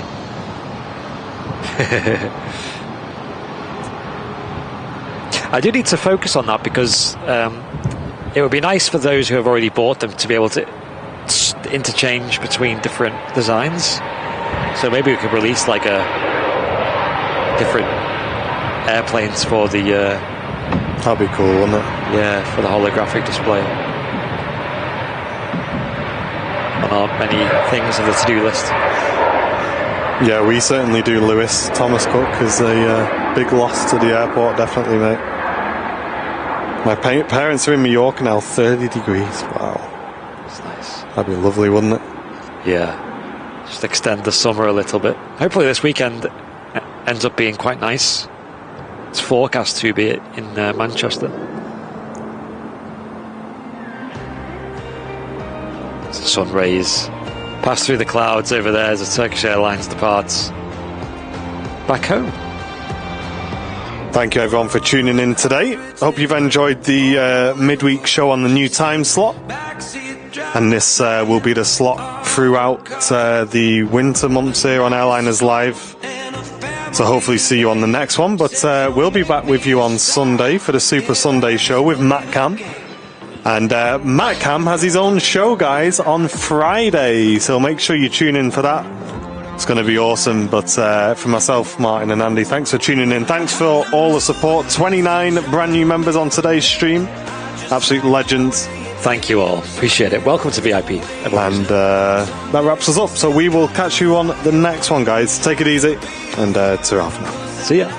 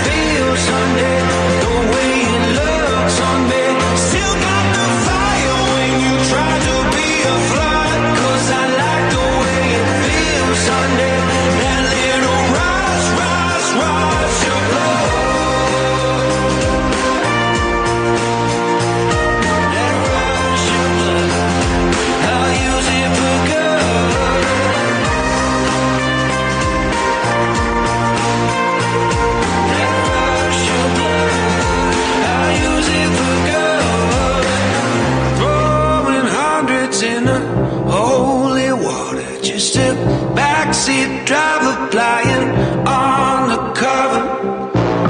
Different faces, but they're always the same. Say they'll make you a star if you'll just sign your name. But that man doesn't know that we are bullet